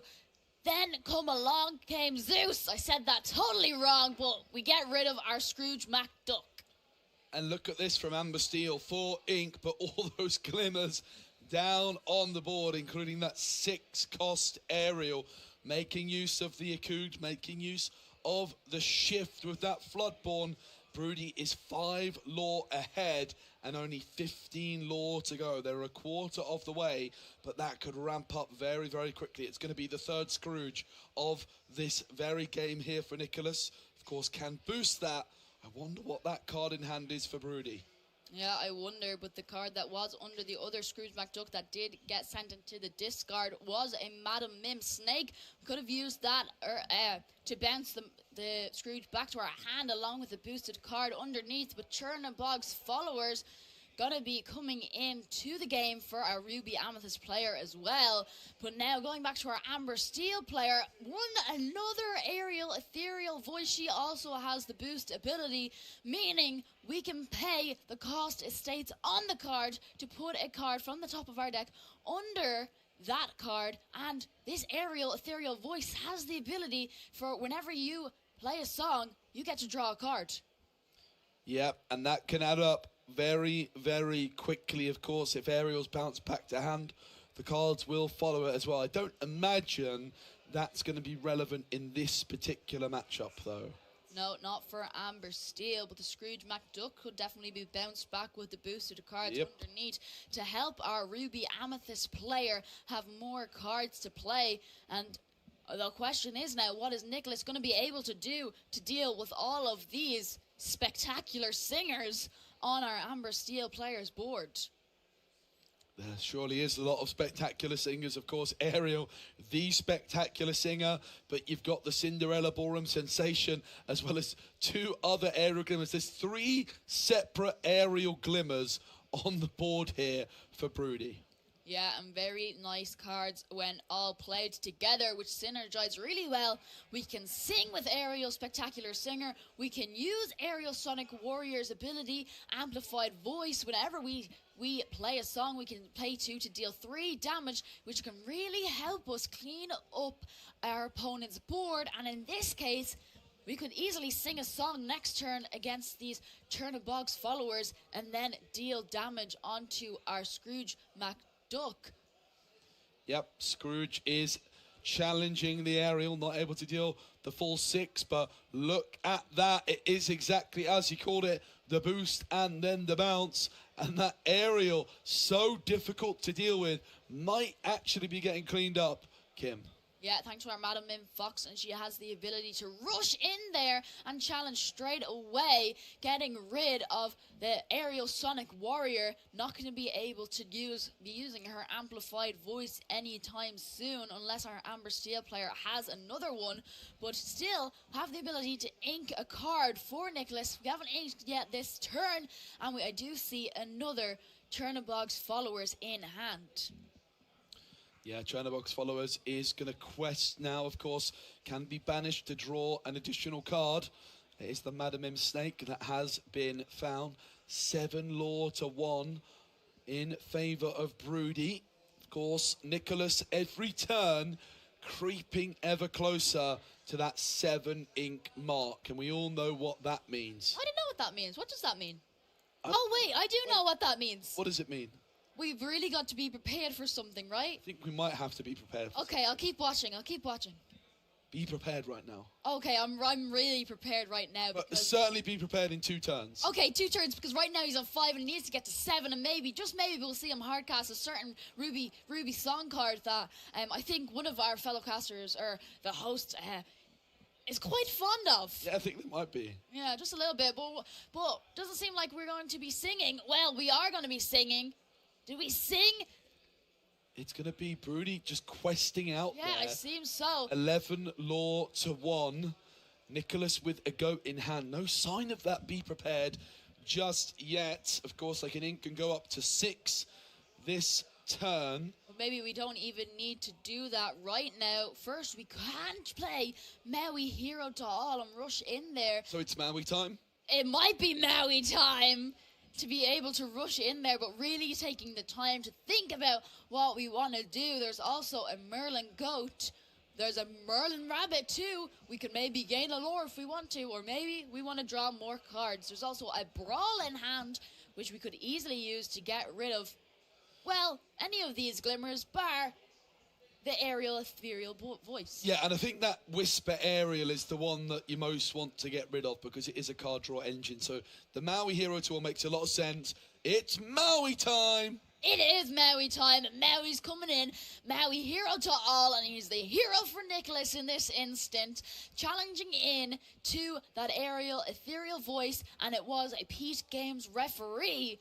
It was the boosted card underneath that aerial, which might have been a great card to be used at this turn, knowing that Nicholas has have the opportunity to ink to 7, and we might very well see that Be Prepared come out, but Let the Storm Rage On is going to be sung to deal with this Maui hero to all, but that Rhino Power Hamster going to be shifted into this game. You were asking, why are we playing this Rhino 1/16 part Wolf? Be prepared off the top. Oh! It was a Be Prepared off the top. I was like, no way, you can't just call that. And that's where that Pete Games referee, if our Amber Steel player had it last turn, that would have been the perfect moment to play it. But it's not going to be any use right now as the brawl goes into the inkwell, and Be Prepared is going to be hardcasted, banishing every single glimmer to the discard. Yeah, Nicholas didn't have it in hand, found it off the top. But if you're broody, you don't know that, and you've got to worry there might be more copies of that 7-cost uninkable song in the hand of Nicholas. But that's a good response. The Whisper Aerial could be drawing some cards. And speaking of drawing cards, hippity hop, Merlin Rabbit. Yeah, and more card draw for Nicholas. Definitely what he wants to do. There's also another Scrooge McDuck, and is this the 4th one we're seeing this game? And we still have ink available.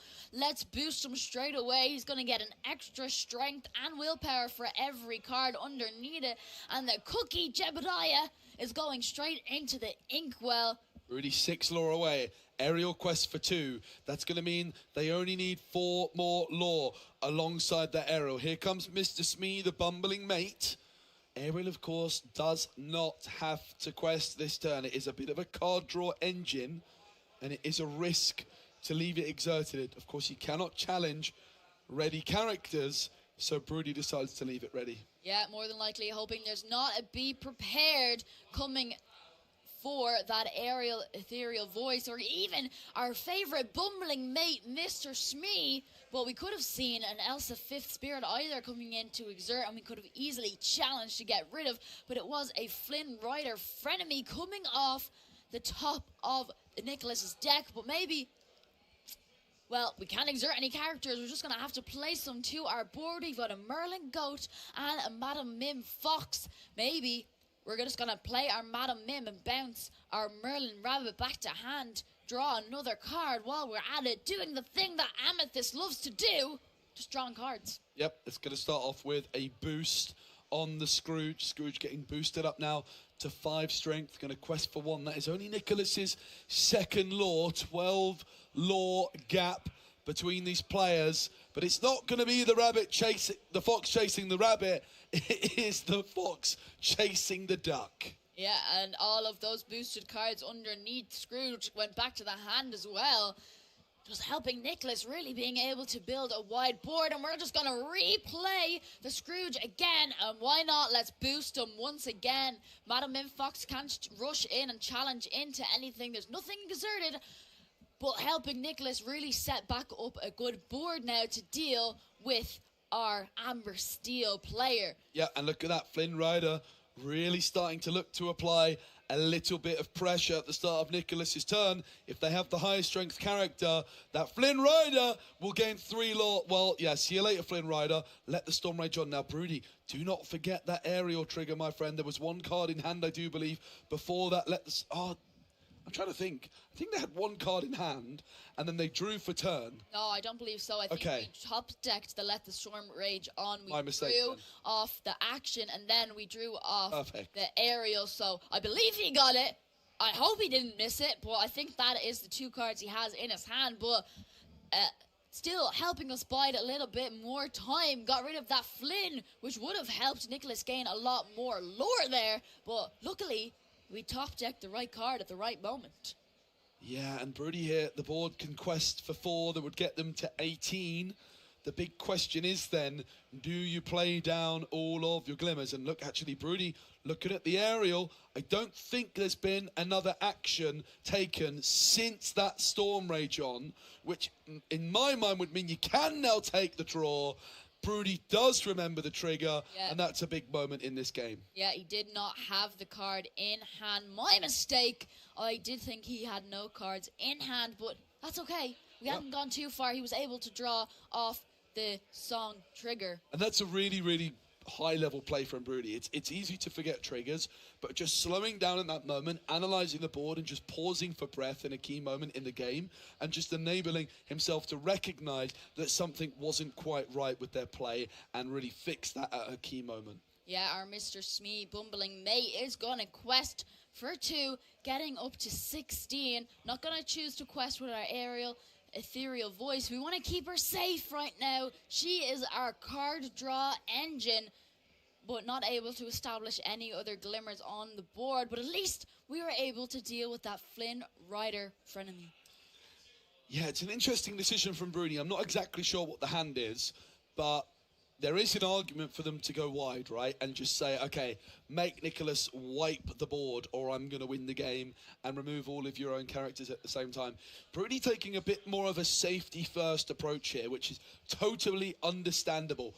The risk of such an approach, though, is the longer you allow Nicholas to keep drawing cards, the more likely they are to draw the very removal you're trying to play around in the first place. There is a brawl in the hand of Nicholas and a Maui hero to all, but there's not that much else right now. No, but the library coming into play there for Nicholas. He is a French player, and I was like, what is that card? And it is La Biblioteca, the library, and moving Chernobog's followers into the library so that if we choose to quest, banish it, draw a card, we're also going to draw a card because it was banished in the library. Broody, 3 cards in hand, aerial, ethereal on the board.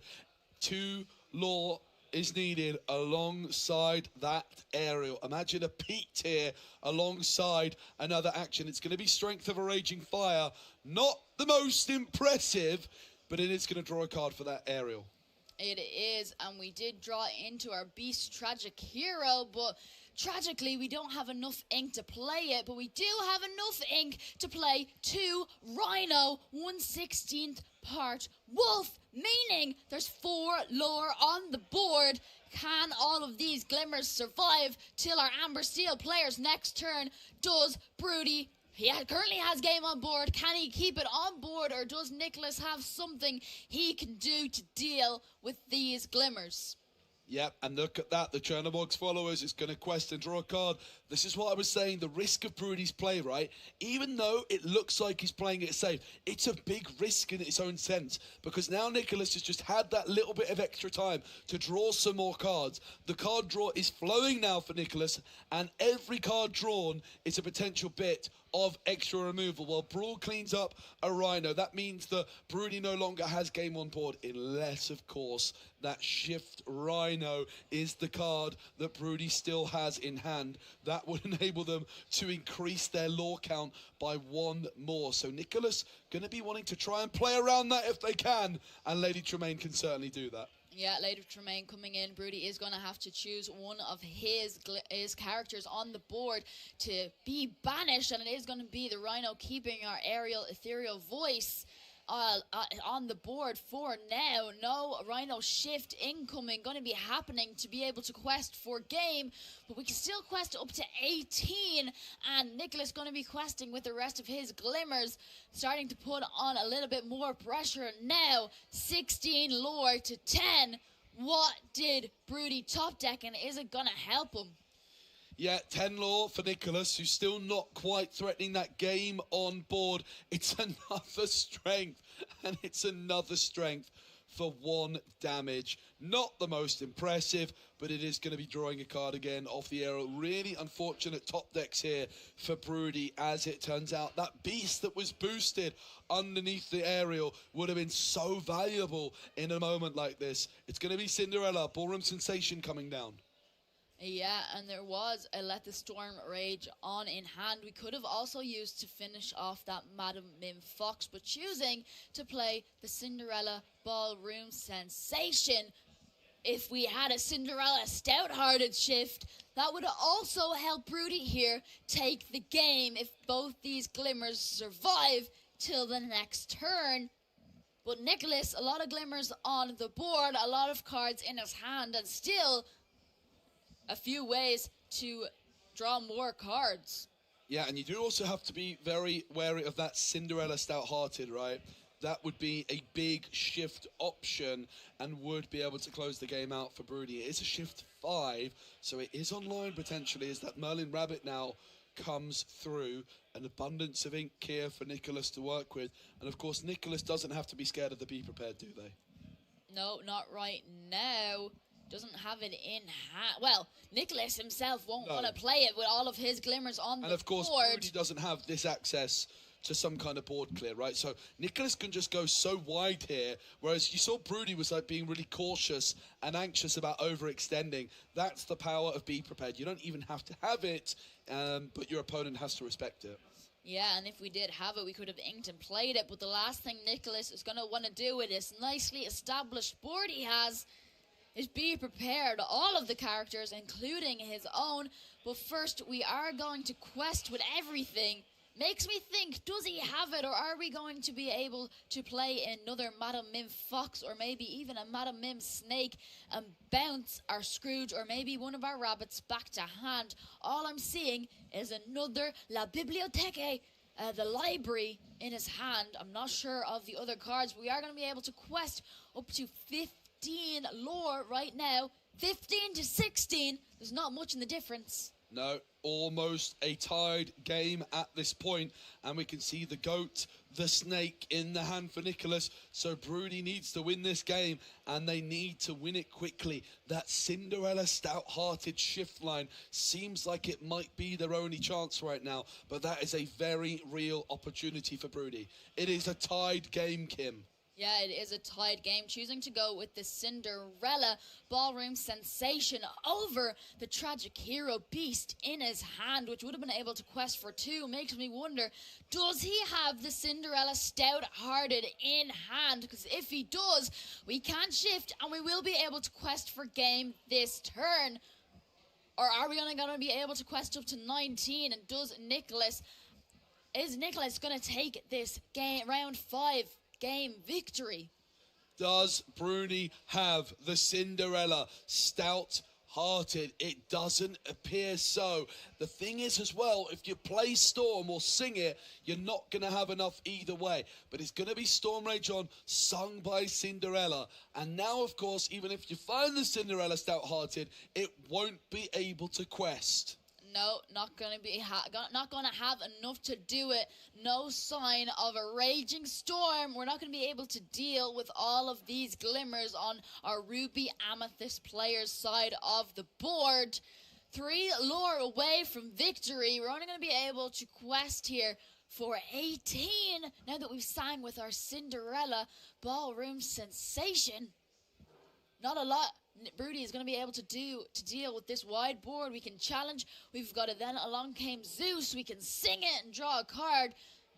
But we're not going to have a way to deal with all of these glimmers. No, but credit to Broody just going through all of their options is what you've got to do at these moments. The rabbit will be challenged. Nicholas is going to draw, I think, only 1 card. But I think it actually, now they remember the library. That second card, in fact, it looks like they already had it.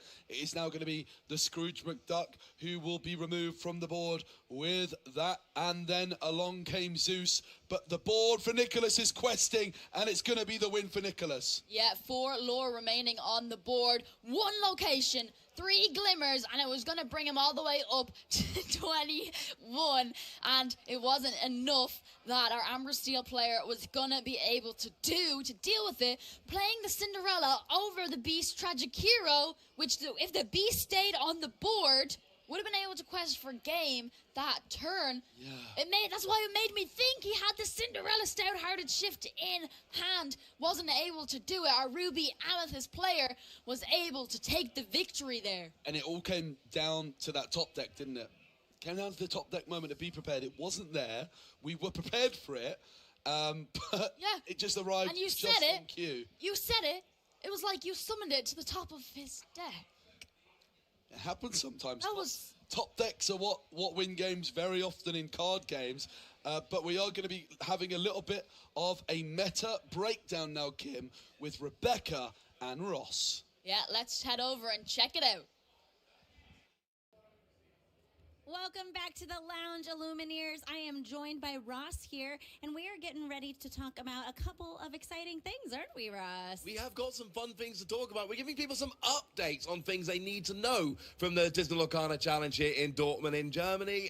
And, well, look, if you don't watch this, you're not going to know things that you need to know, and you need to know them. Yes, and one of those things that you need to know, or at least I know Illumineers out there want to know, is the meta breakdown. We showed it earlier today to kick off the show, but we wanted to bring it back up. So if you're just joining us this afternoon for Disney Locana Challenge Dortmund, that you can see what Illumineers brought here this weekend to play. We have every ink color represented, but we do have some of those decks that we expected to see up there at the top.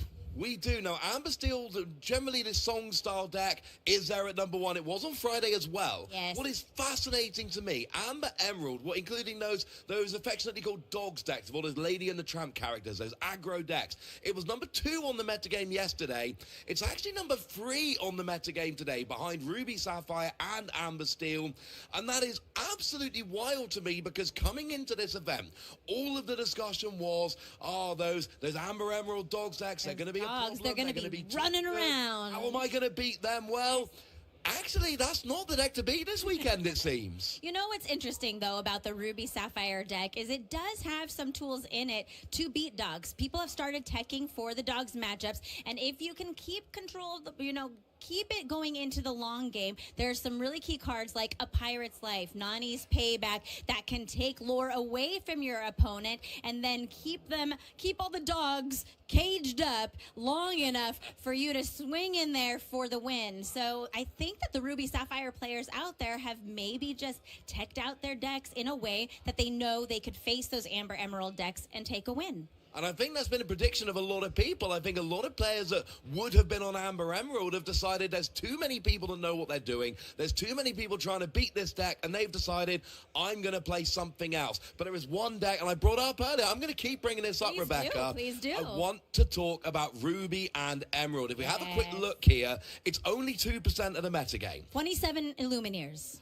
But I think that deck, and maybe it's just been overrepresented on stream and I'm getting excited, but from what I can see around the room, this deck is way better positioned than people thought. And I think, some of those players are going to be playing kind of weird and wacky builds, and maybe they have a good run, but there are players in there who have got this new style of build with, Return of Hercules and Leviathan. And this, I think, I was unconvinced when we started yesterday, Friday morning. Yeah. We're now halfway through Saturday, and I'm telling you, I think that deck might be legit. It is really fun to watch and play, and it's got some really strong cards in there. That Leviathan, I'm telling you, is just wild. It is the protector of Atlantis for a reason, and we have seen it do some incredible things. And I know there's some Illumineers out there who have called Ruby Emerald for the weekend, including our very own Joe Curley, who picked that to win. He's very, very happy. And, we should talk just for a second about that number 1 deck, that Amber Steel songs deck. Majority of them, I believe, are songs. There might be a few others mixed in there. It's been the kind of number 2 deck, at least according to conventional wisdom, coming into this tournament. And yeah, I think a lot of people have decided it's actually number 1. You've got all of those songs, and all you need to do is tweak it to beat those Amber Emerald Dogs decks, and all of a sudden, it has jumped up. It was number 1 on the metagame Friday, number 1 on the metagame Saturday. That is, according to the data we have, and we got quite a lot of data. The number 1 deck. Number 1 this most weekend. Popular. And we would be remiss without mentioning one more deck before we move on, is that Ruby Amethyst is indeed well represented here in the room. We have 14% of the field with that Amethyst Ruby deck, and we know that that is a favorite of Baker's and a favorite of many Illumineers. But this is not the only update that we wanted to have for you. Actually, this isn't an update. This is what the meta is today, but we just wanted to share it with you all again in case you missed it. But we do have an update for you on our Fantasy Caster Draft. How sad am I going to be? I don't know. I haven't seen it. I want to see those numbers, see how our teams are doing doing, how our players are doing. I felt really good about yesterday because I think I ended at the top at the end of the day. Crushed it So yesterday. I'm feeling pretty good. All right, let's throw it up there. Take a look. How are our teams doing today for our caster draft? And I don't know. It's okay. I'm so close to not being dead last. Team Joe is in the lead there with 48 points. He is crushing. He is crushing it. And then 42 points from Team Baker. Wow, 48 points. He's in a pretty good lead, far ahead of anyone else. And when we have Team Ed behind Baker. I mean, my takeaway here is, I'm dead last. Of course I'm dead last. I'm pretty sure I was dead last in Ghent. I was dead last yesterday. I was dead last when we looked earlier. I assumed I was going to be dead last. But ray of sunshine, silver lining on the cloud. Okay, I want to know, what is it? I'm 1 point behind, I think it was, 1 point behind Kim. Yes. 2 points behind you. Yes. There is a chance that if There my is. team, I believe in you, Team Wassy, if they can just get a couple more points, I'm not going to win, all right? We don't, but I could end You the day. could. You never know. I could not be dead last. I got Zan on my Friday team, so if we tweak the scoring system. There we go. I think Zan's got a really good chance to win. If we have like 100 points for the winner, We do, yes, there is. We made a change in the rules where if you have the winning person on your team who takes it all, that you do get some extra points. So. can we tweak it just a little bit more? Because that is about my only chance. Well, I don't know quite about that, but you will get some extra brownie points for sure. Wonderful. And I said this earlier with Spessy on the desk, but I do need to point this out. I have not picked names out of a hat here. I have got an actual spreadsheet Yes. of the top 8 of every Disney Lorcana challenge. I've seen your spreadsheet. You have all the players on there who have done very well in the past. So And it's not just players that with a spreadsheet, record. Rebecca. You have other secret lists, Ross? Oh, I have other lists. I have got my rankings. I tried so hard in Ghent and here. So, look, even if I come dead last again, which is a decent chance, I still feel good because I tried. You did try, and I hope that you Illumineers who are watching along with us are keeping up with these teams. It's super fun. Let us know in the chat which team you are rooting for. Team Rebecca, Team Ross, is it Team Joe, is it Team Ed, Kim, or Baker? We have some fantastic players. Stick around. We're going to have more Disney Lorcana. Don't go anywhere. We're bringing you all the action live here in Dortmund.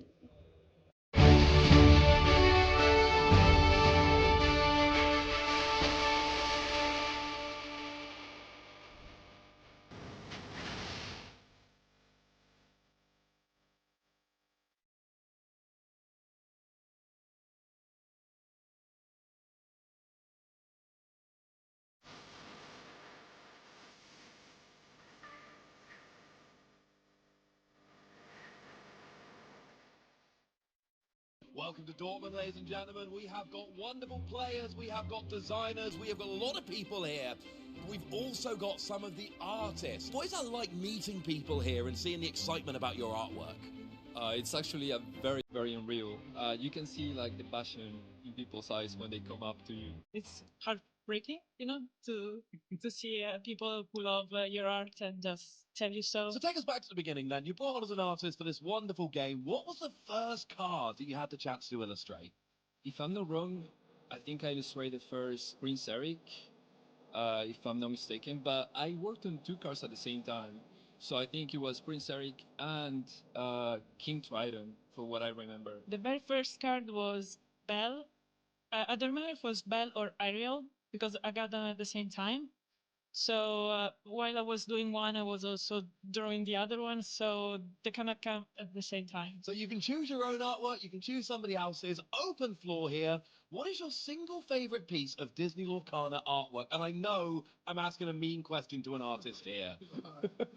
It is very hard to pick one. I have one in mind, I think. It's from Jokum, right? It's a Jafar card. It's an enchanted card. But as soon as I saw the art, I was like flabbergasted by it. I was like, "Whoa, this looks amazing. The colors, like the pose of the character, just reflects it so well. Like what Jafar means and what Jafar is. It's just all powerful, basically. So I think everything about the card, really like the colors, everything. General, it's I think the Honey Wizard from John Lauren. I really love it. Like the character is beautiful, the costume is so cool, but also the environment with the bees and flowers, the honey, all the lighting, and it's amazing. Just You know, we're all here because we're Disney kids at heart. Do you have a favorite Disney character? And have you been able to draw a card of them so far? of course, yes, more than one, but favorite one is the Beast, and I had the chance to do an illustration of it with the gargoyle one, and that is in set 2, yes, and it was a blast. I think my favorite Disney character of all times would have to be Stitch. I just love him. He's great. He just has such a wonderful personality. And actually, I have illustrated a few cards of Stitch in the past. One of them is Stitch Alien Buccaneer. Not had a chance to see it this weekend, but over in Ghent, we had a big, giant version of Stitch Alien Buccaneer that you could walk into and get your picture taken. I have had my picture taken inside your cards. Okay, it's here this weekend. Someone is going to show you. You can walk in and get a picture taken inside your card. How does that feel? I mean, now that you mention it, it also feels very unreal. Like, I need to find it somewhere. I don't know. After this interview, I'm gonna go find it somewhere probably.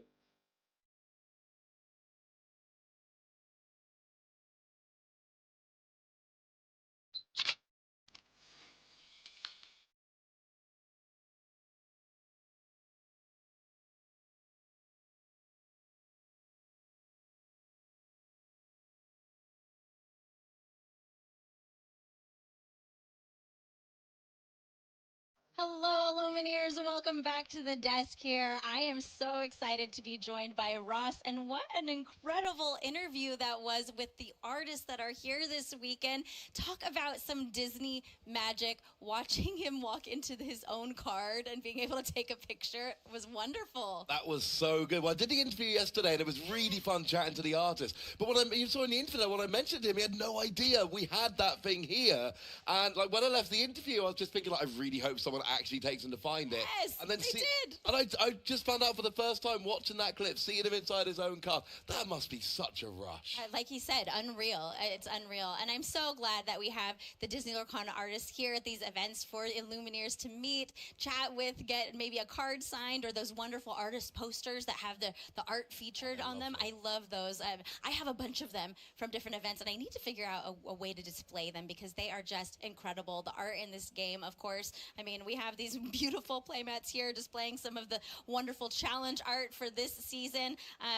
And I just am so glad that we have these events where people can come together, celebrate Disney Lorcaana TCG, and also play some games, and that's what we're here to talk about, Ross. Absolutely, we are. Just to finish off on your artists, though, I do think we need to give so much love to the artists. This game is not the same without the artwork. Cover up the art, try playing, see if it feels the same. But it looks like, Rebecca, we are getting ready for our game here. I see players at the table. We do have a couple of players at the table. We don't know who they are yet or what they are playing, but we are excited to find out. We have seen some top-tier gameplay today, some really exciting decks here in Infinity format. Looks like we do have Amber Steel versus Ruby Sapphire. Alex and Steven are going to be facing off with each other, and this is sure to be a really fantastic showdown. I'm excited to see where we're going with this. Of course, that Amber Steel, we would expect it to be one of those songs decks. We'll see as we go through how far we are. I'm already singing the Troubadour musical narrator, though, so I think we are in for some song actions. Yeah, we got Ariel, Ethereal Voice, Aurora holding court. Looks like we've got that princess version. But the game started. Yes, Aurora, she is holding court. And we have a Tipo going into the inkwell, played out with a popsicle. And of course, if he put a Tipo into the inkwell, then we must know he's got some other form of ramp for turn 2, because we know how important that is in this deck. Now, Russ, I want your thoughts here on this matchup. We have Amber Steel on the play against Ruby Sapphire. What do you think the strategy is here for both of these players? I think for Steven, it's going to be get set up, get those songs, get a little bit of board clearing going on. But is it going to be getting an Ariel Spectacular Singer out on turn 2? I mean, that's going to help. If we can hit a decent song from it, it's going to be the bare necessities. Okay, that's absolutely going to help. Getting rid of a non-action card from Alex's hand. For Alex, survive the first few turns, get your ramp rolling, but then use Ruby to start controlling. We do see Sail the Azurite Sea on turn 2 as planned, and an Olaf in the ink. Yes, that Olaf is such a fantastic card that we've been able to see and play in a lot of Ruby decks here in the Wilds and No meta. And Olaf, he's a snowman of action. He's ready for fun. We have a Vision of the Future now going into the Inkwell, followed up by a Develop Your Brain. This is exactly what you want if you are the Sapphire player. You want to be drawing cards, you want to be building your ink. You've already sailed the Azurite Sea, yes. Go up 1 ink. Now you're developing your brain to try and make sure you get some extra cards. The early board turns for Sapphire decks, it's not about building up your board in terms of characters. It is about hand size. It is about your Inkwell. And then hopefully then starting to deal with some of those glimmers, because Steven's already got the Ariel, already got the Aurora, yes. and already working on something else. And we all know that this Amber Steel deck has some incredible characters, and it is a deck that could maybe go a little fast if he wanted to, and there's some really good questers. We're going to go ahead and quest with Aurora. We get to discount a princess. Do we have a princess we can bring out? Because we can pay 1 less, and we do. It's the Ariel ethereal voice, the whisper, and we're going to go ahead and take a look at Alex's hand with that Bare Necessities being sung by our Ariel Spectacular Singer. And oh my goodness, do you see what Alex has in his hand? We have some common cards you might expect to see, but we got Merlin's Carpet Bag, if I'm seeing that correctly. Merlin's Carpet Bag, and we have the Kita Crystal Scion. Oh, the Kita Crystal Scion is a great card. We'll get to that because that could give you 5 extra ink. That's yes. fantastic. I'm just looking at the Bare Necessities right now and just seeing which of these you're going to get rid of. That Carpet Bag could be good. That Be Prepared in a couple of turns. But you kind of want to go after the How Far I'll Go here. We said a couple of times. No, it is the Be Prepared. We are a couple turns away from playing it, but it is a full board wipe card, so playing defense a couple turns early here, I don't blame Steven for that. No, and of course, we know how fast those decks can ramp. They put a lot of ink into the Inkwell. We're going to go ahead and exert 4 here on Alex's side, and we're playing down that Cinderella Dreams Come True. And what's wonderful about that card, of course, is that her ability where you can discard a card, and if you do, you get to choose a card to put into the Inkwell. You get to draw a card at the end of your turn. If you played a princess, she is a princess, so you get to do it off of herself. And that means you're guaranteed the first ramp, and then maybe you play some more princesses, maybe you get some more ramp later on. We are going to be boosting up Ariel Ethereal Voice here. That means when you play a song, you get to draw a card, and draw power huge here. Now, that Kita Crystal Scion, it's a pretty big character, pretty big glimmer. 8 cost inkable, shift 6, but when you play it, both players can ink 5 cards from their discard. Yes. Steven, that's a nice bonus.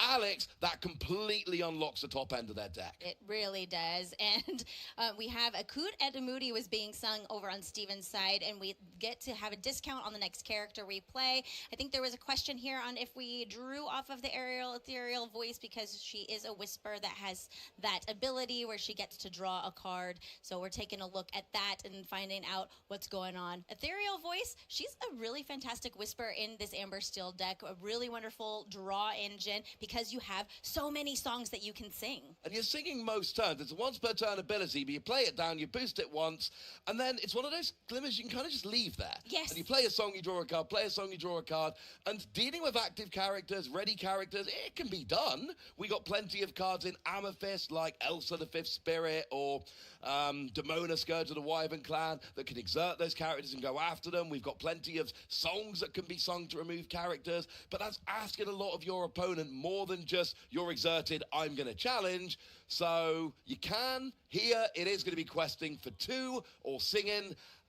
And it's so versatile. I love the card, and I love having that draw engine, but we see Namari. Yeah, real quick, we do see a Strength of Raging Fire in Steven's discard, so it looks like that was sung here. And so, yeah, we have the Cinderella was banished with that extra song that was sung. Good shout. We missed a couple of actions then that Namari Single-Minded Rival came out. It gets +1 strength for every card in your discard. Yeah, and with all those songs that Steven is going to be singing, I'm sure he's going to build up quite the discard, which will pump up that strength for Namari. We do have How Far I'll Go being played over here by Alex, and I have really enjoyed seeing that card back in play. It is an uninkable, but it's a really great card in this deck. Gets you a card, gets you an ink. The two things we need most. Okay, when you're inking your second TPO, you know that your game's going pretty gosh darn well here.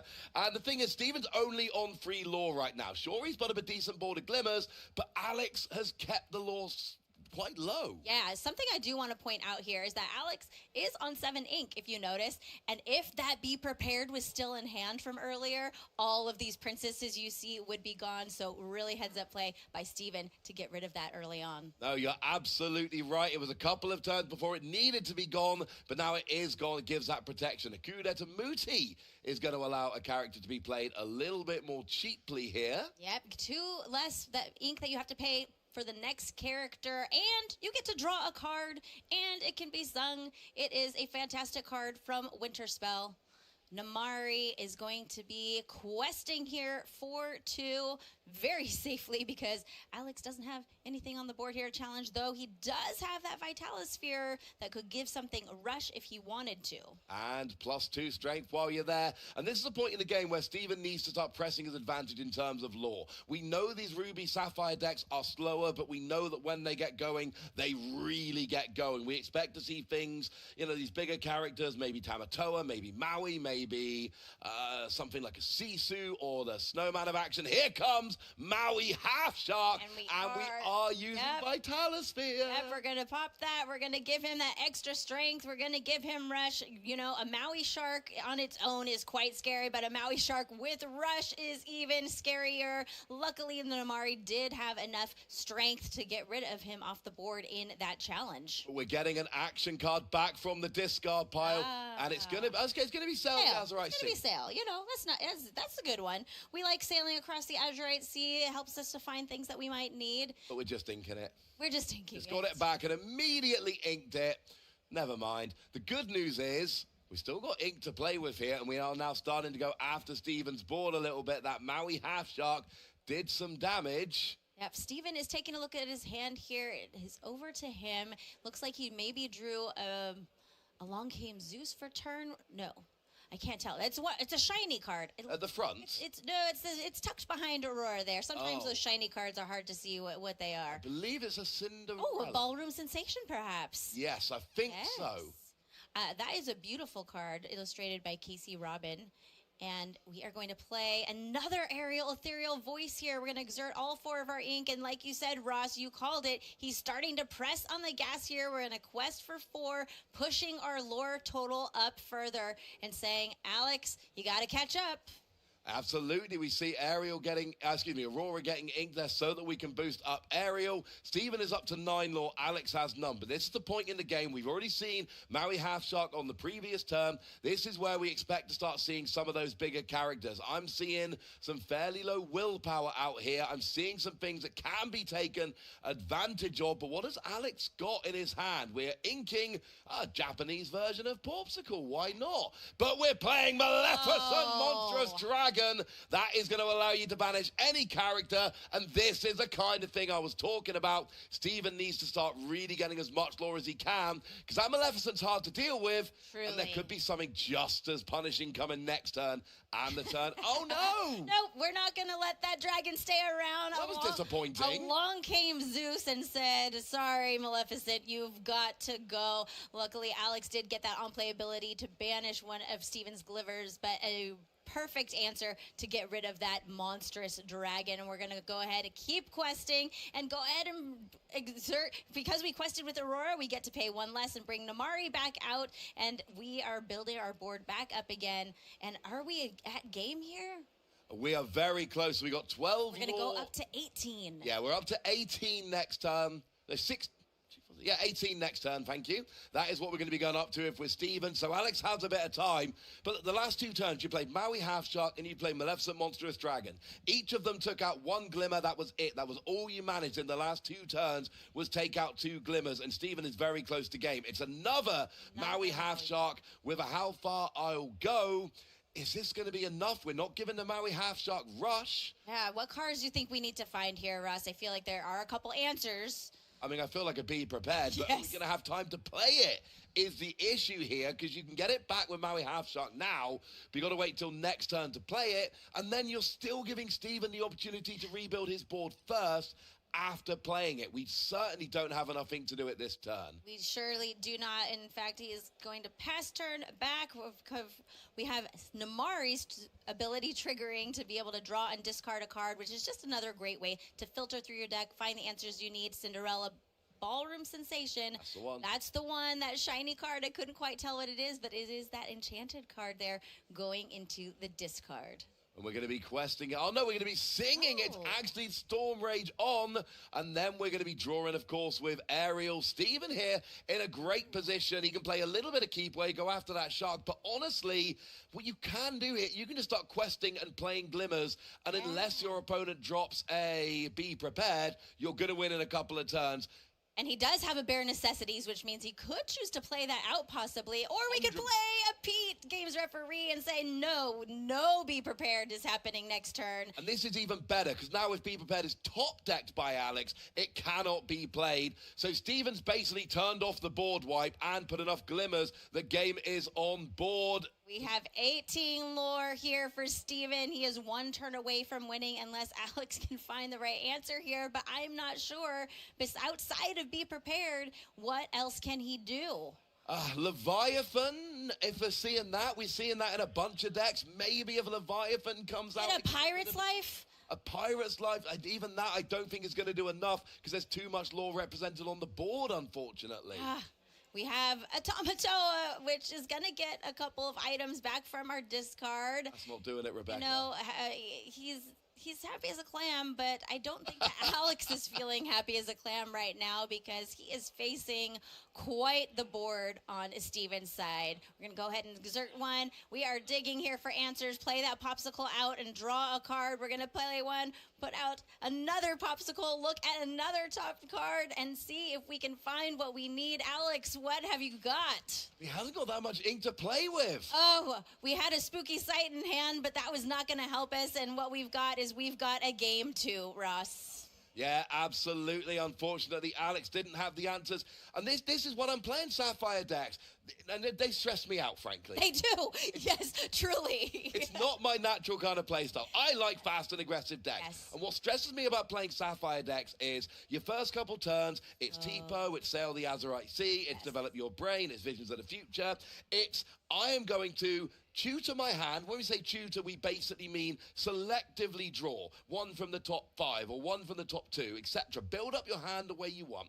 Build up your inkwell, and then you hope to be rewarded from that. Your hand and your inkwell get really nice, and then you can start playing these cards. But you look at what happened in that last game for Alex, and it was play a Maui Half Shark, you trade with one glimmer. You play Maleficent, but then it gets And Along Came Zeus.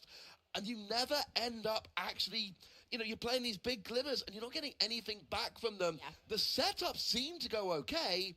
The payoff wasn't there. No, it wasn't. And Steven really just had all the answers for some of those big characters that he was bringing out onto the board. He was able to build up that wide board, keep singing, keep questing. He put the pressure on, and Alex, unfortunately, caved a little bit under pressure there, and his deck was not giving him what we needed. But we are going to be able to see what happens in game 2 with Alex being on the play. So that might change some things here, and we are going to go into game. Players all are altering their opening hands. We are looking for that ramp, of course, on Alex's side. We're looking for some singers over for Steven. And how do you feel like these players are what they're thinking, what they're feeling right now, Ross? I mean, Steven right now, he's pretty confident. That was a pretty straightforward victory. Your opponent, you know, you basically took your opponent's best shot for a couple turns in a row, and it went just fine. If you're Alex, you're thinking, but the first few turns went so well. Yes. I sailed the Azurite Sea. I did the thing. Right. I was able to ink a couple of Tipo, which is generally a luxury if I'm playing a Sapphire deck. And yet, you know, when we're doing the altering phase here, Alex is looking for, can I get a turn 1 Porpskull? Can I get a turn 2 Tipo or sail the Azurite Sea? And he had all of that in turn 1, you know, in that first game. What you really need is things like be prepared, to come through. Maybe it's had a spooky sight you saw in the hand, to something like that coming through. Maybe even a Kira Crystal Scion could come out, give a really big explosion of ink that your opponent is not taking advantage of like you are, and then maybe playing a couple of big glimmers in one turn. Something more impressive than what we saw from that mid to late game. I do wonder in this particular matchup if Kita is the right card to play, because giving a whole bunch of extra ink to an Amber Steel deck is maybe not necessarily what you want to be doing. It's not ideal, but if I can play like a Maui Half Shark and something else really big on one turn afterwards, I feel like maybe I'm getting enough from it. We'll have to wait and see. We will. And we started off with a popsicle from Alex, just what he was looking for. And then an Aurora, she is holding court over here for Steven. I do like that turn one popsicle, and it looks like we're going to be inking another Tipo. That must mean we've got to sail the Azurite Sea. I am getting deja vu here, Rebecca. This is exactly like Alex started in the first game. You're drawing cards. You're already ramping up your ink. By ramping, we mean gaining it in addition to your natural inking once per term. And once again, it seems to be going fairly well. It is going well, and we saw this last turn, like you said. We're going to play another popsicle here, draw another card, and it's just going to be a matter of, can he get some characters out that can stick, that can avoid those songs from Steven, and is Steven going to have the answers, or maybe he won't be able to find them? We're going to ink an Ursula Vanessa here. We are questing with Aurora. Do we have a princess? My guess is yes. There are plenty of princesses. And it's Ariel. She's spectacular. She's singing. We're going to look at the top 4 cards. And we're pulling that bare necessities once again off those 4 cards that we get to look at. I adore this from Steven. Perfect start. You start with the Aurora turn 1, and then you get your turn 2 Ariel, which should be a turn 3 pay. But like your grandmother Willow, Ancient Advisor, you're basically cheating it out a turn early, and you should be able to, but there was no play from Alex. That was an ink and pass from Alex there, Ross. That has not got to feel good with Steven starting to build up his board, get those singers, you know, all the princesses, and Alex just with 2 popsicles and nothing here on turn 4. I loved that the previous turns, you know, even inking and playing another popsicle, just one extra little bonus, taking advantage of the extra ink from Sail the Azurite Sea. And here we're even just singing Let the Storm Rage On, just to draw a card. This is a Rapunzel coming. We're going to quest, I think, with Aurora, and we're going to pay only 3 to bring down Rapunzel Gifted with Healing is what I think we might expect here. We're going to go ahead and do that and draw the 2 cards as we heal our own Ariel that we hit with Let the Storm Rage On. This was perfect. You hit your own character so that you can draw a card, but then you bring in Rapunzel Gifted with Healing. You heal up to 3. You draw 1 for each one you healed. Generally, playing Let the Storm Rage On to draw a card is bad, but you just played Let the Storm Rage On to draw 3 cards. Yes. That is not too shabby. 5 ink. We're gonna, for 5 ink on Alex's side, we're gonna play Merlin's Carpet Bag. I believe you exert and pay 1 to bring an item back from your discard. You are correct. And if with popsicles, it's really great actually, because then you're kind of just paying 2 to draw a card, you know, and there's some synergy there. But no characters yet from Alex. We are gonna play Bare Necessities. What do you have in your hand? There's a Madame Medusa, and we have Be prepared. We have Spooky Sight and Be Prepared as possible targets here for that Bare Necessities to take it out of his hand into the discard. What is he going to choose here, do you think? See, I think either of those are good choices. Be Prepared, I like slightly better. Right now, Spooky Sight is a great option. It's something you want to be scared of. But Be Prepared will get these and the bigger glimmers you play in the future turns. So, again, it's just like we saw in game 1. Again, Alex is only 2 ink away from a Be Prepared. We know there's a huge amount of ramp. So the turn after next, Be Prepared could easily be coming down. It's too devastating. You have to get rid of that, I think. Yeah, we're going to go ahead and ink another Rapunzel. We're going to exert 4 to play out Amari.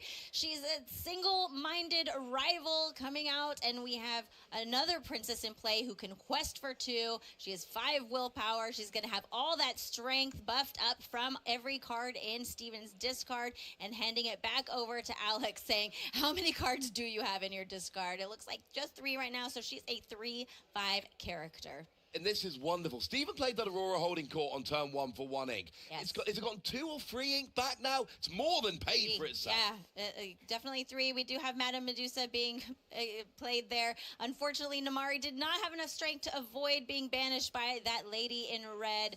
And Madame Medusa and Lady Tremaine are 2 of my favorite cards in Ruby, and it's been so fun seeing them back here in the Infinity format. They're wonderful, and shout out to Alex for the timing there. With 1 more card in the discard, that actually would have made Namari's single-minded rival not a valid target. So Madame Medusa getting that at the perfect time. But now we've got a 4/4 body on the board. Yes. That can now give some really good challenges. Stephen's been kind of singing and questing unchecked up till now.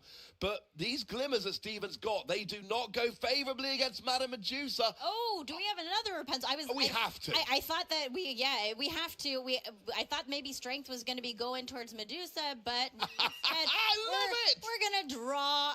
This is the second time now that Stephen has done this. Let's put damage on our own characters just to heal them up, draw more cards. I love this. I mean, look, Alex is clearly not going to be putting much damage on your characters. If you can't get someone else to do it, you have to do it yourself. And twice, pulling that move off twice in the space of, I think, 3 turns, absolutely superb for Stephen. And that was actually full value, 3 damage on a Rapunzel, heal it with another Rapunzel, literally the perfect Rapunzel play. Truly. And we have a Troubadour going into the inkwell, and now that we have 2 ink, we can go ahead and play Ursula for turn. And we're also going to say goodbye to Madame Medusa, and along came Zeus.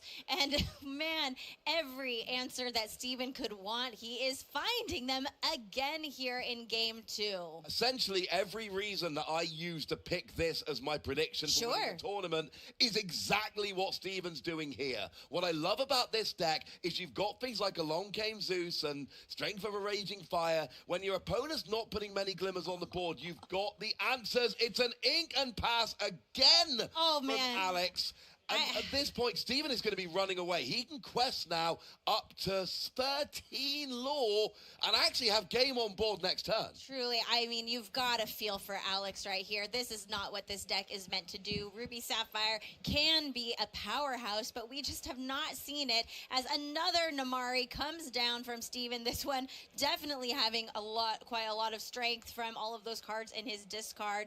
And goodness, like you said, he's going to quest here. He is hitting the gas. We're going to quest up and be game next turn unless Alex can find the answer. Can he pull Be Prepared off the top here? Well, you need Be Prepared. Essentially, at this point, I mean, Stephen, he's got 9 lore represented on board, 7 needed in order to win the game. Alex has to board wipe here. You can do some fun stuff with Spooky Sight. You can buy yourself some time, but it really is Be Prepared. Now, if you Be Prepared and Stephen cannot rebuild his board, maybe you've still got a chance. Oh, does he have it? 7 ink here. Here comes Be Prepared. Be Prepared. Somewhere, Baker's singing or cheering or jumping or dancing, we know. And that was the answer he needed, and he found it. I adore that play. That was all that Alex could do there. And it really was basically Be Prepared or bust. But you always have to watch the turn after a Be Prepared. Because if Stephen just rebuilds his board here, that Be Prepared will be for nothing in the end. That is very true. We do have an aerial ethereal voice being played. And since we had an extra ink, go ahead and boost it up so that we can hopefully get that draw ability off of her. We're going to play another Popsicle. Ooh, we've got that Olaf Snowman of action in Alex's hand now. And he's counting up how many actions do I have in my discard. That is a 9-cost character, but it is discounted for every card, every action card in your discard. So we might be able to see that come down here soon. It is actions, not items. Very important. So things like the Popsicle would not be valid targets. We're going to ink up the key to Crystal Scion. We're going to put a bunch of ink. We're counting actions. And there he is. You know what that means? That means that Stephen has lost 2 lore. It does mean Stephen's lost 2 lore. It also means now, the thing about Olaf is it's a fake 9-cost. You never pay 9 for it. You never do. But when it's singing songs, it's a real 9-cost. This can sing Be Prepared straight off the bat. How does he have a long case Zeus every time? Every time, Ross. And goodness, every time he gets a good character characters established. Literally every time. 3 for 3 so far. And it's always been along came Zeus. Zeus is surely a very powerful god, hurling his thunderbolts everywhere. We're going to sing Akud Amuti here. We're going to get to discount our next character we play by 2, plus draw a card. What are we going to play out here, Steven? We do have a Pete in hand. There's a Rapunzel, unfortunately, not able to get value off of her ability, but establish another 2-quester on the board. I love the idea of that, having that Pete in hand. You're not really that worried about being prepared this turn, but in a couple of turns' time, you might be. That's when that Pete can come down, give that protection, just like we saw back in game 1. How many are we exerting 4. here? What are we doing? Okay, so we got Cinderella, Dreams Come True. We're going to be able to ink at the end of our turn if you'd like to draw a card. Oh, we have a Vitalisphere. Are we rushing in Cinderella? You're not We are. We're rushing in Cinderella into that Ariel ethereal voice. Okay, I mean, look, you boost up, you trade with it. That ethereal voice, we keep talking about it, is this good draw engine. Yes. So fine, get it off the board. Why not? Sure, and of course, Steven is at 11 lore. Alex is still at 0, and Alex wants to keep Steven as far away from Tony lore for as long as possible. We do have that Pete Games referee coming out now, along with the Troubadour. He's going to be a wonderful singer, possibly. Actually, both of them. Both of them are great singers. He's a musical narrator, like myself, if I could sing. If you could. Alas. One thing I will point out, Alex is 5-0 here. We're in round 6. He's at 15 points. He's 5-0. So this Steel Song deck is not going great here. But Alex has had a great weekend so far. This has been going well. His deck clearly has the chops to take down. And here we go! Sisu, empowered sibling, getting rid of a couple of glimmers here. Your Troubadour, your Rapunzel are gone. Pete, fortunately, is safe because he has that 3 strength. But that was another answer that Alex, I'm sure, was very happy to see. That was a card I was hoping was going to be in the deck. I mentioned it in the previous game. I didn't know if it was in the deck. It's generally not played in high numbers. It's kind of a one or a 4. It's a little tech. But if it's in there as a little tech and you find it at the right time, it is beautiful. Yes, we have another Ariel Ethereal voice coming down. We're going to go ahead, boost her up right away, and establish that draw engine again like we talked about. Now, here's the question, is how many Zeuses has Steven played this game? Because that would be a really nice answer here for that Sisu, because not only is she a nice big body, 5'4", but she quests for 3. Yeah, that is not too shabby. You can challenge, you can quest. Also, another thing, Maleficent Monstrous Dragon, that aerial ethereal voice. Alex is targeting that card. Yes. Every time it comes down, Alex is like, no. No, you know, Steven was doing a lot of singing in game 1, and he was drawing a lot of cards, and I think that Alex realizes perhaps that he needs to keep cards out of his hand. And we have Beast, though, that is another draw engine in this game. Right, I want to see a be prepared now from Alex. The reason why Steven's got 1 card in hand. So, and it can be sung by Maleficent Monstrous Dragon, it can be sung by... Instead, we have the Leviathan. We did have cards that went into our discard. We popped the popsicles, and the Leviathan, Protector of Atlantis, that 10/10 character, coming down and wiping off Steven's entire board. And this is where Alex turns the game around, because the problem with Steven now is he's not going to be able to get rid of all 3 of these big characters. Oh, it's a long game. Yes, but it gets the Sisu. It doesn't get the Leviathan. It doesn't get the Maleficent Monstrous Dragon. And if Steven dares to put down a Glimmer and quest or sing, well, Alex has got challenging like you wouldn't believe. This is where Alex turns it around. Tamatoa's going to help, but Leviathan, the absolute turning point in this game, Rebecca. Absolutely. Steven, I think, was probably feeling really, really good up until that last turn. That was in his favor kind of this whole game. And now Steven says, let's save our time. Let's go ahead and just go to game 3, because I cannot deal with all of those monsters that you have over there on that side of the board between the Leviathan and the monstrous dragon. It was too much. I'm going to make a bold claim here. Okay, Rebecca. I'm ready for it. I think Leviathan is the most game-ending card we've ever seen. Every time, we've seen it on stream a bunch this weekend, when it hits the board, game done.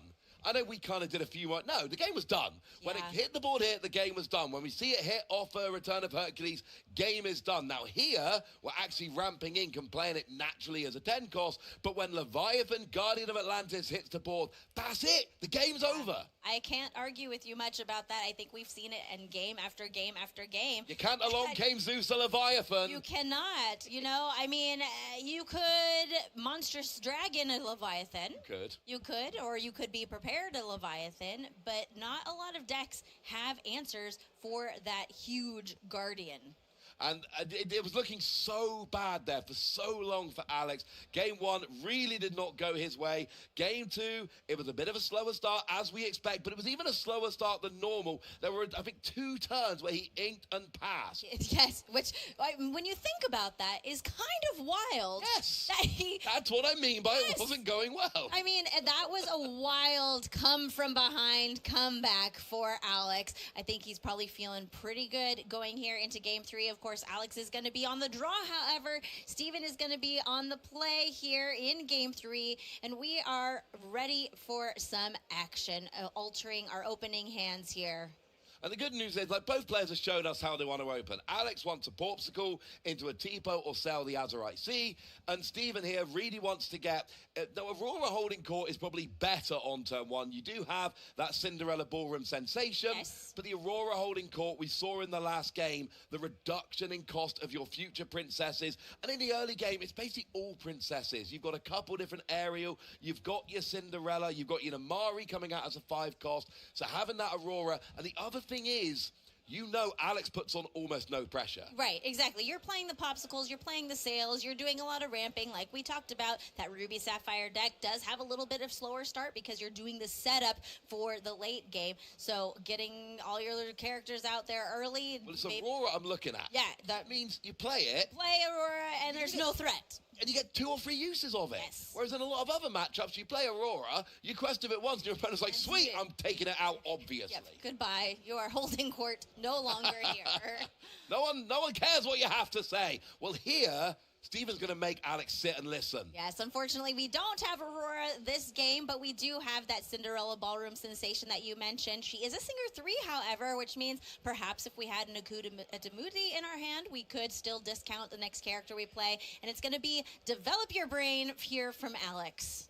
Not too shabby. You're still gaining an extra card on the first turn, so, you know, you want to play Popsicle a lot of the time, but you're gaining a card. You're absolutely fine. It's a good turn 1 play. The big thing is Tipo or sell the Azurite Sea on turn 2. Yes, here on turn 2 from Steven, we're going to ink a Rapunzel. I think we just have that Ursula. We didn't have a Kud Edamudi, and we are going to go ahead and quest for 1. Start putting some lore on the board. Like we talked about, there's no threats here from Alex, so we can quest safely with our Ballroom sensation. But it wasn't the big explosive start we wanted, I believe. I think both the ink might be that key to Crystal Scion. It is. It surely is. And we do get to sell the Azurite Sea. That's perfect. Great turn 2 play. Let's take a cruise. Let's go for a cruise. I don't know. It doesn't. It looks a little choppy for my liking. Yes. That's not a cruise I want to get in on. You know, it could be fun. The Illumineers seem to enjoy it. I trust them. I think I'm a man who's always lived by the sea, and that terrifies me, frankly. It's adventurous. You know, we're going to go sailing with Venturo and Martin and Shanzay across the Azurite Sea for an adventure. And we do see Ariel here, and unfortunately not on turn 2 like we had in the past. But what else could it be? Along came Zeus. That is the card that we keep seeing come back again and again from Steven. And we are going to go ahead and quest here. And that, man, Along Came Zeus has put in a lot of work for Steven in this matchup. Silver lining. At least Alex knows for a fact it's coming. That is true. I hope he doesn't have it. No.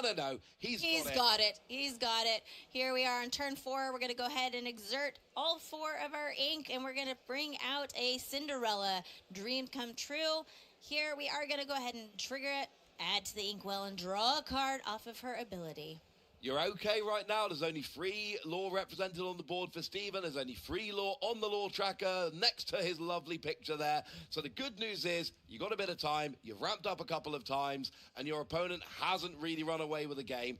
start developing from next turn. But here's our old friend. Yes, Ariel, ethereal voice. I just have to give a shout out to a wonderful member of the community who is here this weekend at Disney Lorcana Challenge Dortmund.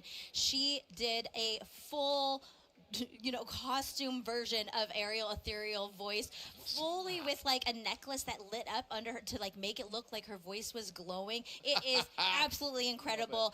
Definitely, if you want to see the players here this weekend that dressed up as their favorite glimmers, join the Discord, discord.gg/Disney Lorcana. A lot of those pictures get posted in the community. We have some fantastic Illumineers dressing up as their favorite glimmers as another Cinderella dreams come true comes down from Alex. Once more, we're getting a little bit more ramping. We're not really putting a huge amount of pressure on right now, but our opponent is not that close to winning. We got the Olaf Snowman of action, which can bring that law counter down a little bit, and these are going to be played very cheaply when they start coming out in future turns. So keep building up your ink for now. You're doing all right. For now, yes. Ariel, I know we're going to start seeing some draw off of there, though, and we saw last game that Alex was really targeting that Ariel ethereal voice, wanting to get it off the board, and the Cinderella dream come true, not quite able to do much. Well, you can two for one. You could two. Yes, you could do 2 for 1, and sometimes you got to do that. Right? Sometimes if it's important enough. The thing is, Cinderella's not giving that much. You gain a law. Really, Cinderella was there for ramping, and then hopefully you get a little bit of an extra bonus for it. This is not your win condition, so you don't mind sometimes using them, but then you bring in your Maleficent and your Sisu, and that's where things start building up. But Steven's board is starting to get a little bit unruly here. Yeah, it's getting a little wide. We are, of course, in Be Prepared territory, as Steven doesn't know if he has it in hand. He doesn't have a bare necessities to take a look, but we are in that territory, so you have to ask, like, how wide do I actually want to go, knowing that that could possibly be coming down any moment? And games 1 and 2, you managed to take that Be Prepared out of the hand nice and early. Here, like you say, you've not had a chance. You've not actually looked at the hand. There's no bare necessity, so we're questing out here. Yes, we are going to go ahead. We're going to quest for 5. We're going up to 11 for Steven.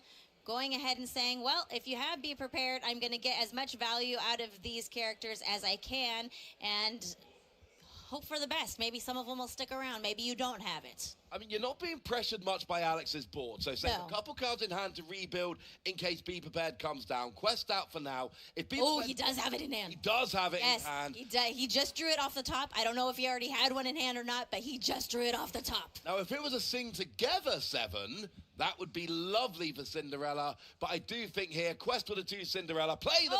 It's a we're Pirate's going to sing Life. together. We're going to sing together. Pirate's Life. Apologies. You still gain 2 more. Wow, you gain 2 lore. You're going to take 2 away from Steven and then Be Prepared. Gotta be done. I love this. Keep your lore to Be Prepared. Keep your ink to Be Prepared. And you've gotten value out of your Cinderella. You've not just gotten rid of Steven's board. You've gotten rid of a couple of their lore. You've gained a couple lore yourself. And now Steven has got a few cards in hand. Alex is tapped out of ink right now, which is a little bit sad. But it comes back to that same question. Can Steven rebuild after a Be Prepared? Can Alex find his big bags in the future turn? But he luckily did not put another character out last turn. He saw a little bit of writing on the wall there and said, you might have it, so I'm going to not put out another glimmer this turn, get those quests in, and save my characters for after that Be Prep. We do have an Ariel ethereal voice, which is going into the inkwell, bringing out Namari, single-minded rival. I'm not sure how many cards Steven has in his discard, but it's a lot at this point. He's playing it too neat, Rebecca. We don't know. I know. Make it a little messy for us, Steven. Yeah, mess it up, Steven. Mess up your discard for us. Here, mate. I'm pretty sure Namari's something like a 27-5 or something. I don't know. I mean, that's a lot of power. It's not that much. This could be something, in all seriousness, this could be something to take out on Maleficent Monstrous Dragon. Yeah. Or something like even a Guardian of Atlantis. Ooh, Leviathan, future turns. Okay, we are vision of the future here, and we have some really fantastic options. There was a Olaf. There was a Monstrous Dragon. There was a couple other cards. I didn't see which one he picked, but Alex had some really fantastic options to choose from. Merlin's ability there to see into the future is just so good, and that card is a fantastic one. Absolutely. So look at the top 5, find anyone you want, and this is where you start piecing together those combos. It's how you make sure you've got your big things for later in the game. It's how you make sure you've got your be prepared. Now, we're sailing the Azerite Sea. Look, I like ramping, Rebecca. I like ramping as much as anybody. Sure. Your opponent's on 8 law. You got the Mari out. You have be prepared. That's lovely. But there comes a point where you need to start getting those combination of 3 big glimmers, culminating in the Leviathan.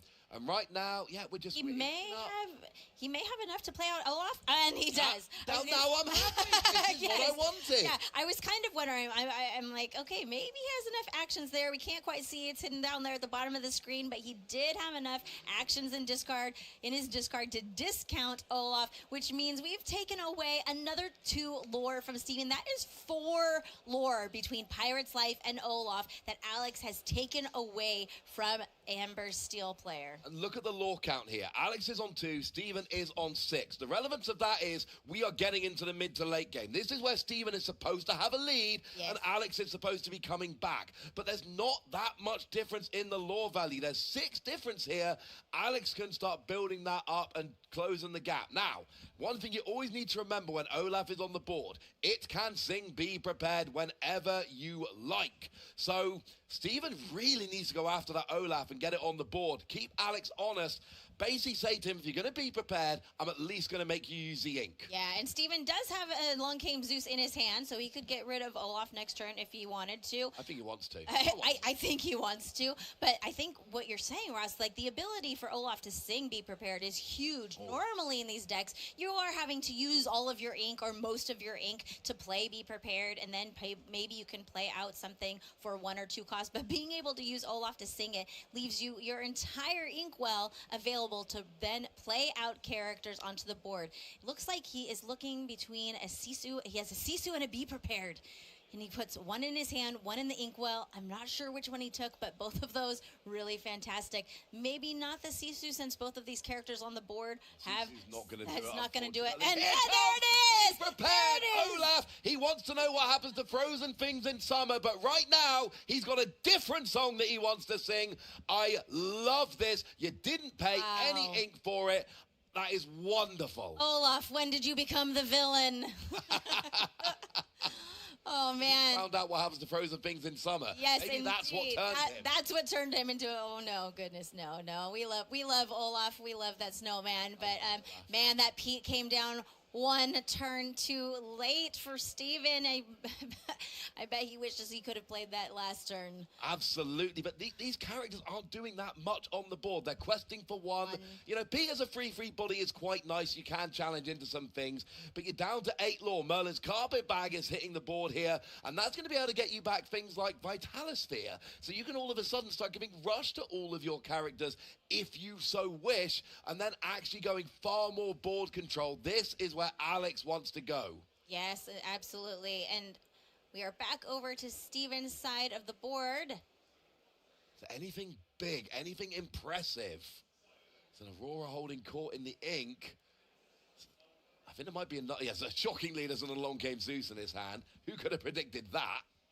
Right. Who could have predicted there was another Along Came Zeus? Steven somehow seemed to find them all. He finds them all. And here we go with Alex. Look at the amount of ink we've got there. It's something like, I think, 8 ink. We're getting another Olaf. And it didn't look like did he use any ink there?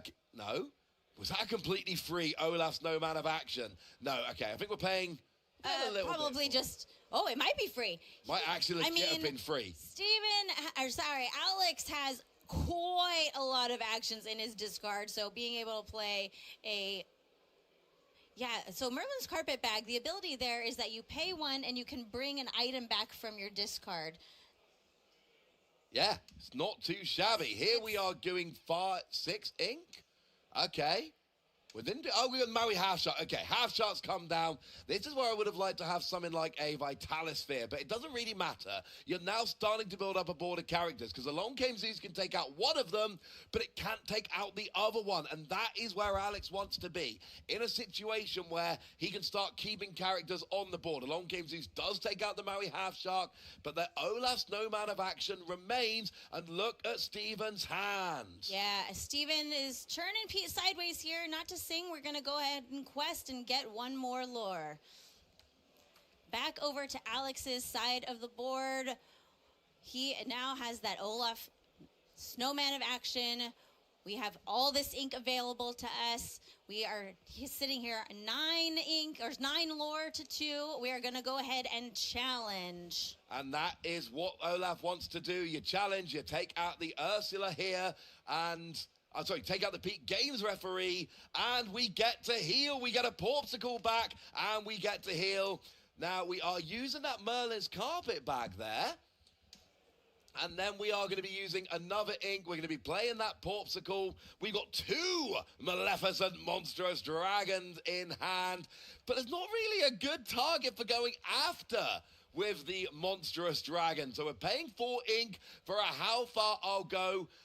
Maybe we need more ink. Oh, okay. It wasn't a great hit. We saw Crystal Scion go into the inkwell, and then there was just another kind of ramping, card to get established in the hand. Now we are playing that Visions of the Future. This is where you want to be digging for the big stuff. There's a Be Prepared. Oh, an Olaf Snowman of Action. That was the choice. And I love that choice. I do. I love that. And just to clarify what's going on here with Merlin's carpet bag, for anyone who's watching and might be confused, Merlin's carpet bag, you can pay 1 to bring back an item from the discard. And so he's essentially doing a little bit of a shortcut where you can pop the popsicle, you put it in your discard, then you pay 1, exert Merlin's carpet bag, you bring it back, and then you pay another 1 to replay the popsicle, and then you draw a card. So he's just been paying 2 and exerting the Merlin's carpet bag to draw a card with the popsicle. It's kind of like that endless loop. So instead of doing all of those hand movements, that's what we've been seeing for anyone who might have missed that. Thank you very much for that clarification. Oh, look, it's Along Came Zeus. Yes, what a shock. What a shock, Ariel.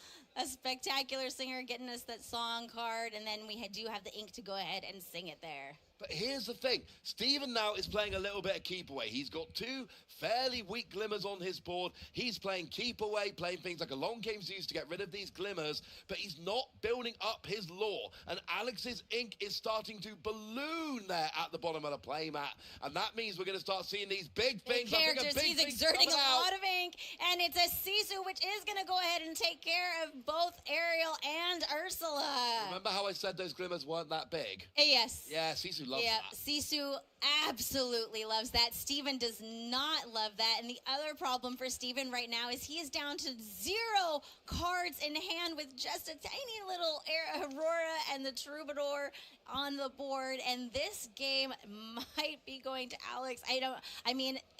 It is shifted heavily. Really, the scales have tipped far, far in Alex's favor. And like you have said before. Oh, it's a Leviathan!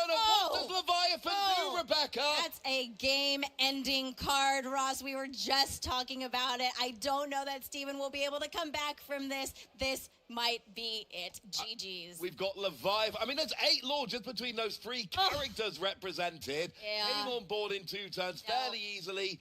I mean, bare necessities. Take what you like. I don't care. Look at Alex's, that smile on his face. Steven extending the hand. Our players there.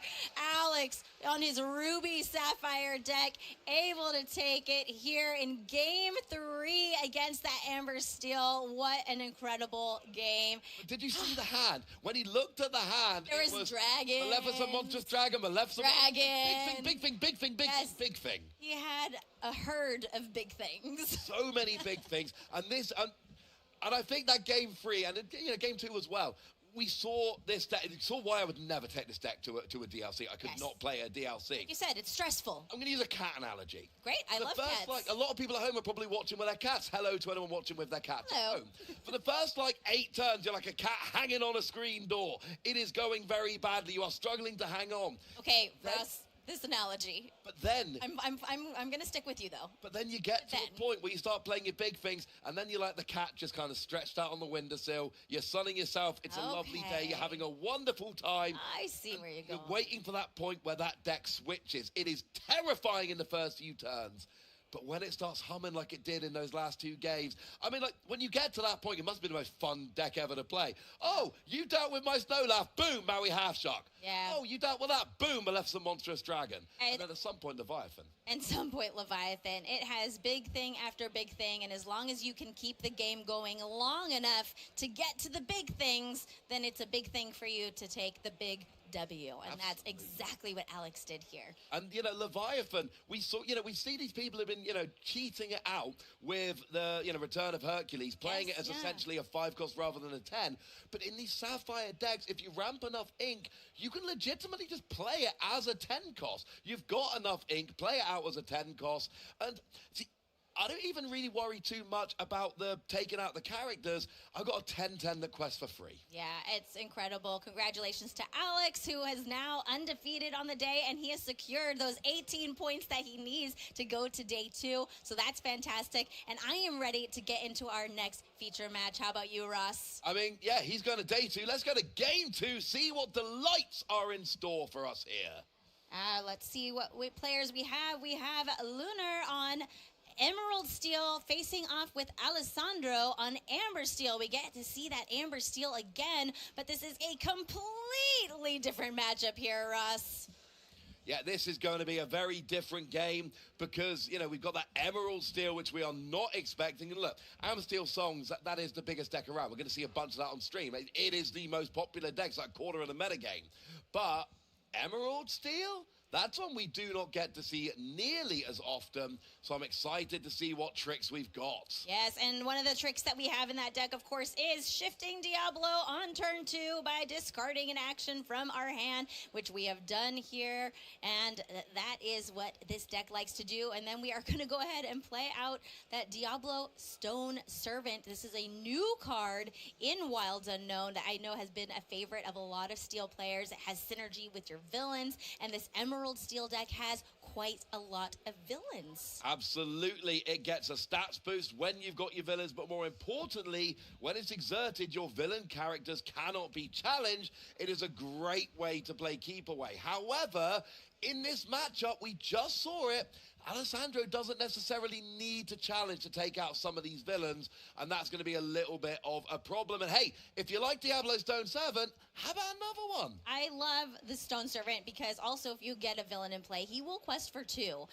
And of course, we get to draw off of Diablo when he's exerted.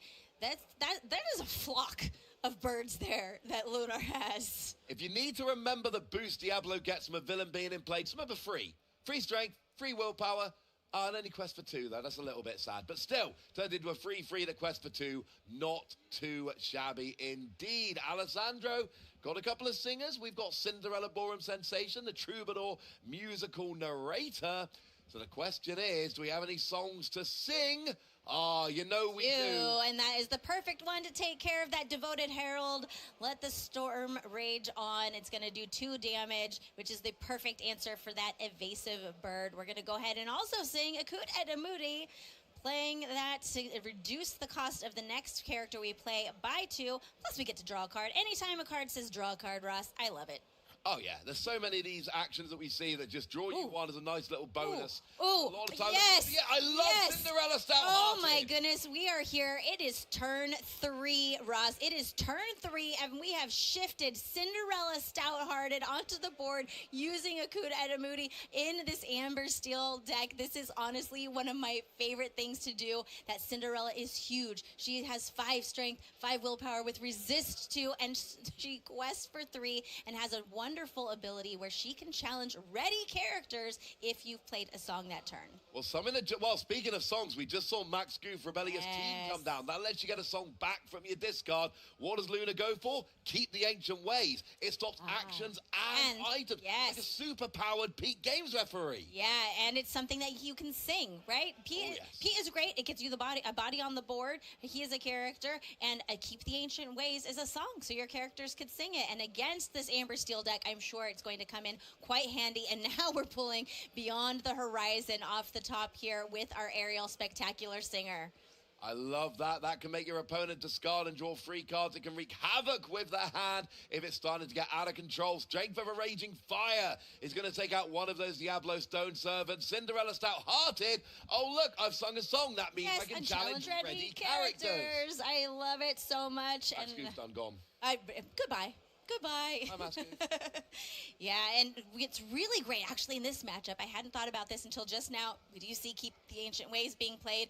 There's a couple of characters in this Emerald Steel deck that have ward that tend to not be turned sideways very much, Ross. That makes them very, very difficult. If they've got ward, they cannot be chosen with the effect of something like Strength of Raging Fire. If they don't turn sideways, they cannot be challenged unless Cinderella Stout-Hearted has got anything to say about it. Now Cinderella is going to be taking out Diablo. Well, is she? There's a discussion going on.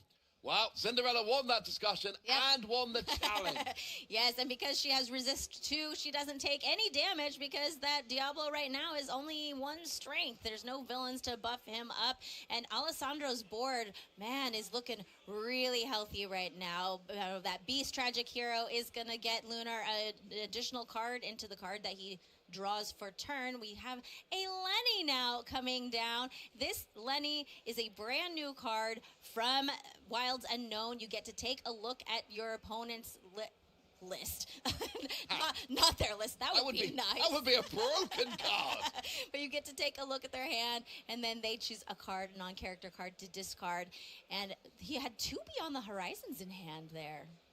Well, we saw one that was actually taken off the Aerial Spectacular Singer not long ago. So that's where one of them came from. So you want to be getting rid of that. You want to be protecting your hand. Unless, of course, you've only got 1 card in hand, in which case you might be like, go on, mate, do it. Go on. Do it. Yeah, now... What's great about, what a nice reminder there from Lunar to draw from the Beast. So draw for turn, draw for Beast. We do have that Beyond the Horizon. What's nice about that is you can choose any number of players. So he can get 3 cards for himself, and unlike something like A Whole New World, which is, I think, why we're seeing a lot of players opt to include Beyond the Horizon and not A Whole New World. But we're going to sing Strength of a Raging Fire here. We're going to use 3 ink and then go ahead and sing together Beyond the Horizon and refill our hand with 3 cards. And what we're doing here is not choosing to let Luna do that. We're using it not as hand disruption. We're using it just as hand refresh. And as a little side note, a hand of 0 is still a hand. So technically, Alessandro did discard his hand. Strength of a Raging Fire seems a little bit too much for Lenny Toy Binoculars, but I mean, it did the job. I wouldn't do that to a pair of toy binoculars. That seems mean. I know. Poor Lenny, that poor little toy. And here is the Headless Horseman coming down. This is a bodyguard. Nothing to protect here. Back over to Alessandro. We're going to draw for the Beast, draw for turn, and we're just, man, so many singers. We're going to play 3 for another aerial perhaps here. Look for some more songs. Yes, we are. Yep, that is pretty spectacular. It looks like we have Let the Storm Rage On, just 1 song to choose from. That's what you're taking. That's what you're taking. You don't get anything else, but it is a good one. You can have any song you want as long as it's Let the Storm Rage On. Wow, there is 4, 5, 6, 7, 8. There's 8 lore on the board here, and here's another draw engine. We saw Aerial Ethereal Voice coming in the last match that we watched so well for our player, our Amber Steel player. I love this. So we use Let the Storm Rage On to do a little bit of damage to the Headless Horseman. And then Cinderella coming in with that resist. Finished it off. And Cinderella has taken out 3 glimmers and only has 2 damage on her. She's an absolute machine right now at clearing up this board. And if we had a Rapunzel, that would be really fantastic to go ahead and heal her up, draw some cards.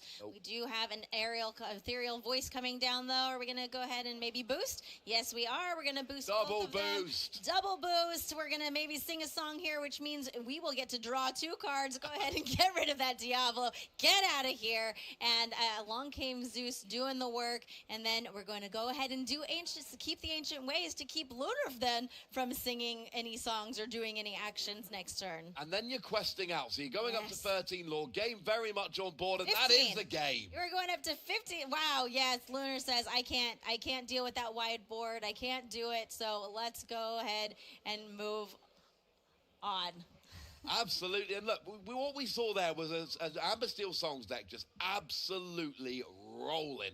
Everything you wanted there. You were playing out all of your characters. You were getting your draw engine going with aerial ethereal voice. You had all of your songs clearing up the board. And it really was a Cinderella Stout-Hearted. Yes. And it was on turn 3. Yeah, right. On turn Shift 3. up on turn 3. Love it. And now, there's so many songs coming out using Along Came Zeus, you're using Strength of Raging Fire, you're using Let the Storm Rage On, and then anything that cannot be finished off with your songs, you're using Cinderella Stout-Hearted, and you have no respect for whether they're exerted or ready, because you can challenge ready characters, and that, honestly, that was just wonderful, being able to get that.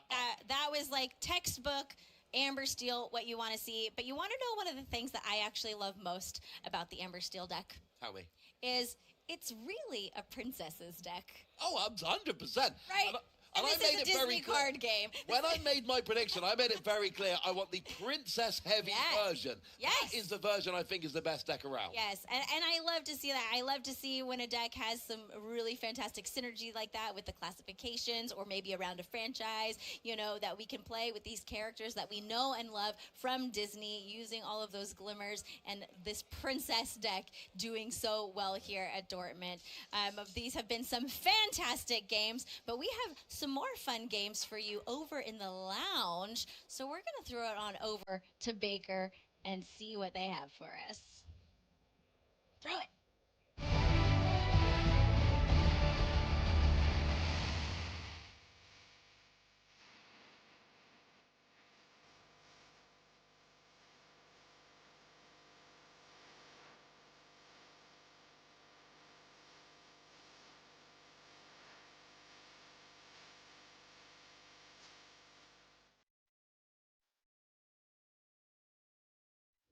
Welcome back to the lounge. My name is Baker, and I'm joined by a legend in the TCG community. We've got Ross Gilbert. You having a good day, mate? I'm having a wonderful time. It's Infinity constructed format. I've got a whole weekend in Germany, and I get to do nothing but talk about Disney Lorcana trading card game. It's wonderful. That's a pretty good weekend, all things considered, and you get to watch some of the best players in the world with some of the best decks. What more could you ask for? I have been having a frankly wonderful weekend, and the great news is we've still got loads of it to go, so... We certainly do. We get to do it all again tomorrow for Championship Sunday. That's big the game. best day. But you know how I could make it a little bit better for you, Ross? I'm not convinced I'm going to agree with your assessment of better, but tell me, Baker. I'm going to tell you anyway. We are going to play a little mini game. We like to sprinkle these among the Disney Lorcana Challenge, a touch of Disney magic.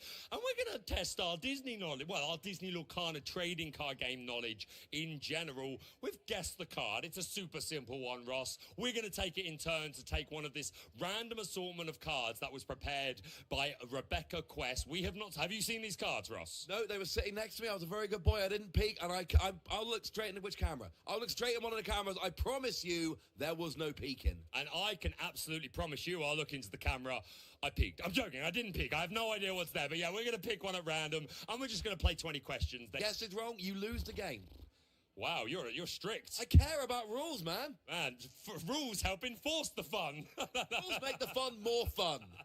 There you go. So you've heard it straight from Roz. If you have a failed guess, you're done. Switch over to the other person. So the only question remains, Ross, would you like to go first or second? I'm going to be asking you. Well, okay. I'm going to take the card and you're going to guess. Sure. That's how that works for me. All right. So you take the card.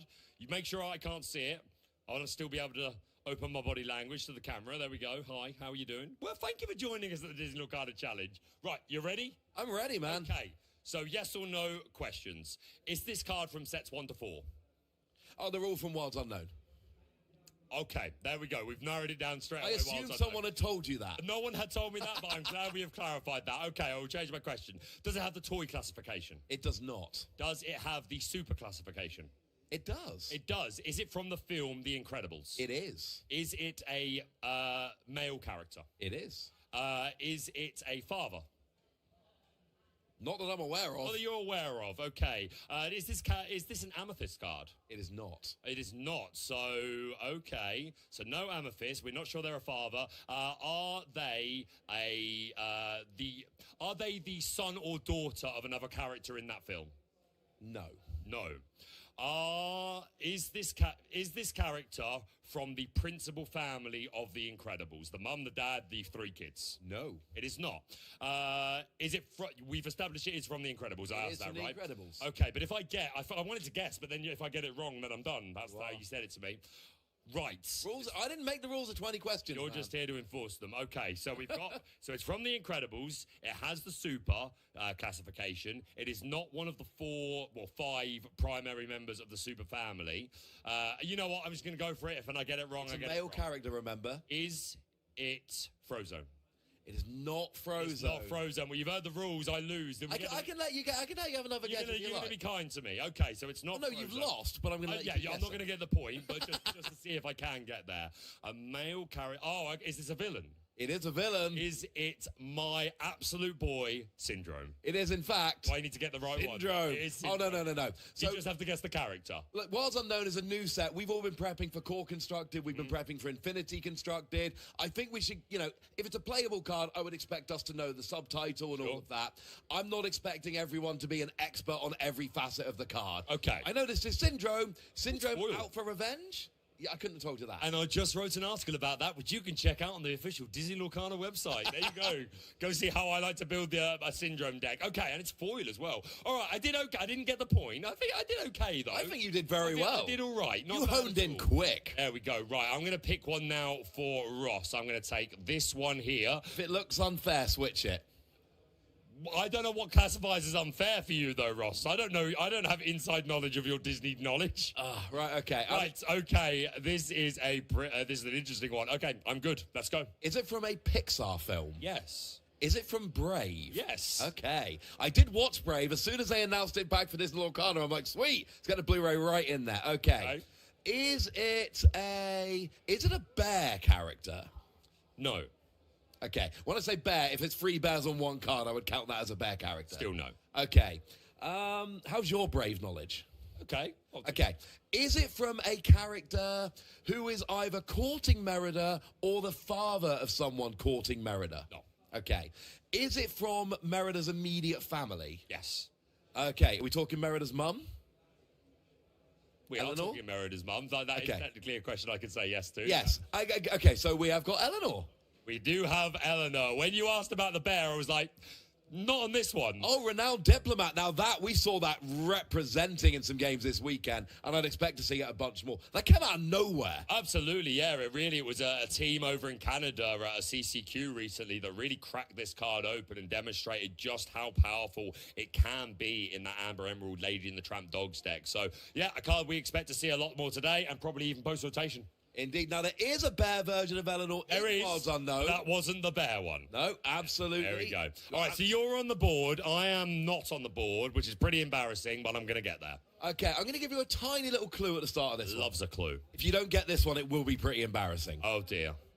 Okay, start your questions. Okay, I'm going to steal your question. Is it a Pixar film that this character is from? It is. Is this character a toy? It is. Is this character one of Sid's toys? It is not. Is this character a Ruby card? It is not. Okay, so we are not one of Sid's toys. We are not. We are not Ruby. Are we Emerald? We are Emerald. Okay, so we're looking for an Emerald toy. Would you find this character potentially at Pizza Planet? This character has been known to go to Pizza Planet on occasion. Just be a little bit careful with how I answer that. Okay. Okay, not have they visited it. Would this character ever stay for long periods of time at Pizza Planet? They would not. They would not.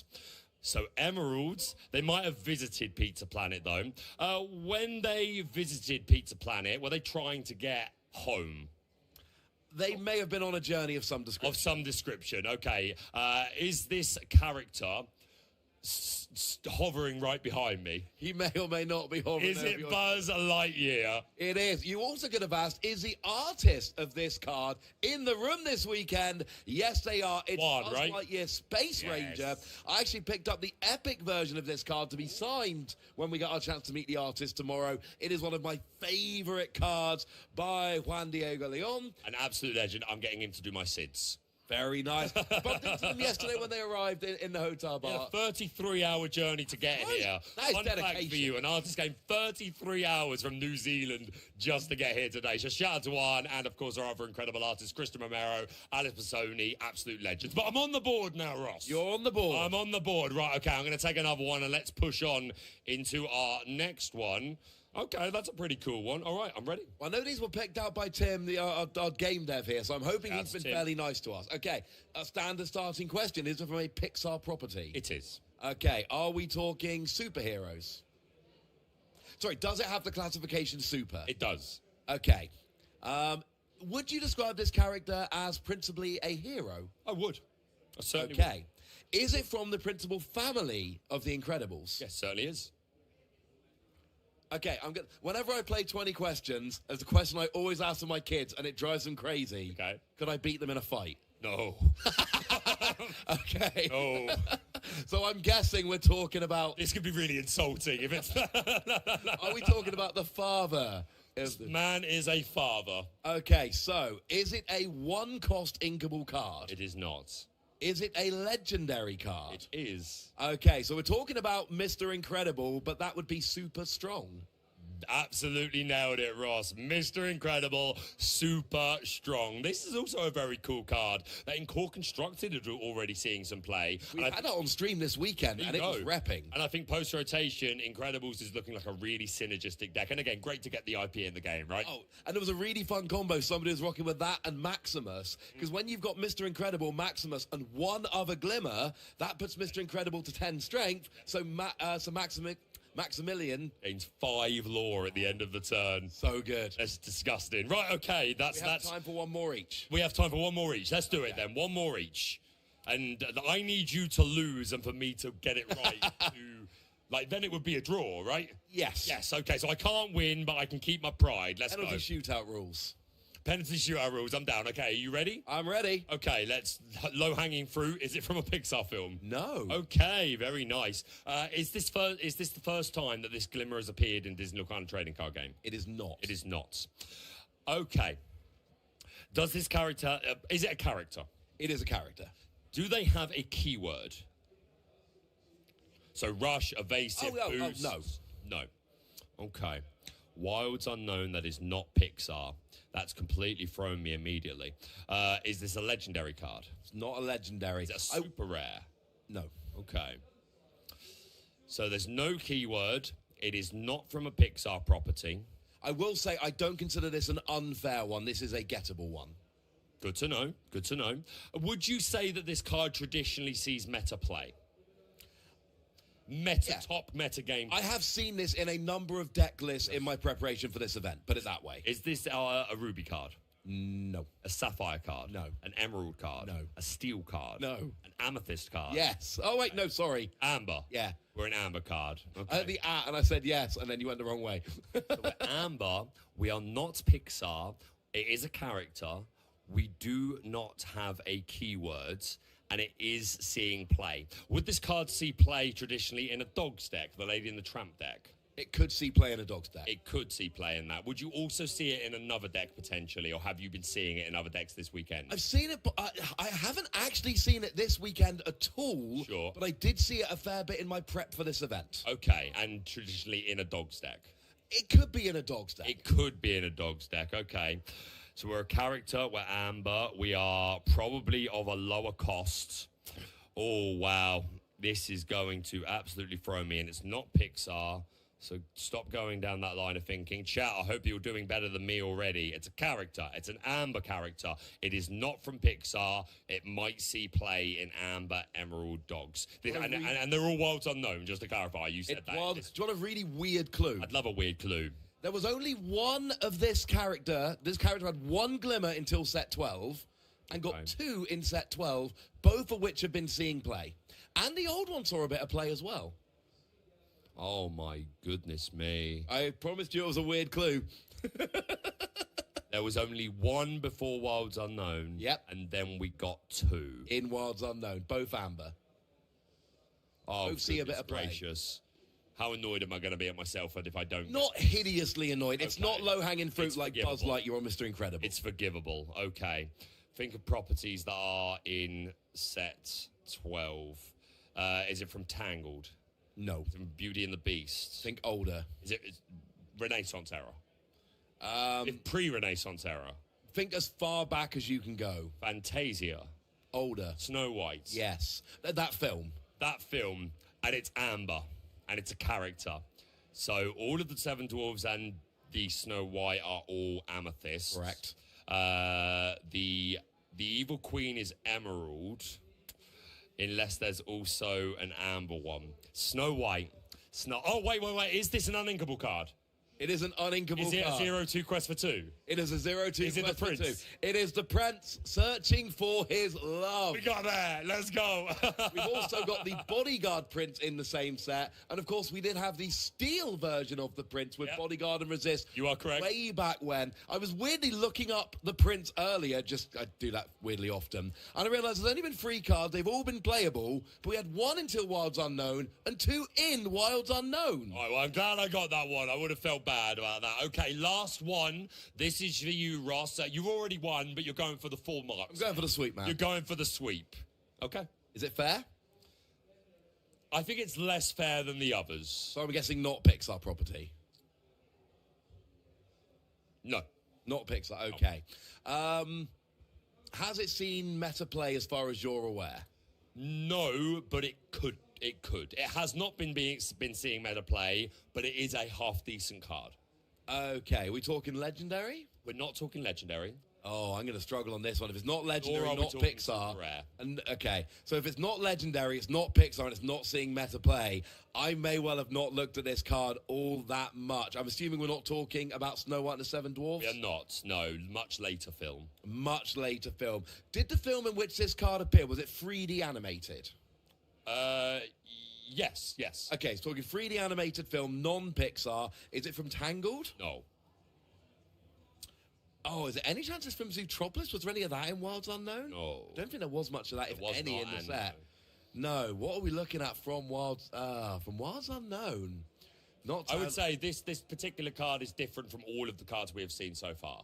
Oh, so it's not a character. It is not a character. Are we talking a location? No. So we're talking about an action.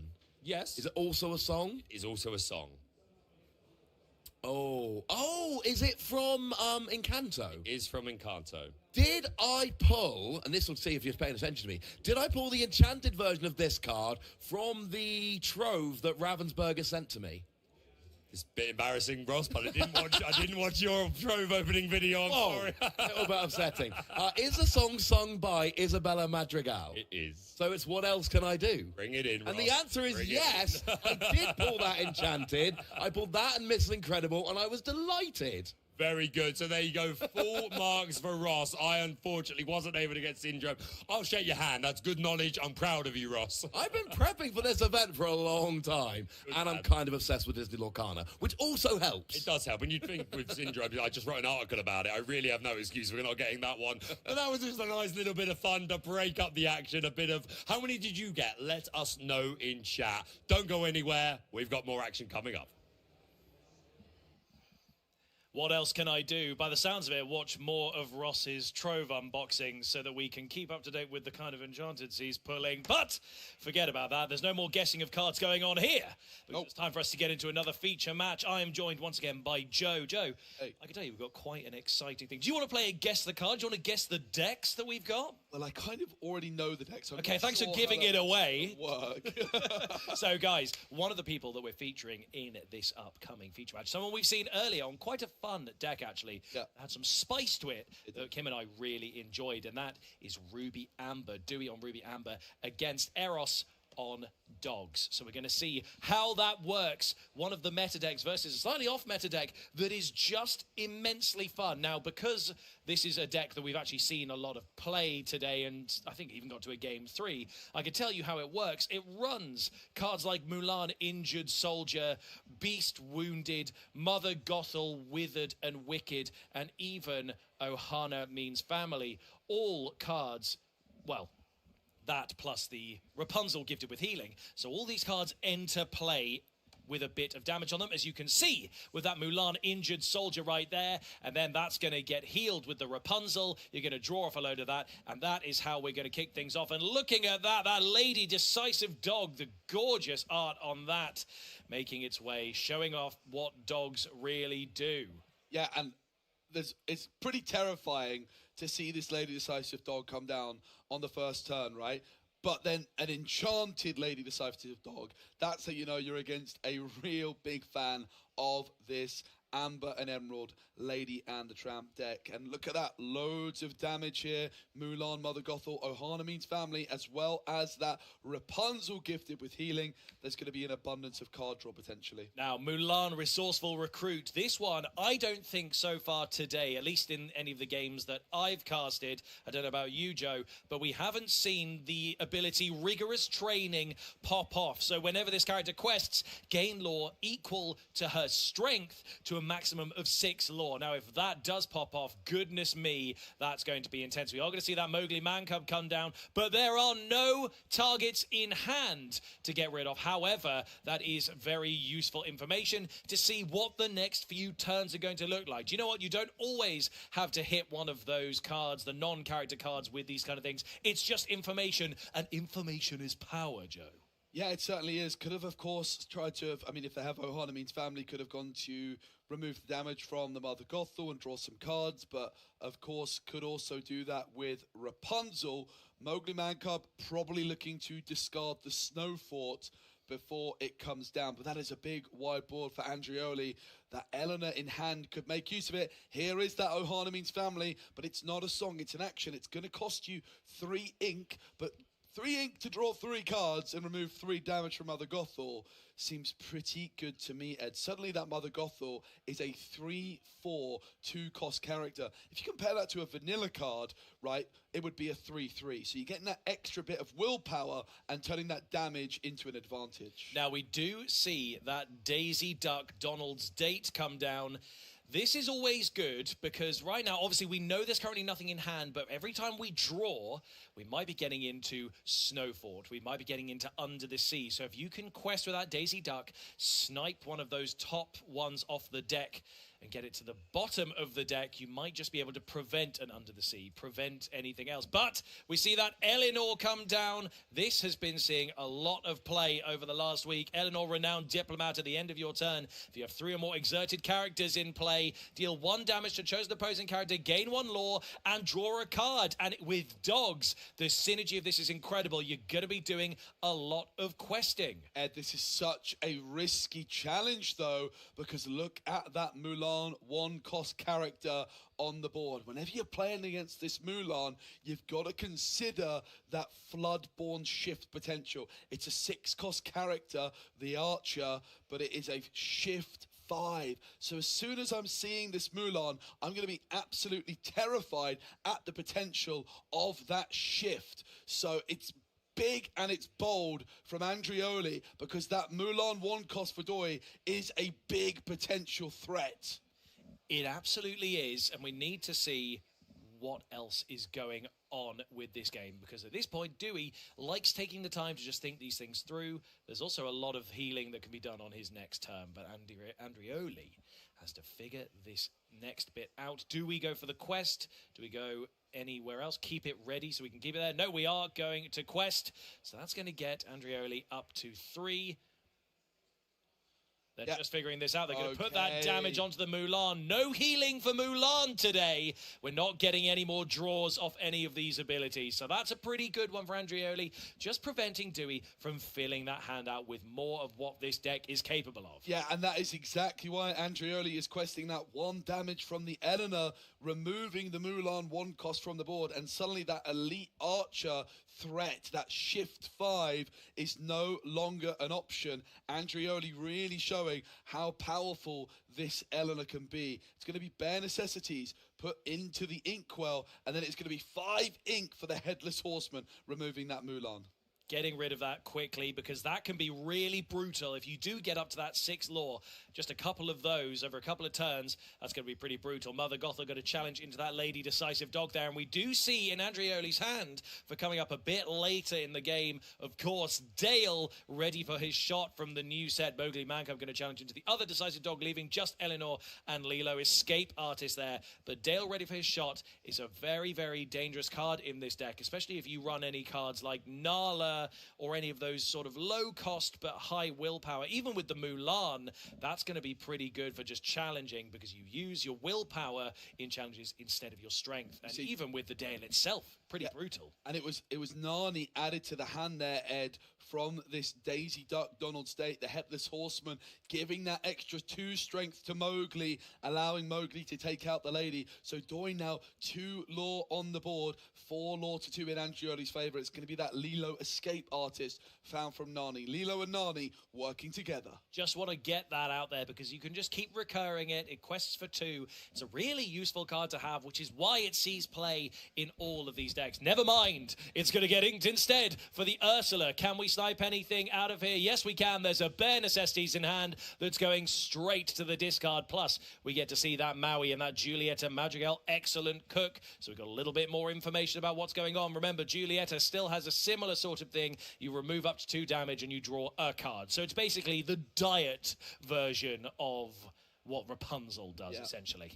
Still good card draw. Works really well with all of these. This deck has been really brilliantly crafted. I love the strategy around this.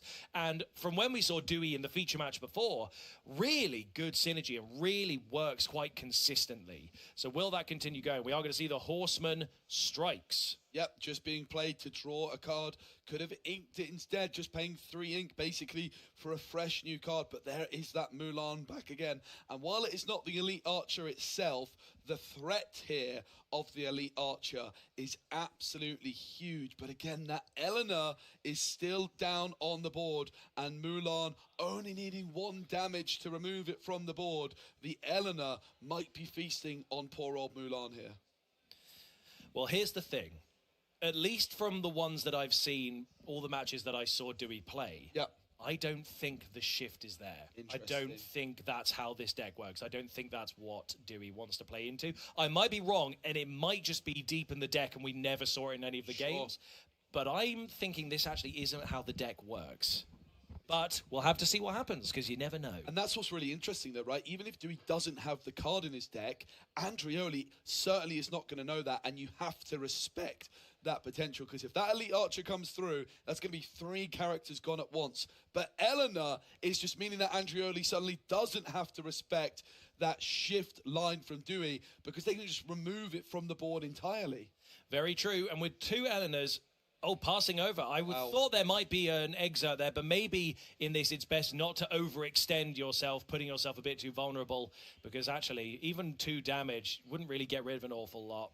And this is the beautiful thing, though, about that Mulan Elite Archer threat. It's just freezing the board of Andrioli. And maybe it's not even in Dewey's deck, which honestly is even more genius than including the card. This 1-cost Mulan just applying so much pressure. It's giving you synergy for Rapunzel, Ohana means family, and Giulietta Madrigal all at the same time. Now we are seeing in hand, on the other side, both of these players currently have the Dale ready for his shot, both in hand, which actually pretty useful with the Daisy, but not hugely useful with much else on the side of Dewey. Although would help Giulietta Madrigal be a bit more of a hitter now that we've used her ability. Basically, she's just sitting there at 1-4. Why not make it 4-4? And a third Eleanor, renowned diplomat, has just hit the board, and that is going to be crazy. We also see an Aurora coming on down as well. And the effect there, Eleanor, coordinated efforts. Well, all of these Eleanors are certainly going to be coordinating their efforts right about now,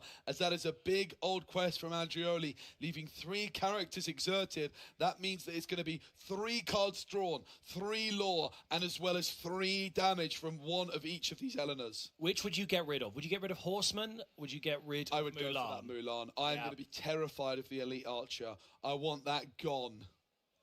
And that is exactly what Andrioli's going to do. Prevent that from being a thing again. Now, something that I should mention, Joe, is in this deck, and we saw it played in 2 of the games earlier with Dewey. He's running 1 copy of the Black Cauldron. Wow. And when that gets hit, it is absolutely nuts what it is capable of, because the recursion you can keep getting with all of those damage characters, especially if you have the Rapunzel or the Ohana family in hand, it had such good synergy. So many resources were being gathered into the hand every single turn.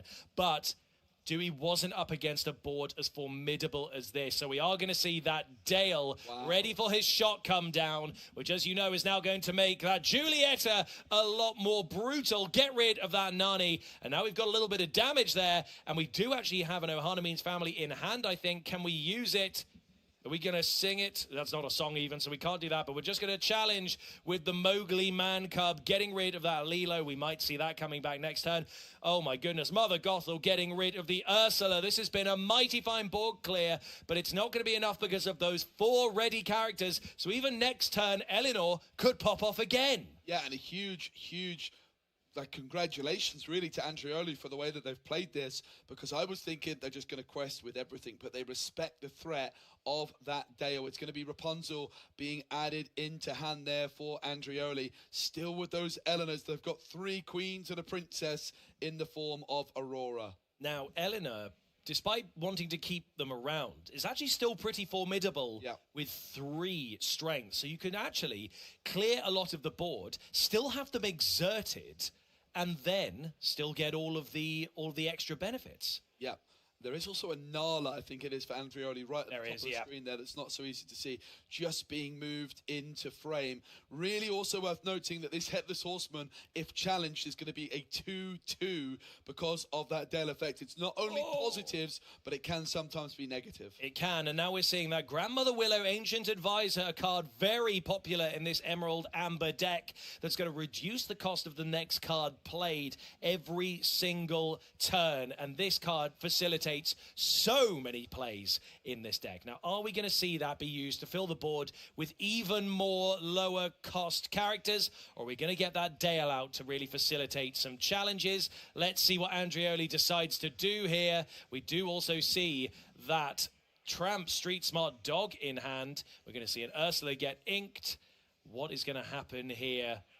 Got to think the next move's through as well, because there's still a Mulan Resourceful Recruit as well, but there's no way of buffing up its strength. We're going to see that Dale ready for his shot come down. Now, that board has gotten even more terrifying against Dewey, and we are going to see that Nala.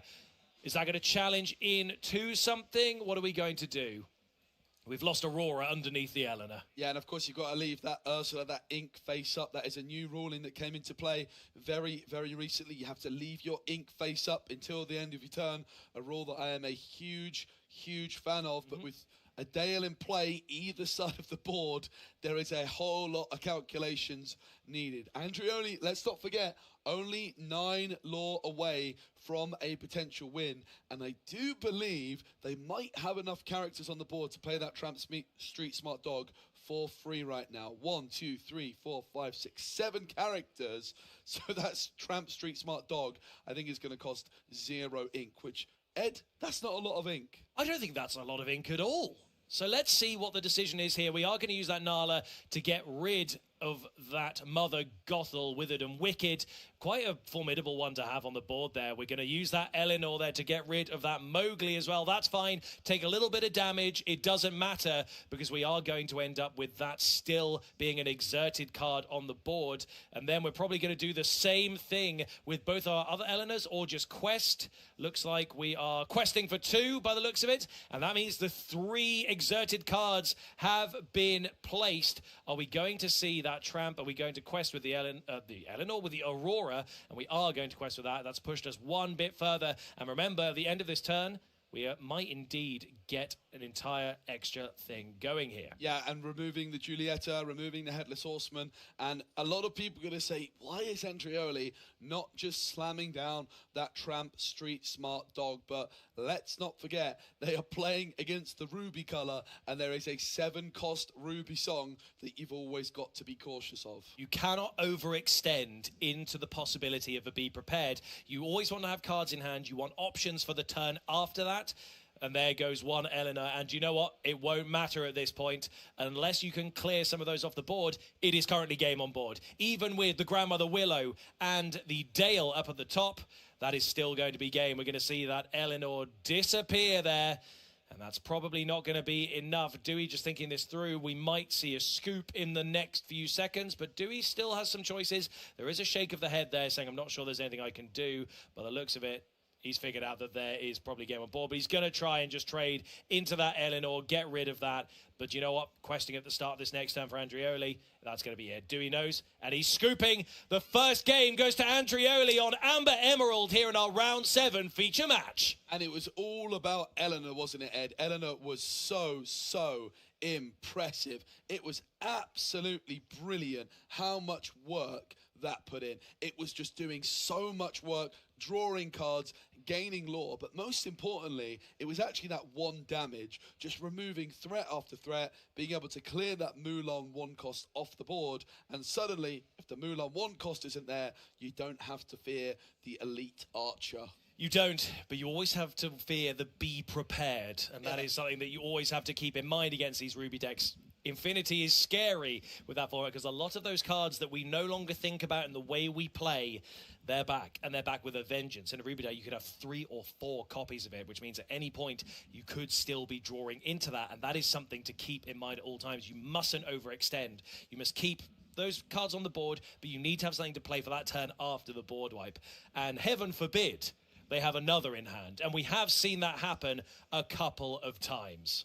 Yeah, and I mean, in Amber Ruby, there's even the potential to play Raging Storm alongside Be Prepared. So very big amount of potential board clears. It's going to be Lady that's coming down again on turn 1 for Andriolo. Daisy Duck, though, is the turn 1 play for Dewey. That Julieta Madrigal into the ink. Here comes Mother Gothel. Mother Gothel going to come in with some damage there, and then we're going to see that Daisy Duck go for a quest, and we're going to see the top card of Andrioli's deck. Let's see what we hit. Now, Ed, I'm going to have a little nitpick here. Go on. It's a very small thing. And I would say it's the most common thing I see from Disney Lorcana players, which I think is slightly suboptimal. And it's about this Daisy Duck. I would have loved to have seen Dewey just quest for the Daisy Duck first, then ink, and then play Mother Gothel. Their decision is probably never going to change in this case, but it's just a good habit to build, because there's sometimes you quest with the Daisy Duck, you give your opponent a specific card, and you're like, oh, I need to play around that. Yes. And it's something I see very often, even at the highest level, where this Daisy Duck is questing after other actions are already being taken, when you're always planning on questing with Daisy. That's true. Now, we're seeing that Beast wounded for the first time this game coming in, and that character enters play with 4 damage. But with 6 willpower and ability to quest for 2, if you can heal that with the Rapunzel, you've got a really good card on board, and you drew off that. And I think I'm seeing in hand, if Dewey just tilts it slightly forward, I think I could confirm this. It's a card that I haven't yet seen resolve its ability. Oh, we're going to see a quest here. That's going to be for 3. But at this rate, with Andrioli, we're probably just going to hit another character. Yep, and we just need to do that Daisy Duck trigger. I was just... Oh, it did actually hit one. I will eat those poorly chosen words. For the world's greatest criminal mind going to the bottom of the deck. It was worth doing. I will be quiet. Yeah, I mean, you never really know until you get that big prize from Daisy Duck. Giving your opponent an extra character card in hand is really a big downside. But suddenly, if you get lucky, that big prize for Daisy Duck can bottom deck a very valuable card. It's so interesting seeing the Beast wounded as well, Ed, with Ohana Means Family, because you've got the potential of drawing up to 4 cards because that Beast is damaging itself by 4. With Rapunzel, it doesn't matter if it's damaged by 3 or by 4, but actually with Ohana Means Family, Beast Wounded is even better. It absolutely is. And we're going to see another Mulan resourceful recruit hitting the board. And we're going to see what happens here. If we're ever going to see that maximum of 6 lore ability actually work with rigorous training, see that major quest power because if we see that over a couple of turns, boy, would Andreoli be laughing. But for now, that's not going to happen. We're going to have to keep around some of the cards that we've got here. But is it worth maybe just trading some of it in to some of the damaged characters we've got to just clear that board and prevent what we know is coming, which is using that Rapunzel gifted with healing. And now, the card I was talking about earlier that we saw Dewey draw, I have confirmed it by seeing it on that screen. It is, of course, Goofy, Super Goof. Not seen it actually work yet, not seen anyone get that extra lore off the challenges, but this could happen in this game, and if it does, I will be incredibly pleased. Yeah, Super Goof has Super Peanut powers, and that is the name of that ability to gain a couple of lore. I am a big fan of that card, Ed. Recently just released as a playmat as well. Dewey draws Brawl off the top with a couple of Grandmother Willows. That's going to be inked Super Peanut powers into the inkwell. And that's sad for me, but it's not sad for Dewey, who's going to heal up and draw 3 there with that Rapunzel gifted with healing. We see a Brawl in there, we see another Mother Gothel, and we do see that Lilo Escape Artist in hand as well. So that means we're going to get plenty of opportunity to do the same thing. Now, remember, if we do end up seeing the Black Cauldron at some point, even if that Rapunzel disappears, it won't matter. Now, there was that ink being flipped over because, as you said, Joe, that is a required rule in Disney Lorcana at the moment. But like I was saying, if we can find that Black Cauldron, which is admittedly a one-of, so it's probably not going to be seen. I mean, we think it's a one-of. Yeah. We only saw it once, and we never saw him draw another one. So maybe there's 2, and we never saw it. But if we do end up seeing that, boy, the ability to recur these Rapunzels, keep the healing, keep the drawing going, it's really crazy when this deck pops off. Yeah, Andreoli, 4 characters on board, so the Tramp is going to cost just 3. Having said that, with 2 Willows on board, the cost will be reduced by a further 2. So you could pay 1 for that Dapper Rascal Tramp, or sorry, the Street Smart Dog Tramp right now. And of course, at this stage, you're not too worried about going wide. Dewey is still a fair old way away from Be Prepared, and also there is no Mulan on the board to prevent you from questing. There is not, and we're going to see our own version of Rapunzel gifted with healing. And just to pass, keep those characters ready. We just want things, and look what we've just seen drawn into the hand, though we do not have the ink to play it, nor the characters to sing it. There's a Be Prepared in hand there, Joe. Yep, so we best be prepared for turn 7 when Dewey gets to 7 ink. But can they continue to ink? Do they have enough card draw to keep refilling their ink or filling up their inkwell? Of course, every time you ink, it's 1 card less in hand, and it is going to be the Lilo Escape Artist alongside the Brawl. Pretty good way to be spending 5 ink. A fantastic way to spend that ink, so let's see what the next couple of moves will be. Sadly, no Super Goof for me, but even if the Super Goof was there, it wouldn't matter because all those characters are ready. You can't challenge into those ready characters. We've got to keep what's in hand ready to go. But remembering that at any point you can clear that board, pretty useful. Would be even more useful under the Black Cauldron as well, because then even if you did banish all those characters, you can get a lot of them back as long as you have the ink. And by the time you've got there, you'll have plenty of ink to be doing that. So let's see what ends up happening over the next couple of turns. But for now, we are going to see that Tramp Street Smart Dog hit the board, and we're going to draw for 5 characters. Or is it every other character? Yeah, every other. Every other. So we're going to see 4. So that's still pretty good. Then we're going to see a discard. We see a Snowfort has come to hand. Now, I know we're going to want to get that down there just for the Mulan, if nothing else. So let's see what Andreoli decides to do. Yeah, spending just 2 ink for a 7-cost character is, of course, extremely powerful. But one of the biggest things to look out for is the fact that this Tramp is 7 cost. It's also very good at singing Under the Sea. Snowfort and Lilo will be discarded. There's only 2 cards left in 3 cards left in Andreoli's hand. There's another Tramp, though. This next Tramp is going to cost 2 currently, as that Willow effect has already been triggered. So there is the potential that this comes down this very turn. There is indeed, but we're going to see that Lady Decisive Dog come down. Character gets +1 this turn, but we aren't going to utilize that. Don't want to risk getting rid of that Mulan. I think Andreoli wants to really make sure that Mulan Resourceful Recruit is going to get the full gambit of all of that questing power. But for now, we're back over to Dewey, and we're inking that Mulan Injured Soldier. And there comes a Brawl, and we're going to get rid of that Tramp Street Smart Dog. A good use of that. And then we're simply going to quest for 8, taking Dewey up to 13. Quite the gap widening in our lore counts. It really is, and Andrioli's not been questing that big prize. Is a Grandmother Willow. That's not a good thing to top deck. Hand.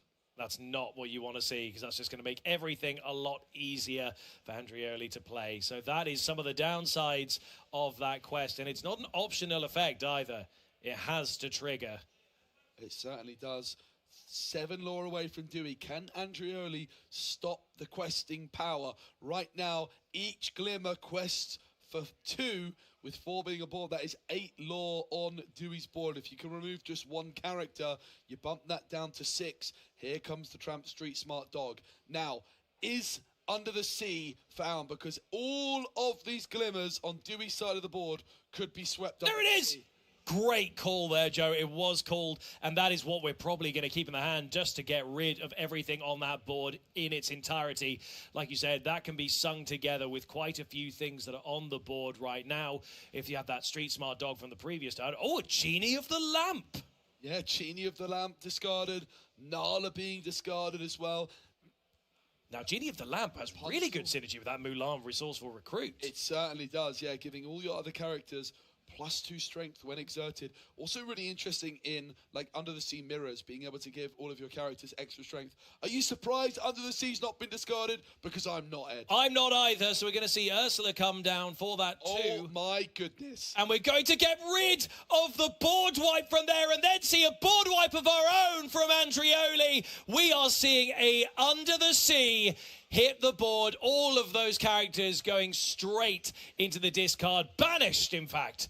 And now we see, for some reason, accidentally took the Under the Sea. He was too eager to scoop up all of those cards from the board wipe. Yeah, and of course, one of the things that's worth noting, well, that Lilo escape artist, there's no place they'd rather be in the discard, but under the deck is not where they want to be. No. Flip off the top? No, not found. That would have been a big moment to top deck the Be Prepared Maui. Not too shabby, though. Get rid of that questing power. Keep Andrioli behind you. That's what we need. And right now, this is the difficulty with the thing we were talking about earlier, with trying to overextend into, for instance, a Be Prepared, because if you overextend into Under the Sea, you might be in a similar position, and Dewey is currently there with only Giulietta Madrigal in hand. That's not looking great there. Big quest. Big quests. Andrioli, there's 1 card in hand. Dewey, though, does have an opportunity. Be Prep off the top, maybe? It's not. It's not, so that might be the... It is. There's the handshake. There's the handshake. We are going to see that given over. Congratulations to Andrioli taking the win there on our round 7 feature match. Commiserations to Dewey. That's a deck I really like. I like that it synergizes well, but unfortunately against dogs, being able to hit that Under the Sea, it's really, really difficult. Yeah, and I do believe that that means that Dewey is out of contention for day 2. I believe so. That was the match which they had to win, but they weren't able to do it. And I think realistically, Ed, we've got to talk about the Tramp there. It was the defining moment. Twice. You can see why Tramp is such a powerful card. It was that ability to come down very cheaply, but moreover, filter through the deck, find what's needed. And it was exactly the 2-card combo. Ursula and Under the Sea. Absolutely incredible. It could not have gone better. That is why you want these cards that can just help you dig through that deck to find exactly what you need. And you're right, it's an incredibly powerful card in the Emerald Amber decks, and everyone has seen that card played, but it's going to be moving out of rotation very soon. So in Core Constructed, that's going to be disappearing. But what else is going to be disappearing is our faces as we go over to our round 2, or our second feature match that we're also featuring, which right here we have in front of us. So we've got Enrico versus Emmanuel, and what we're seeing is Blurple versus Plemerald. I couldn't come up with a portmanteau of those. It's a good effort. I'll give you that. It is 2 players from Italy. And we're actually jumping in with this one from game number 1 with the McDuck Manor inked. And look at that. It is the Bell banishing the Porpsicle and coming down on the very first turn, ready to sing Friends on the other side. Perhaps that would be quite powerful. Emmanuel on Emerald and Amethyst.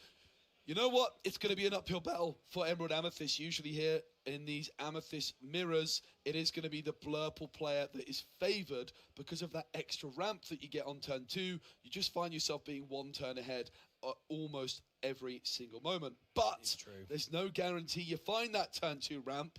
And look at that, Enrico's missed it. He has indeed missed it. You didn't see any sails. We didn't see any T-pose. Those are what you want to see early on. But we are instead going to see Bell, Apprentice Inventor again, banishing the Popsicle to play for free. And that's no bad use of that. I mean, sure, we don't have the sail ramp, we don't have the T-po ramp, but still having 2 Bell Apprentice Inventors is actually not a terrible board to have at this point in the game. No, not at all. I mean, if you think about it on that turn 1, right, playing a 3-3 on your very first turn, any other deck in Disney Lorcana would love to do that. There's a Gantu that can do that, but you are forced to discard a card from your hand in order to do so. And of course, the Popsicle replaces itself, so Bell, just an absolutely incredible card. And of course, with it being 3 costs, there's also the potential to sing some 3-cost songs. Saw Bell in Sapphire Steel putting in some serious work earlier. And I think Bell and Blurple right now, Ed, particularly good at dealing with those dogs decks, but also just good in general. Very good in general. Typically, a lot of these Blurple decks, the Amethyst Sapphire decks running a lot of Merryweather, Feisty Fairy from set 12. A very good stat line, a 4 cost with 4/5 with Ward. And also, of course, Scuttle, Birdbrained, a 5/5, 5 cost with Ward and Quest for 2. They're pretty brutal to have on the board, quite difficult to get rid of those. And we are going to see that Junior Woodchuck guidebook come down. And we are going to immediately banish it to draw 2 cards. Yeah, and this is a really slow start for Blurple, but you're on the play against another Amethyst deck which doesn't ramp anyway. So Enrico's feeling relatively comfortable, although this is not going well for them. Like, if Emmanuel's ever going to have a really good chance to win on the draw against Blurple, I would wager that this is that moment. It probably is. So let's see where Emmanuel goes from this point as well in this. We're just being told about those inks. You've got to make sure everything's done. This is what our lore guides are for. They're making sure that all the game state is done properly. Yeah, absolutely it is. Diablo, Obedient Raven on the board for Emmanuel. No sign of a shift, but that could make all the difference. We can see a sudden chill in the hand. I've seen Bruno's as well. Could be a Prince John build for Emmanuel, although we don't know that for sure. It is going to be We Don't Talk About Bruno into the ink. And then for 3 ink, what are we going to see? We're going to see maybe a Louis? Yeah, pull the lever. Oh, maybe a pull the lever as well. Yep. Oh, wrong lever? Pull the lever. Yep. Pull the lever, Kronk. So we're going to draw 2 cards. Or discard 1 from your opponent. And I think based off Enrico's, yeah, it's going to be a discard on Hades instead. Now, the really important thing about this pull the lever in the discard is the fact that now the wrong lever is going to be able to bottom deck one of Enrico's cards like a Dumbo, rather than just having to bounce it back in the hand. I can see in Emmanuel's hand a Sudden Chill and a Cricky Lucky Cricket, as well as a Genie as well. Always good, and we do see a Quest with that Bell, both of them, in fact, trying to get us further up. And that Dumbo, 9th Wonder of the Universe, a pretty good one, although we've got to start seeing some evasives to really take advantage. The wrong lever! It has come back! And it puts the pull the lever on the bottom of the deck, which is what you're supposed to do. It's not the most impressive play, paying 3 ink to discard 1 card from your opponent. If you compare it to Hypnotize, you would draw a card from doing that, but then it's the wrong lever which is popping off thanks to that. The wrong lever pops off because pull the lever is in the discard. Very true. Getting that extra little bit of bounce off that. So then let's see where Emmanuel goes from here. There's a lot of contemplation at this point, because you've got to make sure you're thinking a couple of turns ahead when you're thinking of Sapphire, because that ability to ramp means that the game board can change so quickly. And there it is. We're going to see that Diablo Devoted Herald shifted by discarding and then immediately going for a Quest. Now, every time Enrico draws, Emmanuel does too. That's always going to be good to replenish that hand, which is starting to look a little thin. Yeah, it's late, but better. Late than never for this Diablo shift. Would have loved it a few turns prior, but it is going to be drawing a card. Of course, whenever Enrico's drawing a card, Elsa 5th Spirit would be perfect right about now to deal with that Diablo. We're going to see that Chip Quick Thinker getting inked and moving straight back over to Enrico, readying up those cards. and getting us into the next thing. Now, do we see immediately the Junior Woodchuck guidebook getting played and banished to get the draw off? Or, no, we're going to see it inked, and instead, we're going to play that Elsa Fifth Spirit to immediately get rid of it with that ability to exert it and rush with evasive. A perfect execution of how to get rid of that Diablo and prevent all of that drawing, but that's not going to matter because we see another one in hand. Not that that matters either, because we're going to see a Genie get played, drawing into, I think, a second copy of that Diablo as well into hand. Yeah. And you can start to see, right, even though Enrico hasn't found that turn 2 ramp, they're just starting to take over in this evasive battle, right? Like, Emmanuel's deck is relying on Diablo a lot, but Enrico, with the Elsa, has so many ways of dealing with Diablo. The longer this one goes on, the more you would imagine it's going to start swinging in Enrico's favor. There's the Demona. It's going to be exerting the Genie, and Enrico will be drawing 2 cards and 0 cards for Emmanuel, all the while having a 5/6 body on the board. A brilliant way of doing this, and also this is the start of these things is obviously Stone by Day with any of the gargoyles. If you have 3 or more cards in your hand, this character can't ready. But the Demona Scourge of the Wyvern Clan is a great way of exerting those characters and then drawing to just replenish that hand. So a perfect time for Enrico to play that. And then we're immediately going to see another Demona come into the hand. Might hold on to that one. Scuttle, Birdbrained, getting inked for our amazing Infernal Schemer. Hades coming down and getting rid of that Diablo. Not taking any risks, even with that Snowfort on board. I shan't be having it, and it's going straight into the discard. Yeah, the Snowfort giving the Diablo resist. Well, Hades Infernal Schemer is not interested in that resist and just puts it straight into the Inkwell. Emmanuel going to play down both Diablos. Is going to challenge that Elsa, of course. Genie with that 1 extra strength. And look, those bells are still on the board. It's 10 law to 3. Enrico looking to take over the late stage of this game. This is where things start to ramp up even more for these Sapphire decks. And it doesn't look like we've got any cards that might really help facilitate that, but I think I did see... Yep, I'm fairly positive I did just see Merryweather come in. We are going to go for a quest initially, though, and that's quite a lot. 2, 4, 6 there, so that's going to take us up to 16. So that means right now, game is on board. Demona's getting inked, and there is that Merryweather, Feisty Fairy, and a Merlin Goat. So that's going to get us to 17 lore. Game is on board here, and Emmanuel is going to scoop there. Enrico is going to be coming out on top for game 1. Wow, that was pretty impressive by Blurple. No ramp on turn 2, Ed. I know, tough one. Still got the job done. It's amazing how you can come back from that. It really shows you that in Disney Lorcana, a bad start doesn't mean everything. There's even decks which have a great start, maybe have a slightly weaker mid-game, and things are looking bad, and they come back at the end game. It really isn't over until it's over, no matter how bleak it looks. And even if you miss your ramps in a Sapphire deck, you've got to keep on pushing through, because you never know what might happen. And who knows what might happen in game 2 of this feature match, because we might see a 2-0, we might even see a 1-1 getting us into an exciting game 3, Joe. Yeah, we certainly could. Enrico, having won game 1, will be going second in this one. Emmanuel will be on the play. We didn't see that shift Diablo too early on, and there's no 1-cost Diablo in sight for Emmanuel. One of the biggest reasons to play Diablo in a Emerald and Amethyst deck is you can have up to 8 usually, potentially 12 if you really want to, but usually you see 8 of those 1-cost Diablos, so to miss out on those is unfortunate. It is unfortunate, you're right. Now, we did see initially just both Ink One pass, but now we're seeing Sail the Azurite Sea for Enrico, so this is what we want to see. We're going to see that Merlin Goat getting inked. We also saw the Merryweather Feisty Fairy off the draw there, which is always nice. Now we get into that Diablo, which is ready to quest as well with Snowfort. What a turn for Emmanuel. And now even more cards going to come to the hand off that draw every single turn. I think we did just see a Genie Wish Fulfilled come to hand. Yeah, pull the lever sent to the discard as well, exactly where you want it. That wrong lever is so strong, but the pull the lever is a card you never really want to play. You just want to discard it. That's what Theotime said to me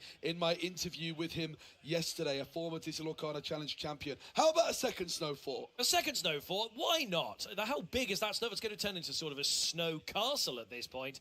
But with that Diablo still there, it's going to make sure that every turn or every draw that Emmanuel is refilling even more of those cards. And gosh knows, we might find our way into yet another snow fort. That's going to make everything pretty brutal. So we are going to see that popsicle. Yeah, and Emmanuel remembers the trigger of that Diablo. Always easy to forget those triggers in your opponent's turn. We had quite a few on day one. Yeah. Quite a few forgot.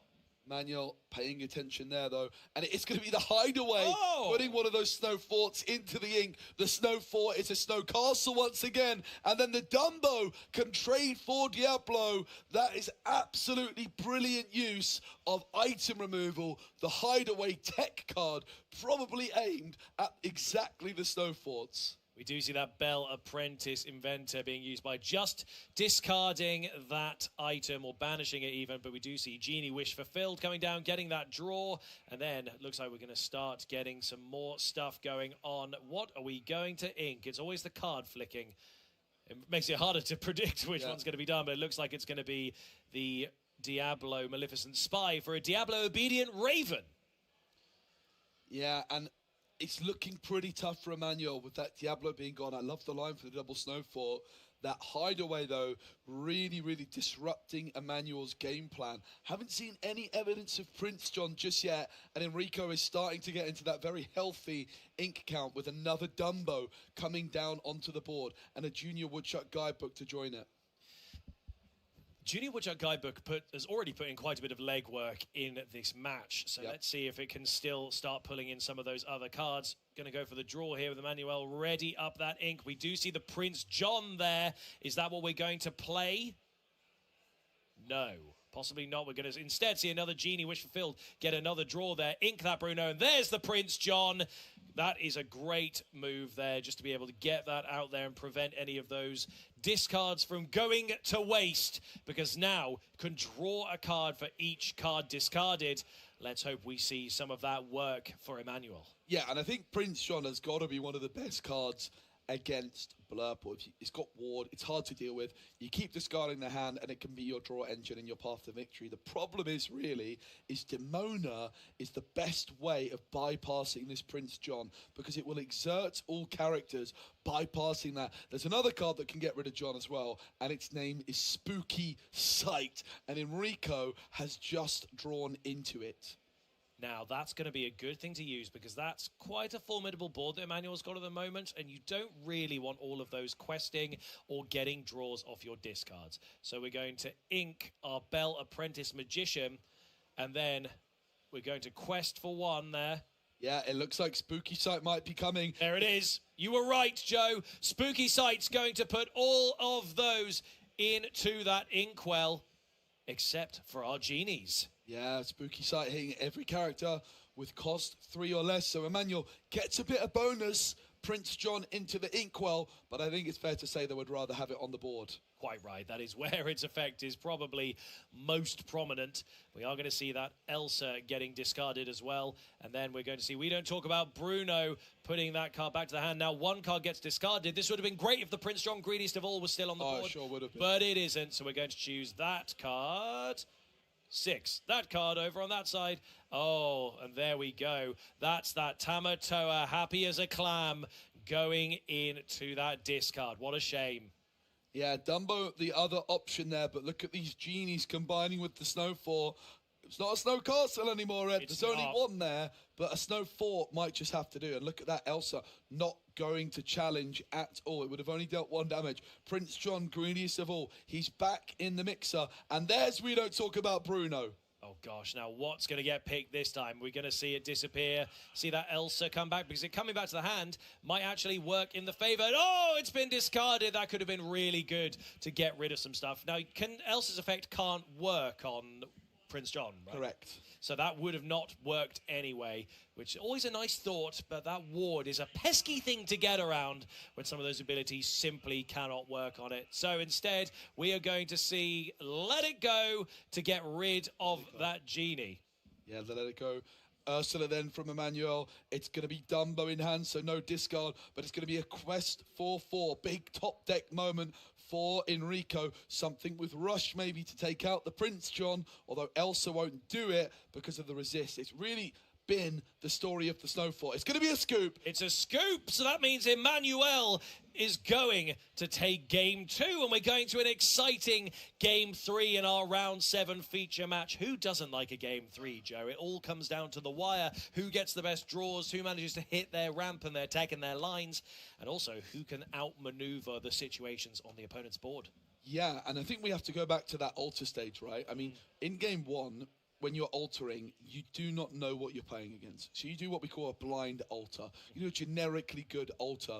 But in game 2 and game 3, you know which cards are going to have the biggest impact. And I think what we saw there was an alter really looking for those snow forts, recognizing how valuable that strategy can be, and that being Emmanuel's best opportunity to win this matchup. So now, look, it's going to be an uphill battle for Emmanuel. They're going second. They're going to be like 2 jumps behind at times, thanks to Tipo and Sail and being on the draw.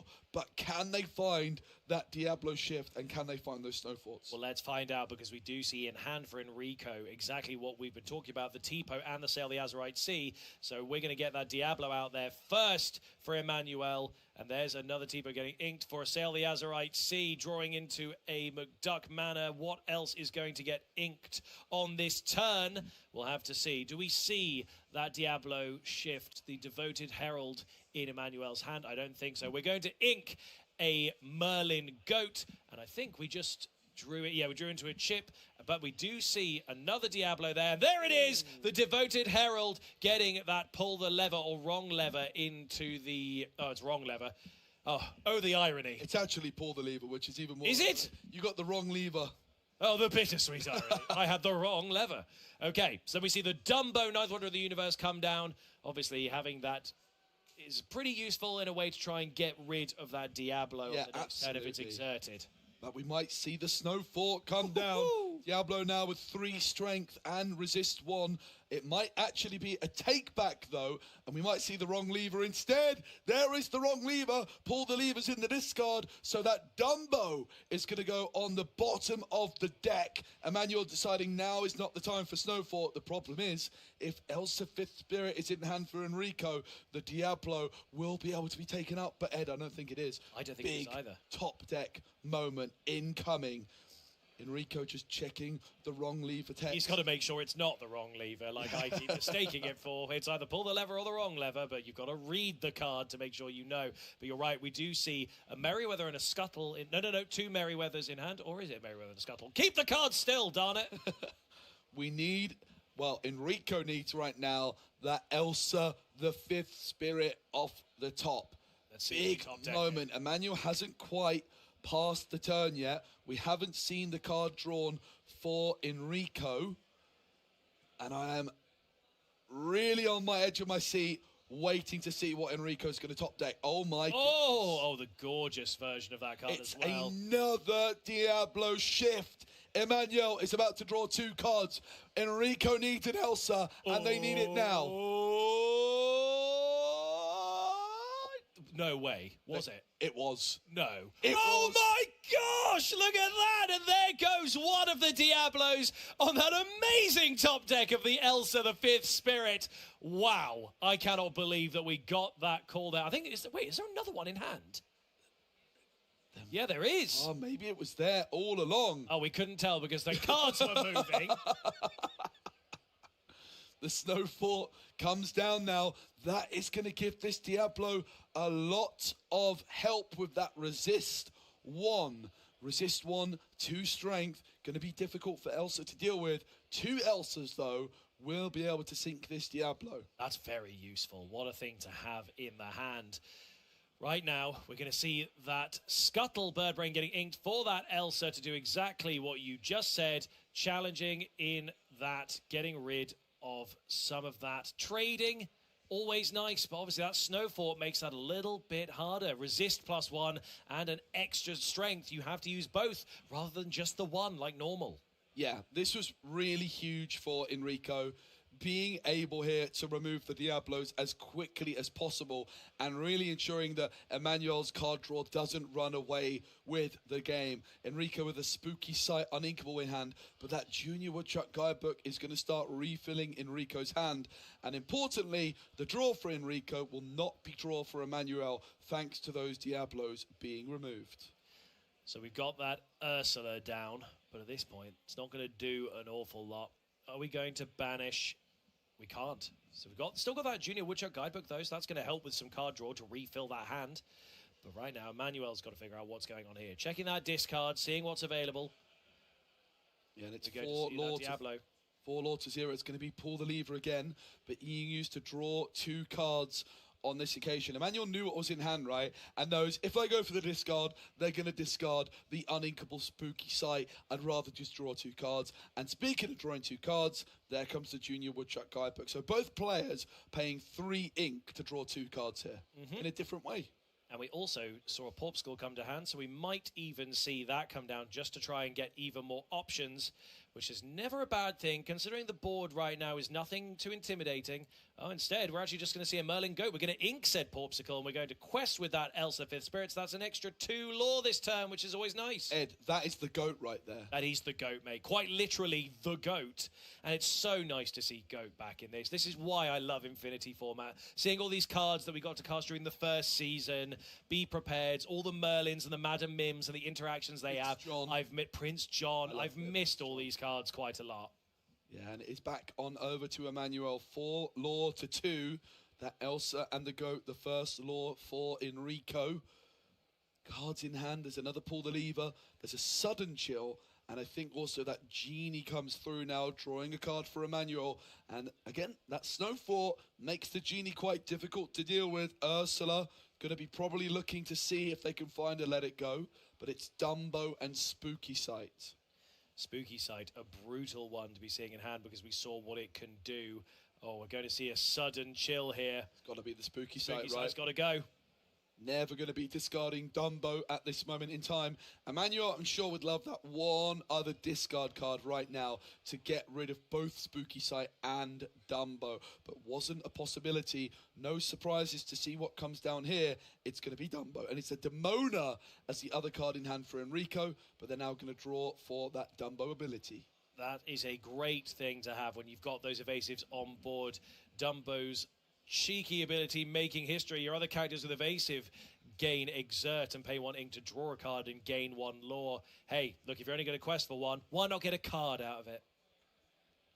So here we go. This is the Demona in hand. And what was the other card? Who knows? We're going to pass back to Emmanuel and see what we go on with here. Enrico knows. Enrico knows, and that's all that really matters. As long as the player knows, as long as they know what glimmers they're going to play, what characters or songs or actions they're going to play, doesn't matter. We don't have to know. We just have to watch them do it and talk about it with our mouths. Emmanuel now still only at 4 lore. It's another pull the lever, I do believe, paying 3 ink to draw 2 cards. So wrong levers right now are online, if Emmanuel can find it. I talked about that one little bit of extra discard. Kind of comes through a turn too late. Chip will discard the bell, but Demona is the last card in hand. Genie taking out the Elsa, also the Ursula taking out the goat, really making use of the Snow Fort here. And great to deprive that Dumbo of its ability there. There's nothing that you can really, I mean, you can use it on yourself, but now you can't double that up, can't get any extra lore, can't get any drawing off it. We're going to see that Scuttle Birdbrained getting inked, and here comes that Demona to help replenish that hand. We're going to see the 3 cards drawn there. Did we get anything good off that draw? Let's have a look. We got Scrooge McDuck, oh, goodness me. A McDuck Manor. And the hideaway. There we go. Snow Fort swiftly dealt with, and now the Genie will not be trading for Dumbo. Dumbo can take out the Genie and stick out on the board. Emmanuel did draw 2 cards of their own for the Demona, but that hideaway was exactly what Enrico was looking for right there. That was a great move there, and also just seeing what else in hand, we see a Sail the Azurite Sea. Is that worth it at this point? You do get the draw, you get to ink again, and we're going to see that exerted. We're going to get rid of that Demona. That's a big threat off the board, and Dumbo is also gone. It's a bit of a board clear here for Enrico. We might just have to get that McDuck Manor down. Ed, that's a crab right there. Oh my gosh, it's a crab. It's a crab. Merlin crab doing the business. Challenger 3 absolutely popping off. Challenger 3 is a lot. Challenger 3 is a lot. That's a huge boost. Yeah, so Demona being able to be taken out by the chip. Chip discarded a card, traded for a Demona thanks to the crab.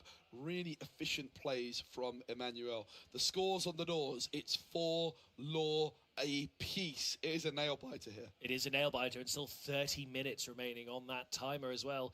We've got to see exactly what's going to happen with these next couple of moves. We are going to see that Maleficent Spy Diablo getting inked, and now we get into the draw. So what do we do from here? We've got that Sail the Azurite Sea in hand. Are we going to just ink it, or are we going to use it? We're going to play Scuttle, a nice one to have on the board, especially with Ward.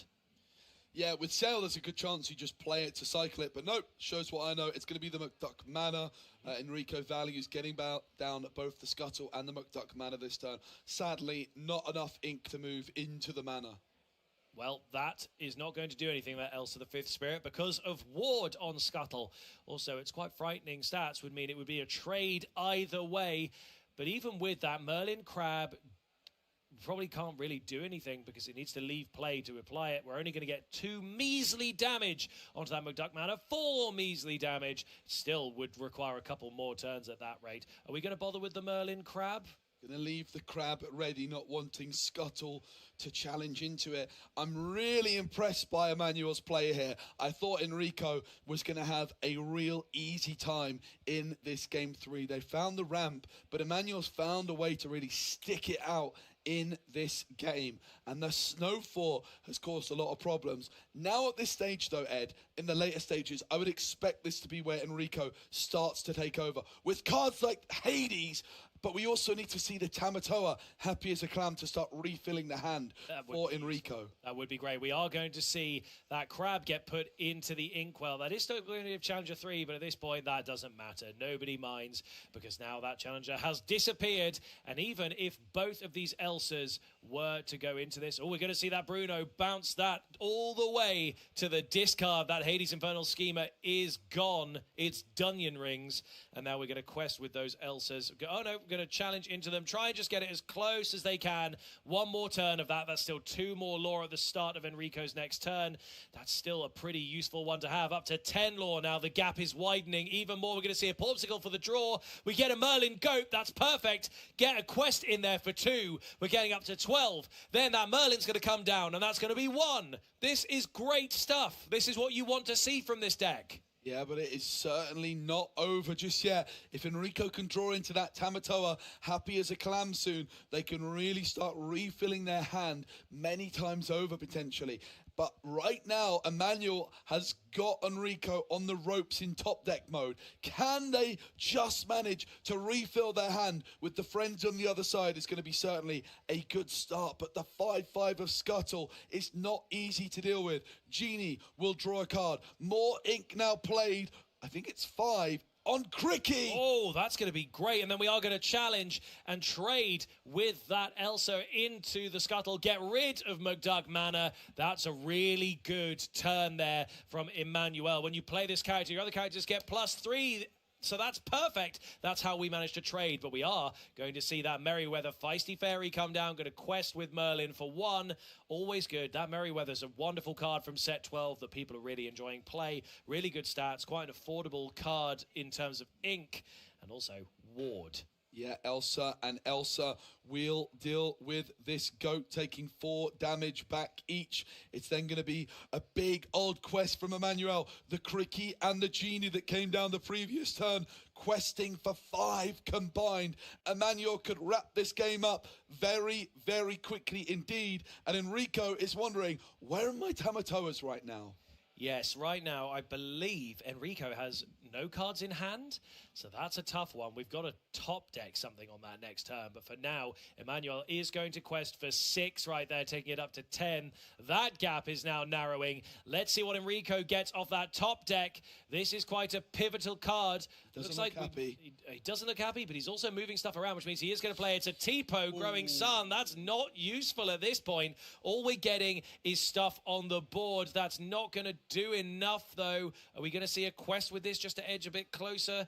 I currently that might have been the worst possible top deck. It might well have been. I think at least anything else you could have done something with it. Instead, we're going to get rid of that Cricky because that is 3 lore that you're not going to be able to quest with. And do you know what? That's actually not a bad move. No, not at all. But Enrico stopped questing. Louis going to make that Tipo reckless. So Tipo cannot quest next turn. Emmanuel is going to be doing a big, wide quest here. That is game on board potentially for Emmanuel. I think it is 1, 2, 4, 6 lore on That's board. it. That's it. With that Tipo top deck, he's going to extend the handshake.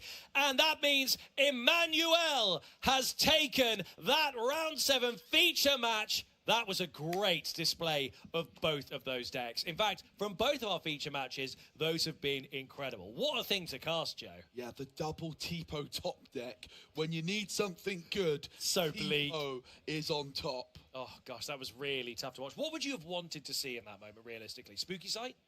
Yeah, maybe in that moment, something like a Spooky Sight, something like a Hades, but Tamatoa, I think, in particular, is helping refill your hand, right? You bring back Popsicles, you bring back the Junior Woodchuck Guidebook. All it takes is one Tamatoa into a Junior Woodchuck Guidebook and a Popsicle, and your hand's getting refilled very, very quickly. We only saw one Tamatoa in that whole match, and it got discarded. Yeah. So that's... I don't know how many he's running, but clearly it wasn't enough to be able to see. But it's going to be commiserations there, and I believe that means that, you know, he's going to move on to our day 2, possibly, if he can get through another match, because we still have one more feature match here for you for round 8, the last of today. And tomorrow, it's going to be a long one, because we're going into the next rounds of Swiss, 9, 10, 11, and 12. Then, top 64, top 32, top 8, top 4, top 2, and then the grand final. It's going to be a long one, so I hope you guys are ready for a nice lazy Sunday at home where you can sit down with that Disney Lorcana stream over here so you can see exactly what's going to happen and who is going to be making their way to Worlds. And in fact, even our top 8 will go to Euros. The top 32, sorry, all go to Euros. Top 8's get a Mickey, and then one of them's going to Worlds. It's going to be exciting. Anyway, we've got loads more coverage coming your way. Let's take a look at some more stuff. Welcome to the lounge, ladies and gentlemen. I'm Ross, I'm here with Kim, and it is time to talk about the big dog, the top dog, probably the best deck in the Infinity format for Disney Lorcana card game. I'm referring to the deck affectionately known as Dogs, because it's got a lot of characters from Lady and the Tramp. What do you think about this deck, Kim? It's a pretty good deck, but that's not the only deck we're going to be talking about today. We're just talking about Amber Emerald, but we are, in fact, going to start off with the top dog in the room, which is, well, the deck we are all here mainly to see this weekend. The one affectionately known as Churner Dogs. There because, of course, we've got all those dog characters. We've also got Churnabog Evildoer. That is your big top end of the deck. That is what you bring out, hopefully, late in the game when everything's going wrong and it comes and wins you the game. And what we've got here, we're low to the ground, we are wide, we are talking low-cost characters, and a few different ways to cheat them out. Lady Decisive Dog gets more powerful, but once Lady's out, Tramp Enterprising Dog reduced by 1. Tramp Street Smart Dog reduced by 1 for every character you've got out. Grandmother Willow, Ancient Advisor makes characters cheaper. We are using our resources effectively here. That we are, and a lot of our glimmers have such high willpower. There's no wonder that a deck like this is playing a new card we got in Wilds Unknown. Dale, ready for a shot. Rapunzel, gifted with healing, such a great tool to be able to heal our glimmers, draw more cards, but not only that, she has 1 strength and 5 willpower, meaning that if we did need to challenge, with Dale is on the board, we are going to be able to challenge for 5 instead of 1, and that's pretty nice. That's huge. Nala Mischievous Cub, all of a sudden, instead of challenging for 0, challenges for 4. All of these characters generally have higher willpower than strength, so why not just have a character that turns them all around? It is absolutely one of the best new tricks we got from Wilds Unknown for a deck like this. But maybe we can compare this briefly to the other version we tend to see here, this Snow Dogs. You'll see a lot of cards in common. We've got Lady Decisive Dog and Miss Park Avenue. We've got Tramp Enterprising Dog. but there's no street smart dog here, and we're bringing in things like Snowfort and Mulan Resourceful Recruit. Yeah, we've got other tools like Finnick Tiny Terror. Teams up really well if you need to reduce your opponent's glimmer on their board, bounce them back to their hand. Maybe they have more than 2 strength. That's okay, because we're also playing a new card we also got in Wilds Unknown, Mickey Mouse Expedition Leader, which helps us reduce the strength. Important to note now, Ross, both of these lists that we're currently looking at aren't playing Under the Sea, but that's okay. We don't need it right now because we're going to flood the board, get so many glimmers out there, and just quest for a lot of lore, thanks to another card, Piglet, Pooh Pirate Captain. When we have 2 or more glimmers in play, we are going to be able to quest for an extra 2, meaning Piglet, Pooh Pirate Captain, my favorite card in these kind of decks, is going to quest for 3. It is absolutely a beautiful card. And we can go more defensive here. We got Raja, Devoted Protector, coming in as a bodyguard. And then, of course, we've got Snowfort. It gives all of your characters resist 1 during your opponent's turn. Combine that with your bodyguard as well. And we're not going quite so aggro here. We're going a little bit more defensive. We've got a lot of similar DNA, but these are not the exact same kind of decks. Even though we've got those Lady and the Tramp characters, those dogs, so to speak, we're not playing these exactly the same. Yeah, and Snowfort giving all of our characters on the board already 1 extra strength, meaning our Mulan does have the ability to quest for a maximum of 6 lore. Resourceful Recruit, if we team that up with a Tramp, and we had a lady out on the board, we're only going to pay 1, meaning our Mulan has the ability to quest for a maximum of 6 lore. It's a fast-moving deck, yes. It's easily targeted by the likes of Sisu, Empowered Sibling, and Under the Sea, but that's okay because we're going to try to move fast, and the likes of Snowfort out on the deck, meaning if our opponents try to challenge our deck, well, all of our glimmers are going to have a bit of resist on them, so it's going to make it a little bit difficult, especially with our Raja bodyguard out on the board as well.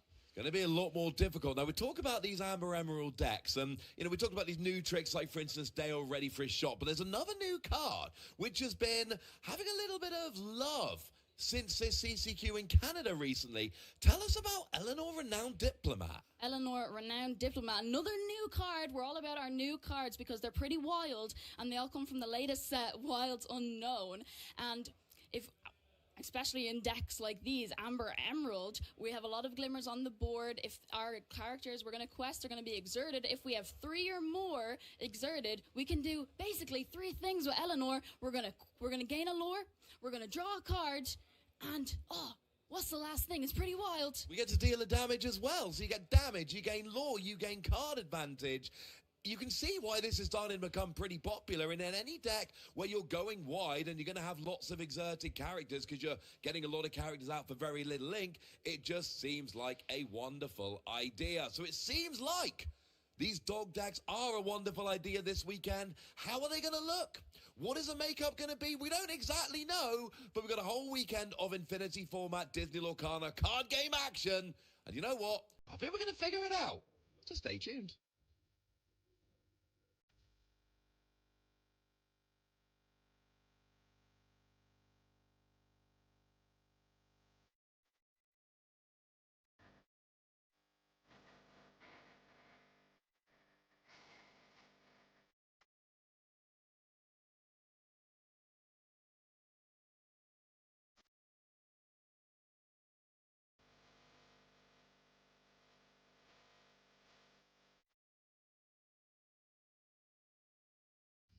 Well, I don't know about you guys, but I found that last little segment to be informative and wonderful. It was pretty wonderful. Those people had it going on. They knew what they were talking about. I was enraptured from the beginning. Yeah, they were pretty good. Yeah, they were pretty good. I wonder what's going to happen now if those 2 people get in the booth. Oh, wait, it's us. It's Welcome back. already happened. I was watching that little stinger there, and I'm seeing the shot of the trophy and the golden Mickey, and part of me's going, I'd love to win one of those one day. And then another part of my brain's like, yeah, dude, but if you win one of those, it means you weren't behind the desk at the event, and that would make me sad. Yeah. So maybe I'll let other people win them, and we can talk about that, because we are heading into our final round of the day, round 8 of 8, 7 rounds of Disney Lorcaner trading card game action down. Just 1 round to go, and Kim and I will be taking you through all of the action. Kim, give me 4 words to describe your day so far today. Magical, fantabulous, wonderful, and splendid. Lovely. I'm going to go for I had fun. Woo! Oh, I didn't know we were allowed to do that. I saved a word for a woo. But now we have our players sat down at the table. They are getting their cards. They are drawing up. They are getting ready to go. And apparently, one of them is just 1 week away from having won a CCQ over in Birmingham at the UK Games Expo. Yeah, you may be a very familiar face to a lot of people. Not only did he manage to win the CCQ last week at UK Games Expo that I had the privilege of casting at, but you may recognize him from one of your top 8 players at Disney Lorcaner Challenge in Ghent. And here he is back again, probably hoping to do it again this weekend here in Dortmund. And that is Bernardo, this time not running a deck like he was running last week. Very control. Sapphire Emerald, looking like he's going to be playing a bit of Amber Emerald. Well, that's the mark of a really good player. If you can go from core constructed last week, winning the whole thing, and then coming back and having a good run, 1 week later in a completely different format, but you're not just going, well, I'll take my core constructed deck and fancy it up a little bit for Infinity constructed. You're actually changing your entire plan, going for a completely different deck. There is something to be said about a player that can pull that off. So, we've got the altar phase. Have we done the altar phase? No, we're in the middle of the altar phase. Can you tell us about the altar phase? The altar phase? Well, if you don't know what the altar phase is, we're essentially... Oh, no, we're actually we've had the altar but phase. It basically means we can alter our hand, change it, and get rid of however many cards we want, reshuffle our deck. Oh, draw our cards first and then reshuffle our deck, but we've already done it and we're ready to get in on the action. We are rolling here in game 1 of round 8. We see a Rex Protective Dinosaur getting inked for Christopher Robin joining the fun, and we see an Aurora holding court on the other side for Bernardo. That's a pretty big deal. And we see a Bobby Zemirski, your favorite spray cheese kid, Kim. Yeah, using his ability so cheesy. Gonna let Bernardo draw a card and discard a card, getting that Leo Escape Artist right into the discard. Exactly what this kind of deck wants to do. But we talked about Bernardo being on Amber Emerald. We haven't talked about what he's going up against, and that is going to be Amber Amethyst. And we're playing that little bit of an underdog, and in Joe Curley's words, it's an underdog story. Hey, Joe, it's an underdog story.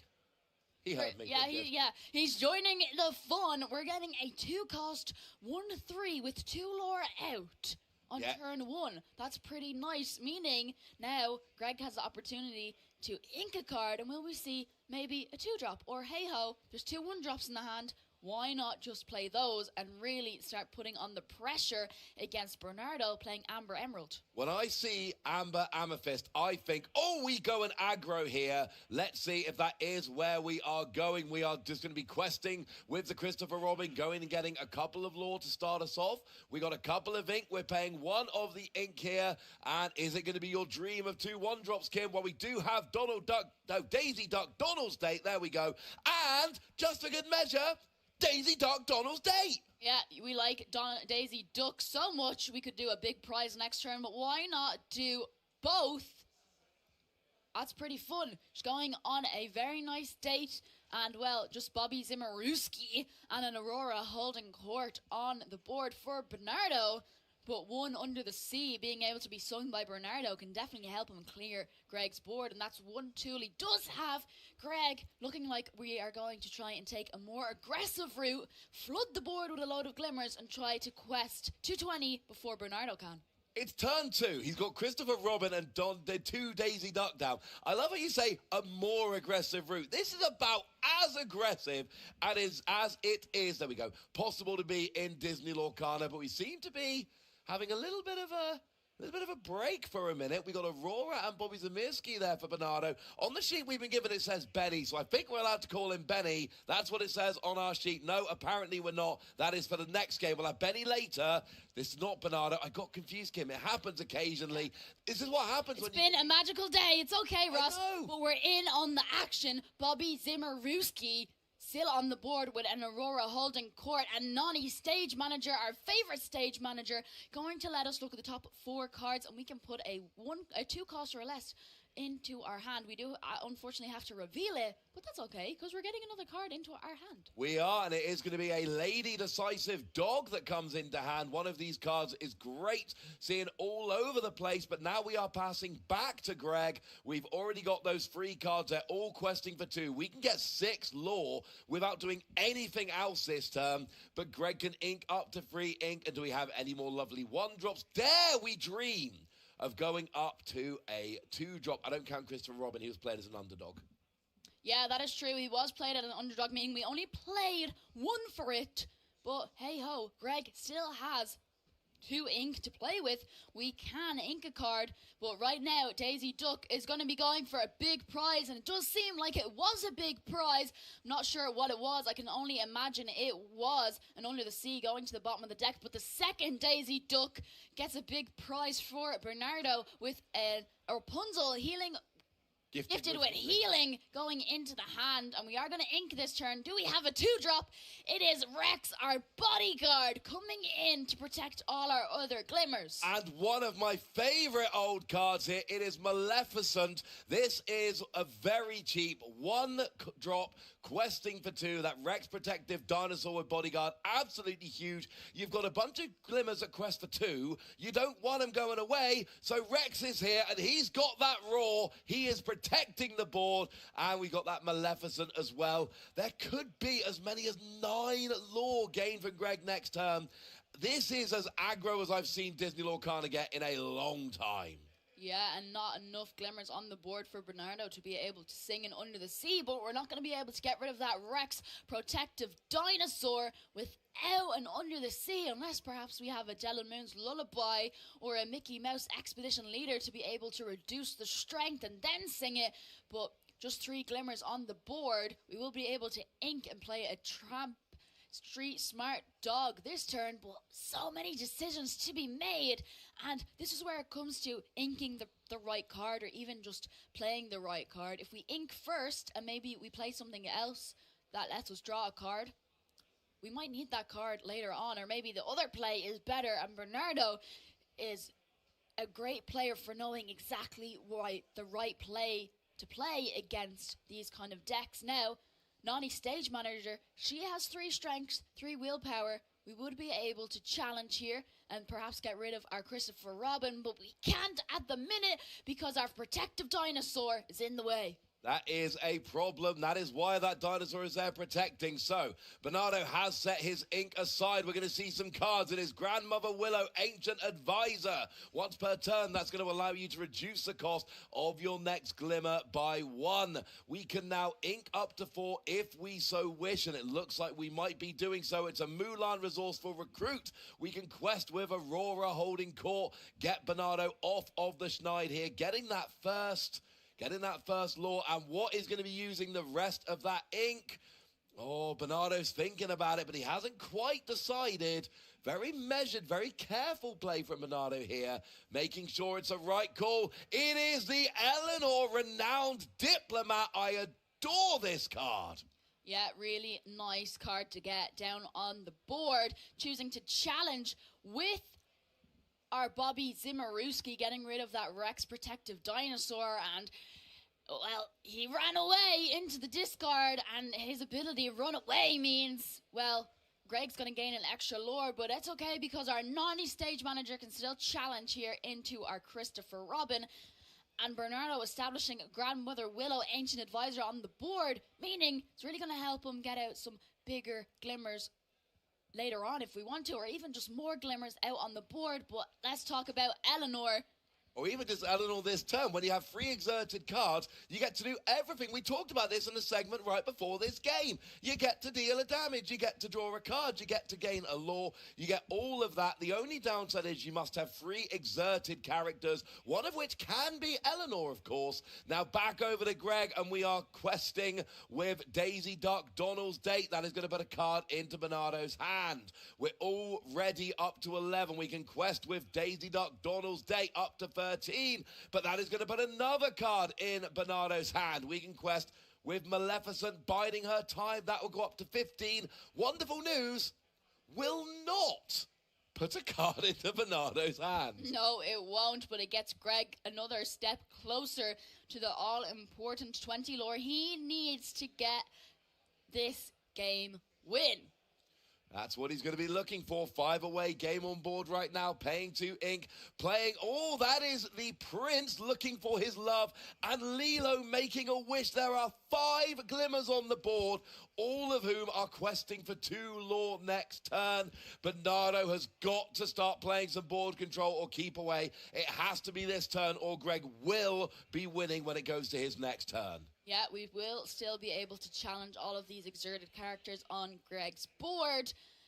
However, we won't be able to deal with at least the Prince. If we have 3 exerted characters at the end of our turn, Eleanor will be able to use her ability. We'll be able to deal 1 damage to perhaps that Lilo making a wish. Or Maleficent. And deal with that. Or the Maleficent, but we might as well challenge into the Maleficent and get rid of her. We can possibly challenge in to the Daisy Duck, but we're going to need to challenge with the Nani and possibly the Grandmother Willow. Absolutely. But time will tell. Well, the Maleficent and Leela, these are cards I played a lot in the early days of Lorcana, and that 1 strength, 1 willpower really holds you back. Here comes Rapunzel, gifted with healing. It's going to heal, and it's going to draw only 1 from that Nani stage manager, but it also gets you another glimmer on the board. Bernardo is very far behind in the lore race here, but when you're up against these aggro decks, all you need to do is take a couple of them out, and then you can start building that comeback. It's going to be a Lady Decisive Dog into the ink so that we can play a Lady Decisive Dog onto the field. Yeah. And a Tramp Street Smart Dog for nothing. Oh, we played that Tramp Street Smart Dog for free. We are trying to search where I can draw 7 cards. We can discard 7 cards, but did we find the Under the Sea needed to be able to clear Greg's entire board under the deck? We draw 7, we have to discard 7, but did we draw into the card we need to be able to deal with Greg's board? Because that would really help Bernardo get back into the game. Otherwise, we will have to deal with at least 3 of these glimmers on Greg's board because, Ross, they all quest for 2. They do all quest for 2. Now are we questing or are we singing here? We are singing. I think we found it. And that is all of those 2 strength or lower characters all going under the deck, where life is not much better, unfortunately, not for Greg. And this is what stops aggro decks winning. Look at Bernardo's board. A second Trap Street Smart Dog being played for free. Now you're drawing and discarding 8 cards because apparently 7 wasn't enough. And I mean, can Bernardo quest for victory next turn? And we took another Tramp Street Smart Dog. Apparently 2 free tramps wasn't enough. We had to get a 3rd. Yeah, and I don't even know if we've any cards left in hand at this stage. We are just discarding every single one of those cards, but getting those Lilo Escape Artists into the discard, meaning at least we'll have something to play next turn. But look at the amount of glimmers on Bernardo's side of the board. Greg just doing some maths, and you've also been doing some maths. Please tell me the maths, because I've been talking and I haven't been able to count. I think it's 15, assuming the glimmer underneath our logo at the top there is a 1 quest. I believe that's 15. It's not game on board yet, but oh my word, is it mighty close. Oh, actually, no, if you boost up Lady, it could be more than that, to be fair. It's Christopher Robin. It's not an underdog story. Not now, I'm afraid. It is an overdog story. Bernardo is going to be questing. I think that was the right one. But right now, we're just ready, set, draw. We drew an Aurora holding court. We are going to play her. We are going to be questing now. Questing. questing. Questing. With all of these glimmers. I'm gonna keep There's quite a lot of glimmers. Questing. And all of these tramp Questing. smart dogs. Questing. Quest for 2. Questing. Is it getting annoying bringing yet? them all the way up to 17 lure. 3 lure away. Surpassed Greg's 15 lure. Bernardo was on 0, or was he on 1 and was went on all 2. the way up to 18 lure? He went from 2 to 18. Basically, Greg needs a board wipe. If you don't board wipe now, you're not going to win. Gaining knowledge and wisdom is not going to be enough. Greg is not going to win this game. He gets up to 19, I believe. Did he get up to 20? No, he didn't. Bernardo will be winning your first game. And as an aggro player at heart, that is heartbreaking for Greg. You get so close, but you have a board which is too easy to wipe, and when it gets wiped, you do not have the cards in hand to re-establish, and then your opponent just overtakes you. No, and we had the tools in hand. There was a white rose, and there was a gathering wisdom of knowledge. We would have been able to get enough lore to take the win, but not enough ink in the inkwell to be able to play both of them. Just a Christopher Robin joining the fun, but he probably wasn't having much fun on that side of the board all alone with Bernardo's board. So many glimmers on that board. Is that Under the Sea? That Under the Sea got rid of the... And, you know, the game was pretty much on board. It was not going to take long, but... that's the problem with playing these aggro decks. You have all of these glimmers, they're low cost, they're questing for 2, but there has to be a downside. When you're designing these cards, they cannot be perfect. They're low cost, they're questing for 2. What's the downside? Really low stats. You know, even Daisy Duck Donald's deck, you might have 4 willpower, but you've only got 1 strength. So something like Under the Sea or Finnick Tiny Terror or a bunch of these other cards will be able to go after it. And this is what happens if aggro decks don't quite win fast enough. No, and Tramp Street Smart Dog, they're coming in at such a perfect moment to be able to find the Under the Sea when we needed it most. And not only that, we could just find another Tramp Street Smart Dog into another Tramp Street Smart Dog. 3 of them! There was 3 on the board. They all quest for 2. They've 6 willpower. They're not going to be easily gotten rid of at that moment in time. And, well, there was just a lot of glimmers on the board, fueling our Lilo Escape Artist into that discard. And will we see it again? Or will our Amber Amethyst player have enough to be able to take the win this time? Now, Christopher Robin came out turn 1. Greg was on the draw. This time he's going to be on the play. Hopefully it goes a little bit better for him. That would be the hope. Both these players are at 15 points. That is 5 wins and 2 losses. Looking for that last win needed to go forward and keep playing back here tomorrow. So it is a win and in or a lose and out, depending how you want to phrase it. Greg with that aggro Amber Amethyst deck that was just as aggro as we suspected. Bernardo with that Amber Emerald deck, which is also, to be fair, fairly aggro, but it had that slightly higher top end, and the Tramp Street Smart Dog, that was the difference in that last game. 3 of them, I think he might have paid 1 lore for 1 ink for the first one, but the last 2 were free. 3 Tramps, 1 ink, that doesn't seem fair. No, and a Grandmother Willow on the board as well, reducing the next character you play each turn. But right now, players are just finishing their altering hand stage. And I do think Bernardo, I got a little glimpse of what he drew into there. And there was another Tramp Street Smart Dog. But also another play line which Bernardo could consider playing if we have the right cards on the board at the right moment in time. And that is Lady Miss Park Avenue shift into singing Under the Sea. Because now that we know what we're up against, it makes the altering of hand stage a little bit more interesting, because we know what kind of cards we want to see, and particularly in this matchup for Bernardo, we know we're going up against Amber Amethyst with a lot of low strength. Under the Sea completely wiped his board under the deck game 1. Hopefully looking to do that again is our Amber Emeralds player Bernardo, but Greg probably going to go for that aggro start once again. Well, we're going to be starting off here. Game 2, final round of the day. Needing a win to go through. We see a Madam Mim Snake hitting the inkwell. And we see the Prince looking for his love rolling here in Game 2. Not a shabby start. No, it's no Christopher Robin. We're not going second. But we do have another 2-quester just to start off super strong. And, you know, you have 2 willpower, which, you know, honestly, the strength is kind of irrelevant. Unless you can get up to 3 and avoid things like under the sea, you're not really challenging here. The strength is largely irrelevant. I'd rather have the extra willpower. It's why this prince has become such a fun card. It came up in Baker and I's game earlier, and, yeah, it's not a bad card. We like it. There's also a bodyguard prince in the same set. One of my favourite little Lorcana facts I learned, there was one The Prince Glimmer in the first 11 sets. There's 2 in set 12 as we see Aurora holding court come down. Yeah, there's a bunch of prince and princesses in this game right now,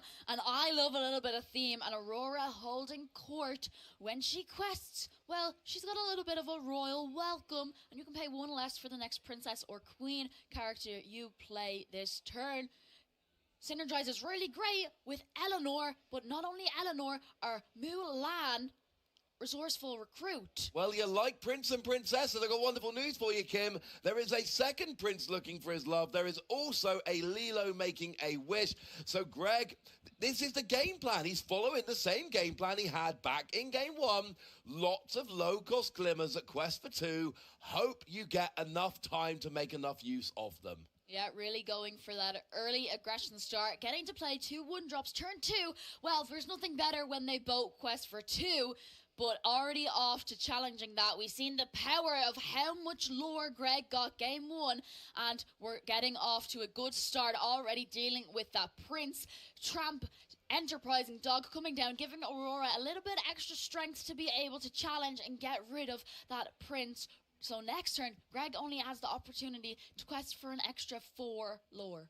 And that is absolutely crucial. When you're playing against these aggro decks, let them quest once. You kind of have to, most of the time, let them quest once. Do not ever let them quest a second time. So we have Lady, we have Tramp, we have Aurora on one side. We have the Prince and Lilo on the other side. And Greg's looking at his hand. But we saw his deck pretty well back in game 1. You're going to be looking at those low-cost glimmers. And you're going to be running short of hand size sooner rather than later. Which one have we got in hand? It seems to be a decision being made here, Kim. Greg is not throwing them down too quickly. What's he inking? What's he playing? We're inking Merlin Go, and we are playing. Come on, come on, come on, come on, come on. Oh! Oh, a befuddle. Oh, befuddle. Thank you.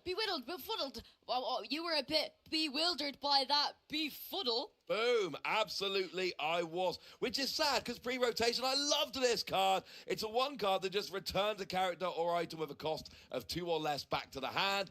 Really good for ruining your opponent's early turn plays. And here is that other, the Prince, Vigilant Suitor. It's a bodyguard. Yeah, really nice play there by Greg, being able to bounce that Lady back to Bernardo's hand, recognizing, oh, you're going to be able to get 3 ink this turn. That could potentially be none other than Lady Miss Park Avenue coming down, shifting for 3 ink, completely stopping that play line. And I love it. And there's heads-up play from Greg there. There was a few different options. But like you say, turning off that shift line seems to be the way to go. Now, we did have the Rex Protective Dinosaur, that bodyguard that came down in game 1. Didn't end up mattering too much in the end. Can the Prince Vigilant Suitor do better? I mean, I love the 5 willpower. Not loving the 0 strength, but 5 willpower on a bodyguard, protecting Lilo and the other Prince. That is the game plan from Greg, and a lot of the time it's fairly linear. Play your cards and bodyguard. Yeah, pretty much. And like 5 willpower, we're not going to be easily be getting rid of with Bernardo's glimmers on his side of the board, both only having 1 strength. We could deal 2 damage to this prince, but that's not going to be any good to get rid of it.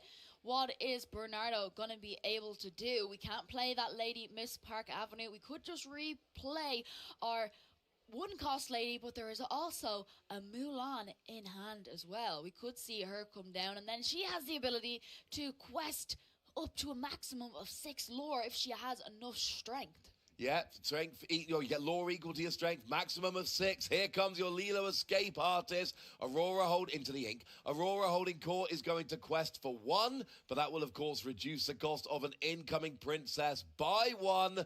Do we have an incoming princess? It is, of course, that Mulan resourceful recruit.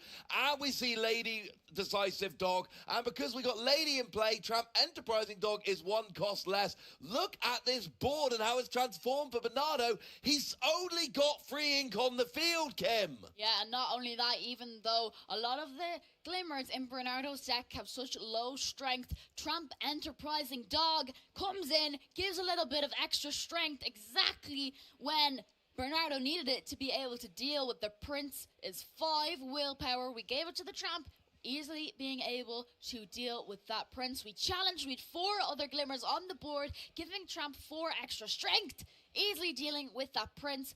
And, well, that Lilo and the other prince are no longer protected by that bodyguard. They don't have the bodyguard anymore, and that is a little bit of a problem. We said 5 willpower would be a bit of a pain, but got through it because Tramp gives extra strength. The prince is going to quest. Lilo is going to quest, and we see 2 more uninkable 1-drop quest for 2. We've got our Maleficent, and we've got our Daisy Duck Donald's date. Maleficent is biding her time, of course, but Greg's only up 10-1. I say only, but it is only 10-1.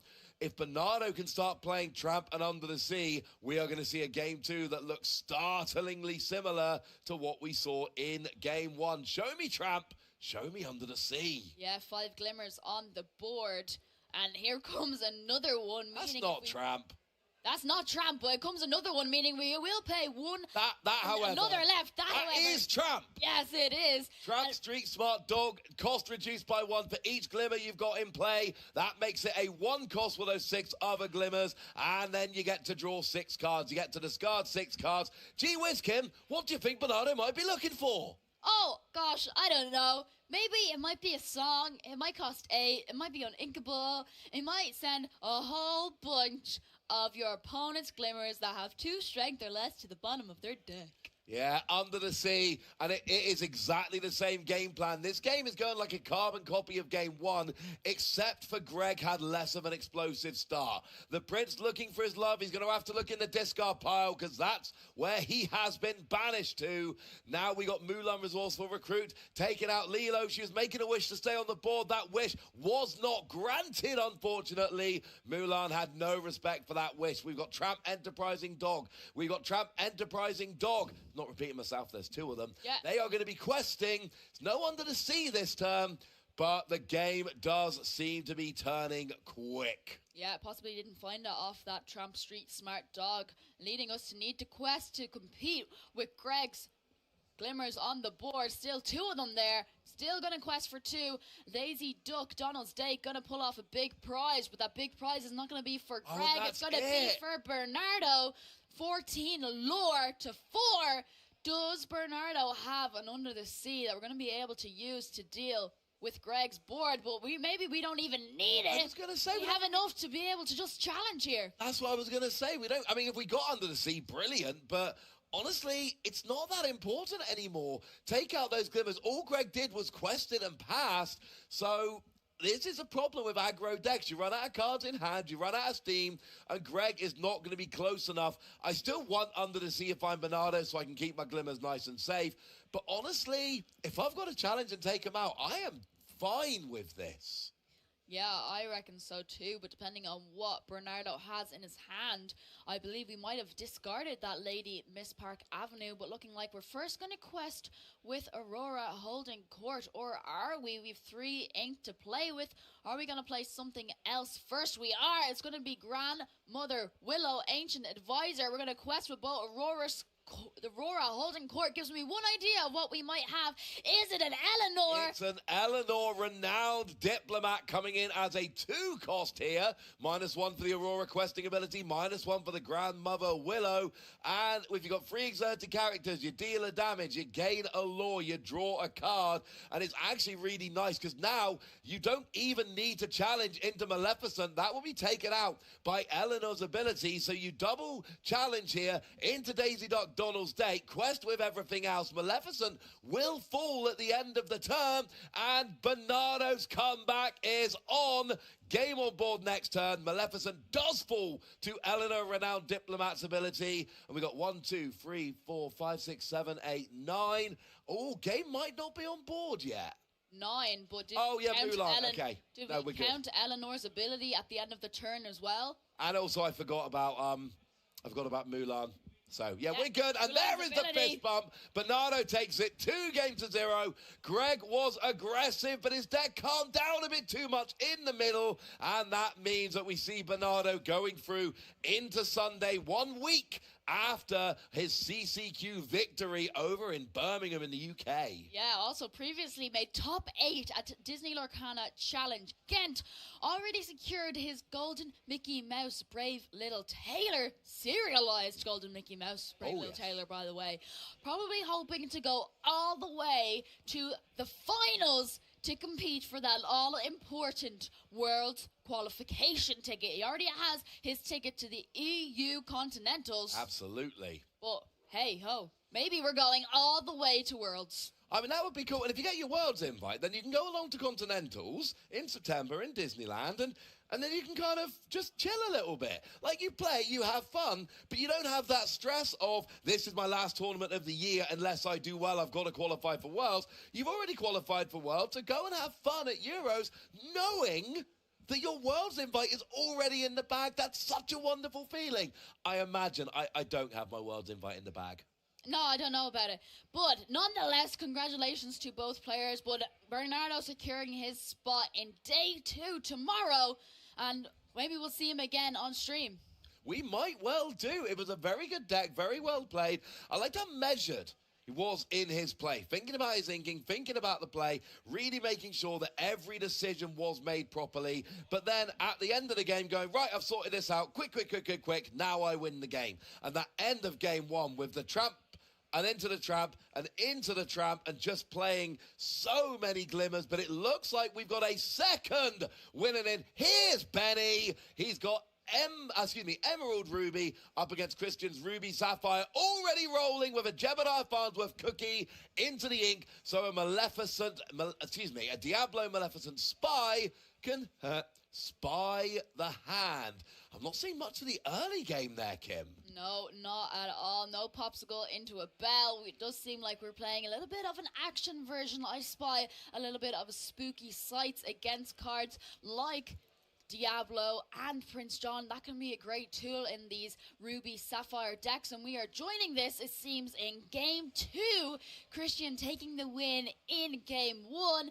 Our feature match 2 is going to be Ruby Emerald versus Ruby Sapphire, and I am a little bit of a fan of Ruby Sapphire, but Magical Christmas Land has grown on me. There's magical stuff that can happen. I am not a fan of Ink Pass from Benny here. That was a very bad turn. And I don't know if you saw what Christian top decked on his previous turn. Well, it was actually a Tipo, but it turns out he's also found his way to a Sail the Azurite Sea. So not a great turn 1 from Christian, but turned it around with a perfect turn 2 play. And Benny giving him a little bit of a break by taking a turn off, essentially, after inking. So we can go up to 3 ink here.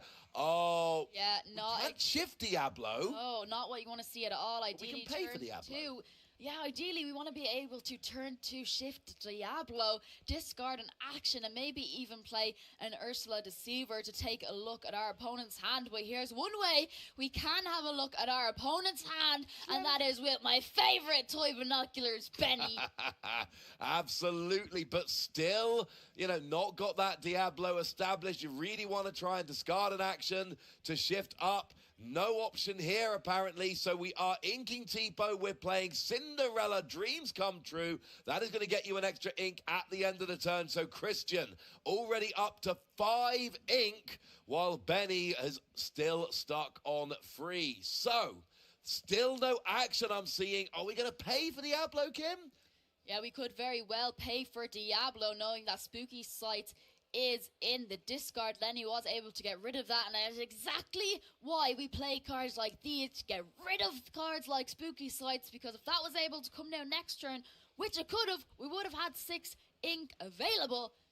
all of the glimmers on Benny's side of the board would have gone straight into the inkwell, but Cinderella, dreams come true, is going to be going for a little bit of a challenge into that Diablo Maleficent spy. And you get it, but here we come. That is your Clash of the Fireflies? It is Firefly Swarm being able to swiftly deal with that Diablo Devoted Herald. If 2 cards went into our discard this turn, we can basically banish any chosen character. Yeah, we can. We didn't even need to do that because Diablo has 2 strength or less. Absolutely, and that is all you needed. You want the Diablo gone. There is a new Diablo back, but Cinderella does get to take out Benny, and now we get Maui Half Shark coming in, and that means that when you can get your actions back when you challenge. You can gain a lore every time you play an action.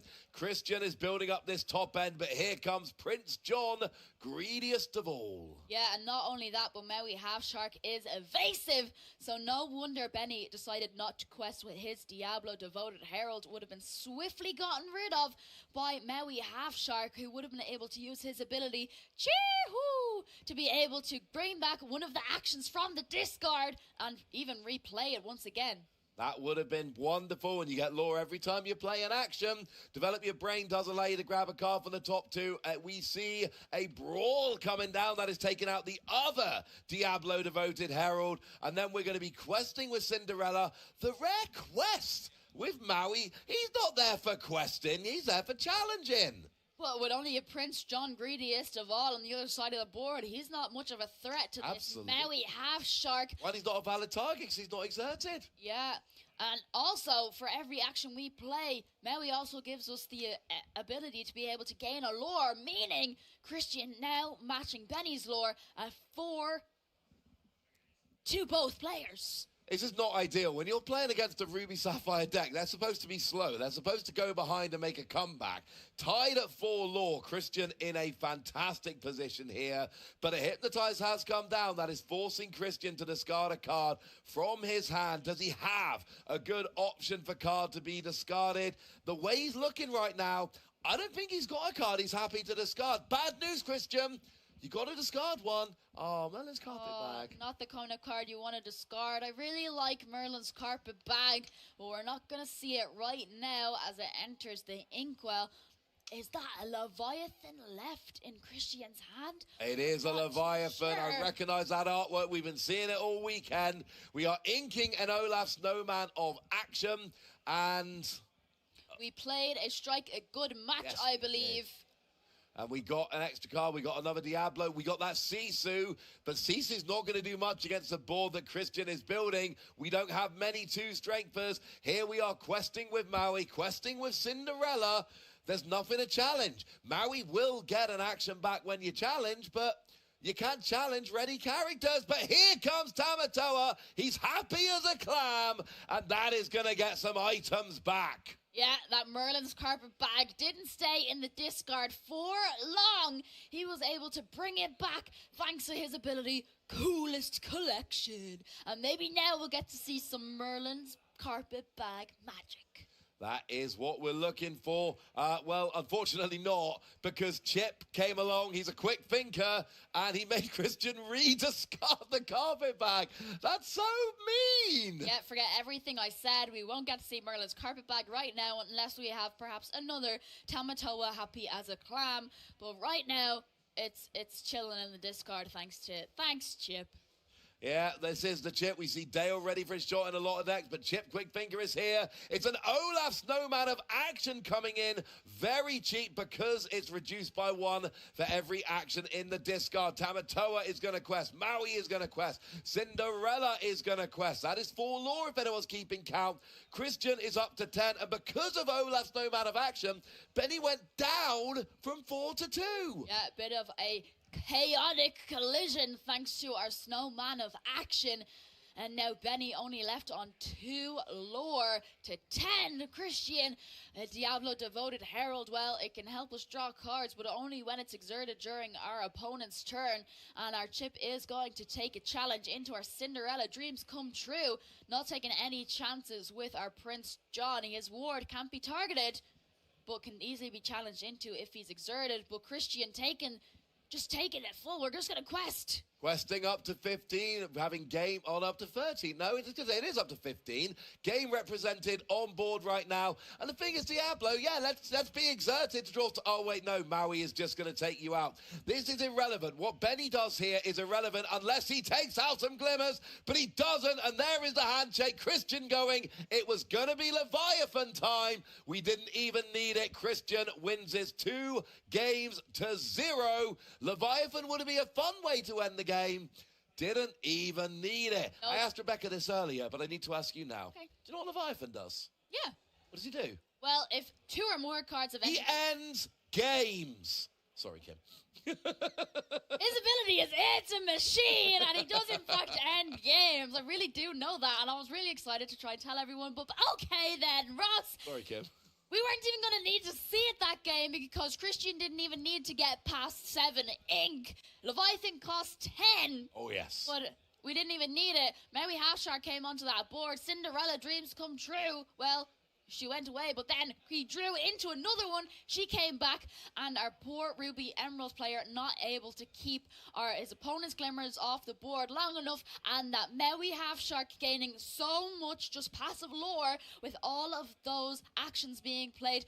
No Pete's. It's different when you go up against something like Steel, when there's Pete's games referee, and that just completely locks them out of games like that. But when they're both playing Ruby, they're both playing so many actions, and unfortunately for our Ruby Emeralds player, just didn't have enough to be able to deal with this Ruby Sapphire deck. So we'll be seeing a Ruby Sapphire making it in to our day 2 tomorrow. We will. That Rebecca and I casted a Ruby Sapphire not that long ago, a couple of rounds ago.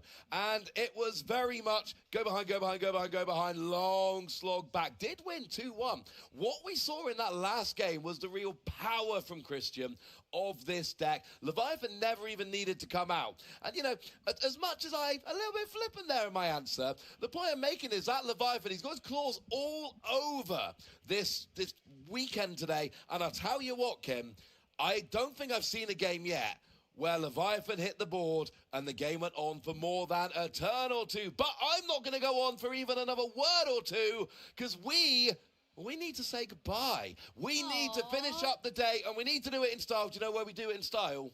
How are we doing it in style? In the lounge! Yay, let's go to the lounge!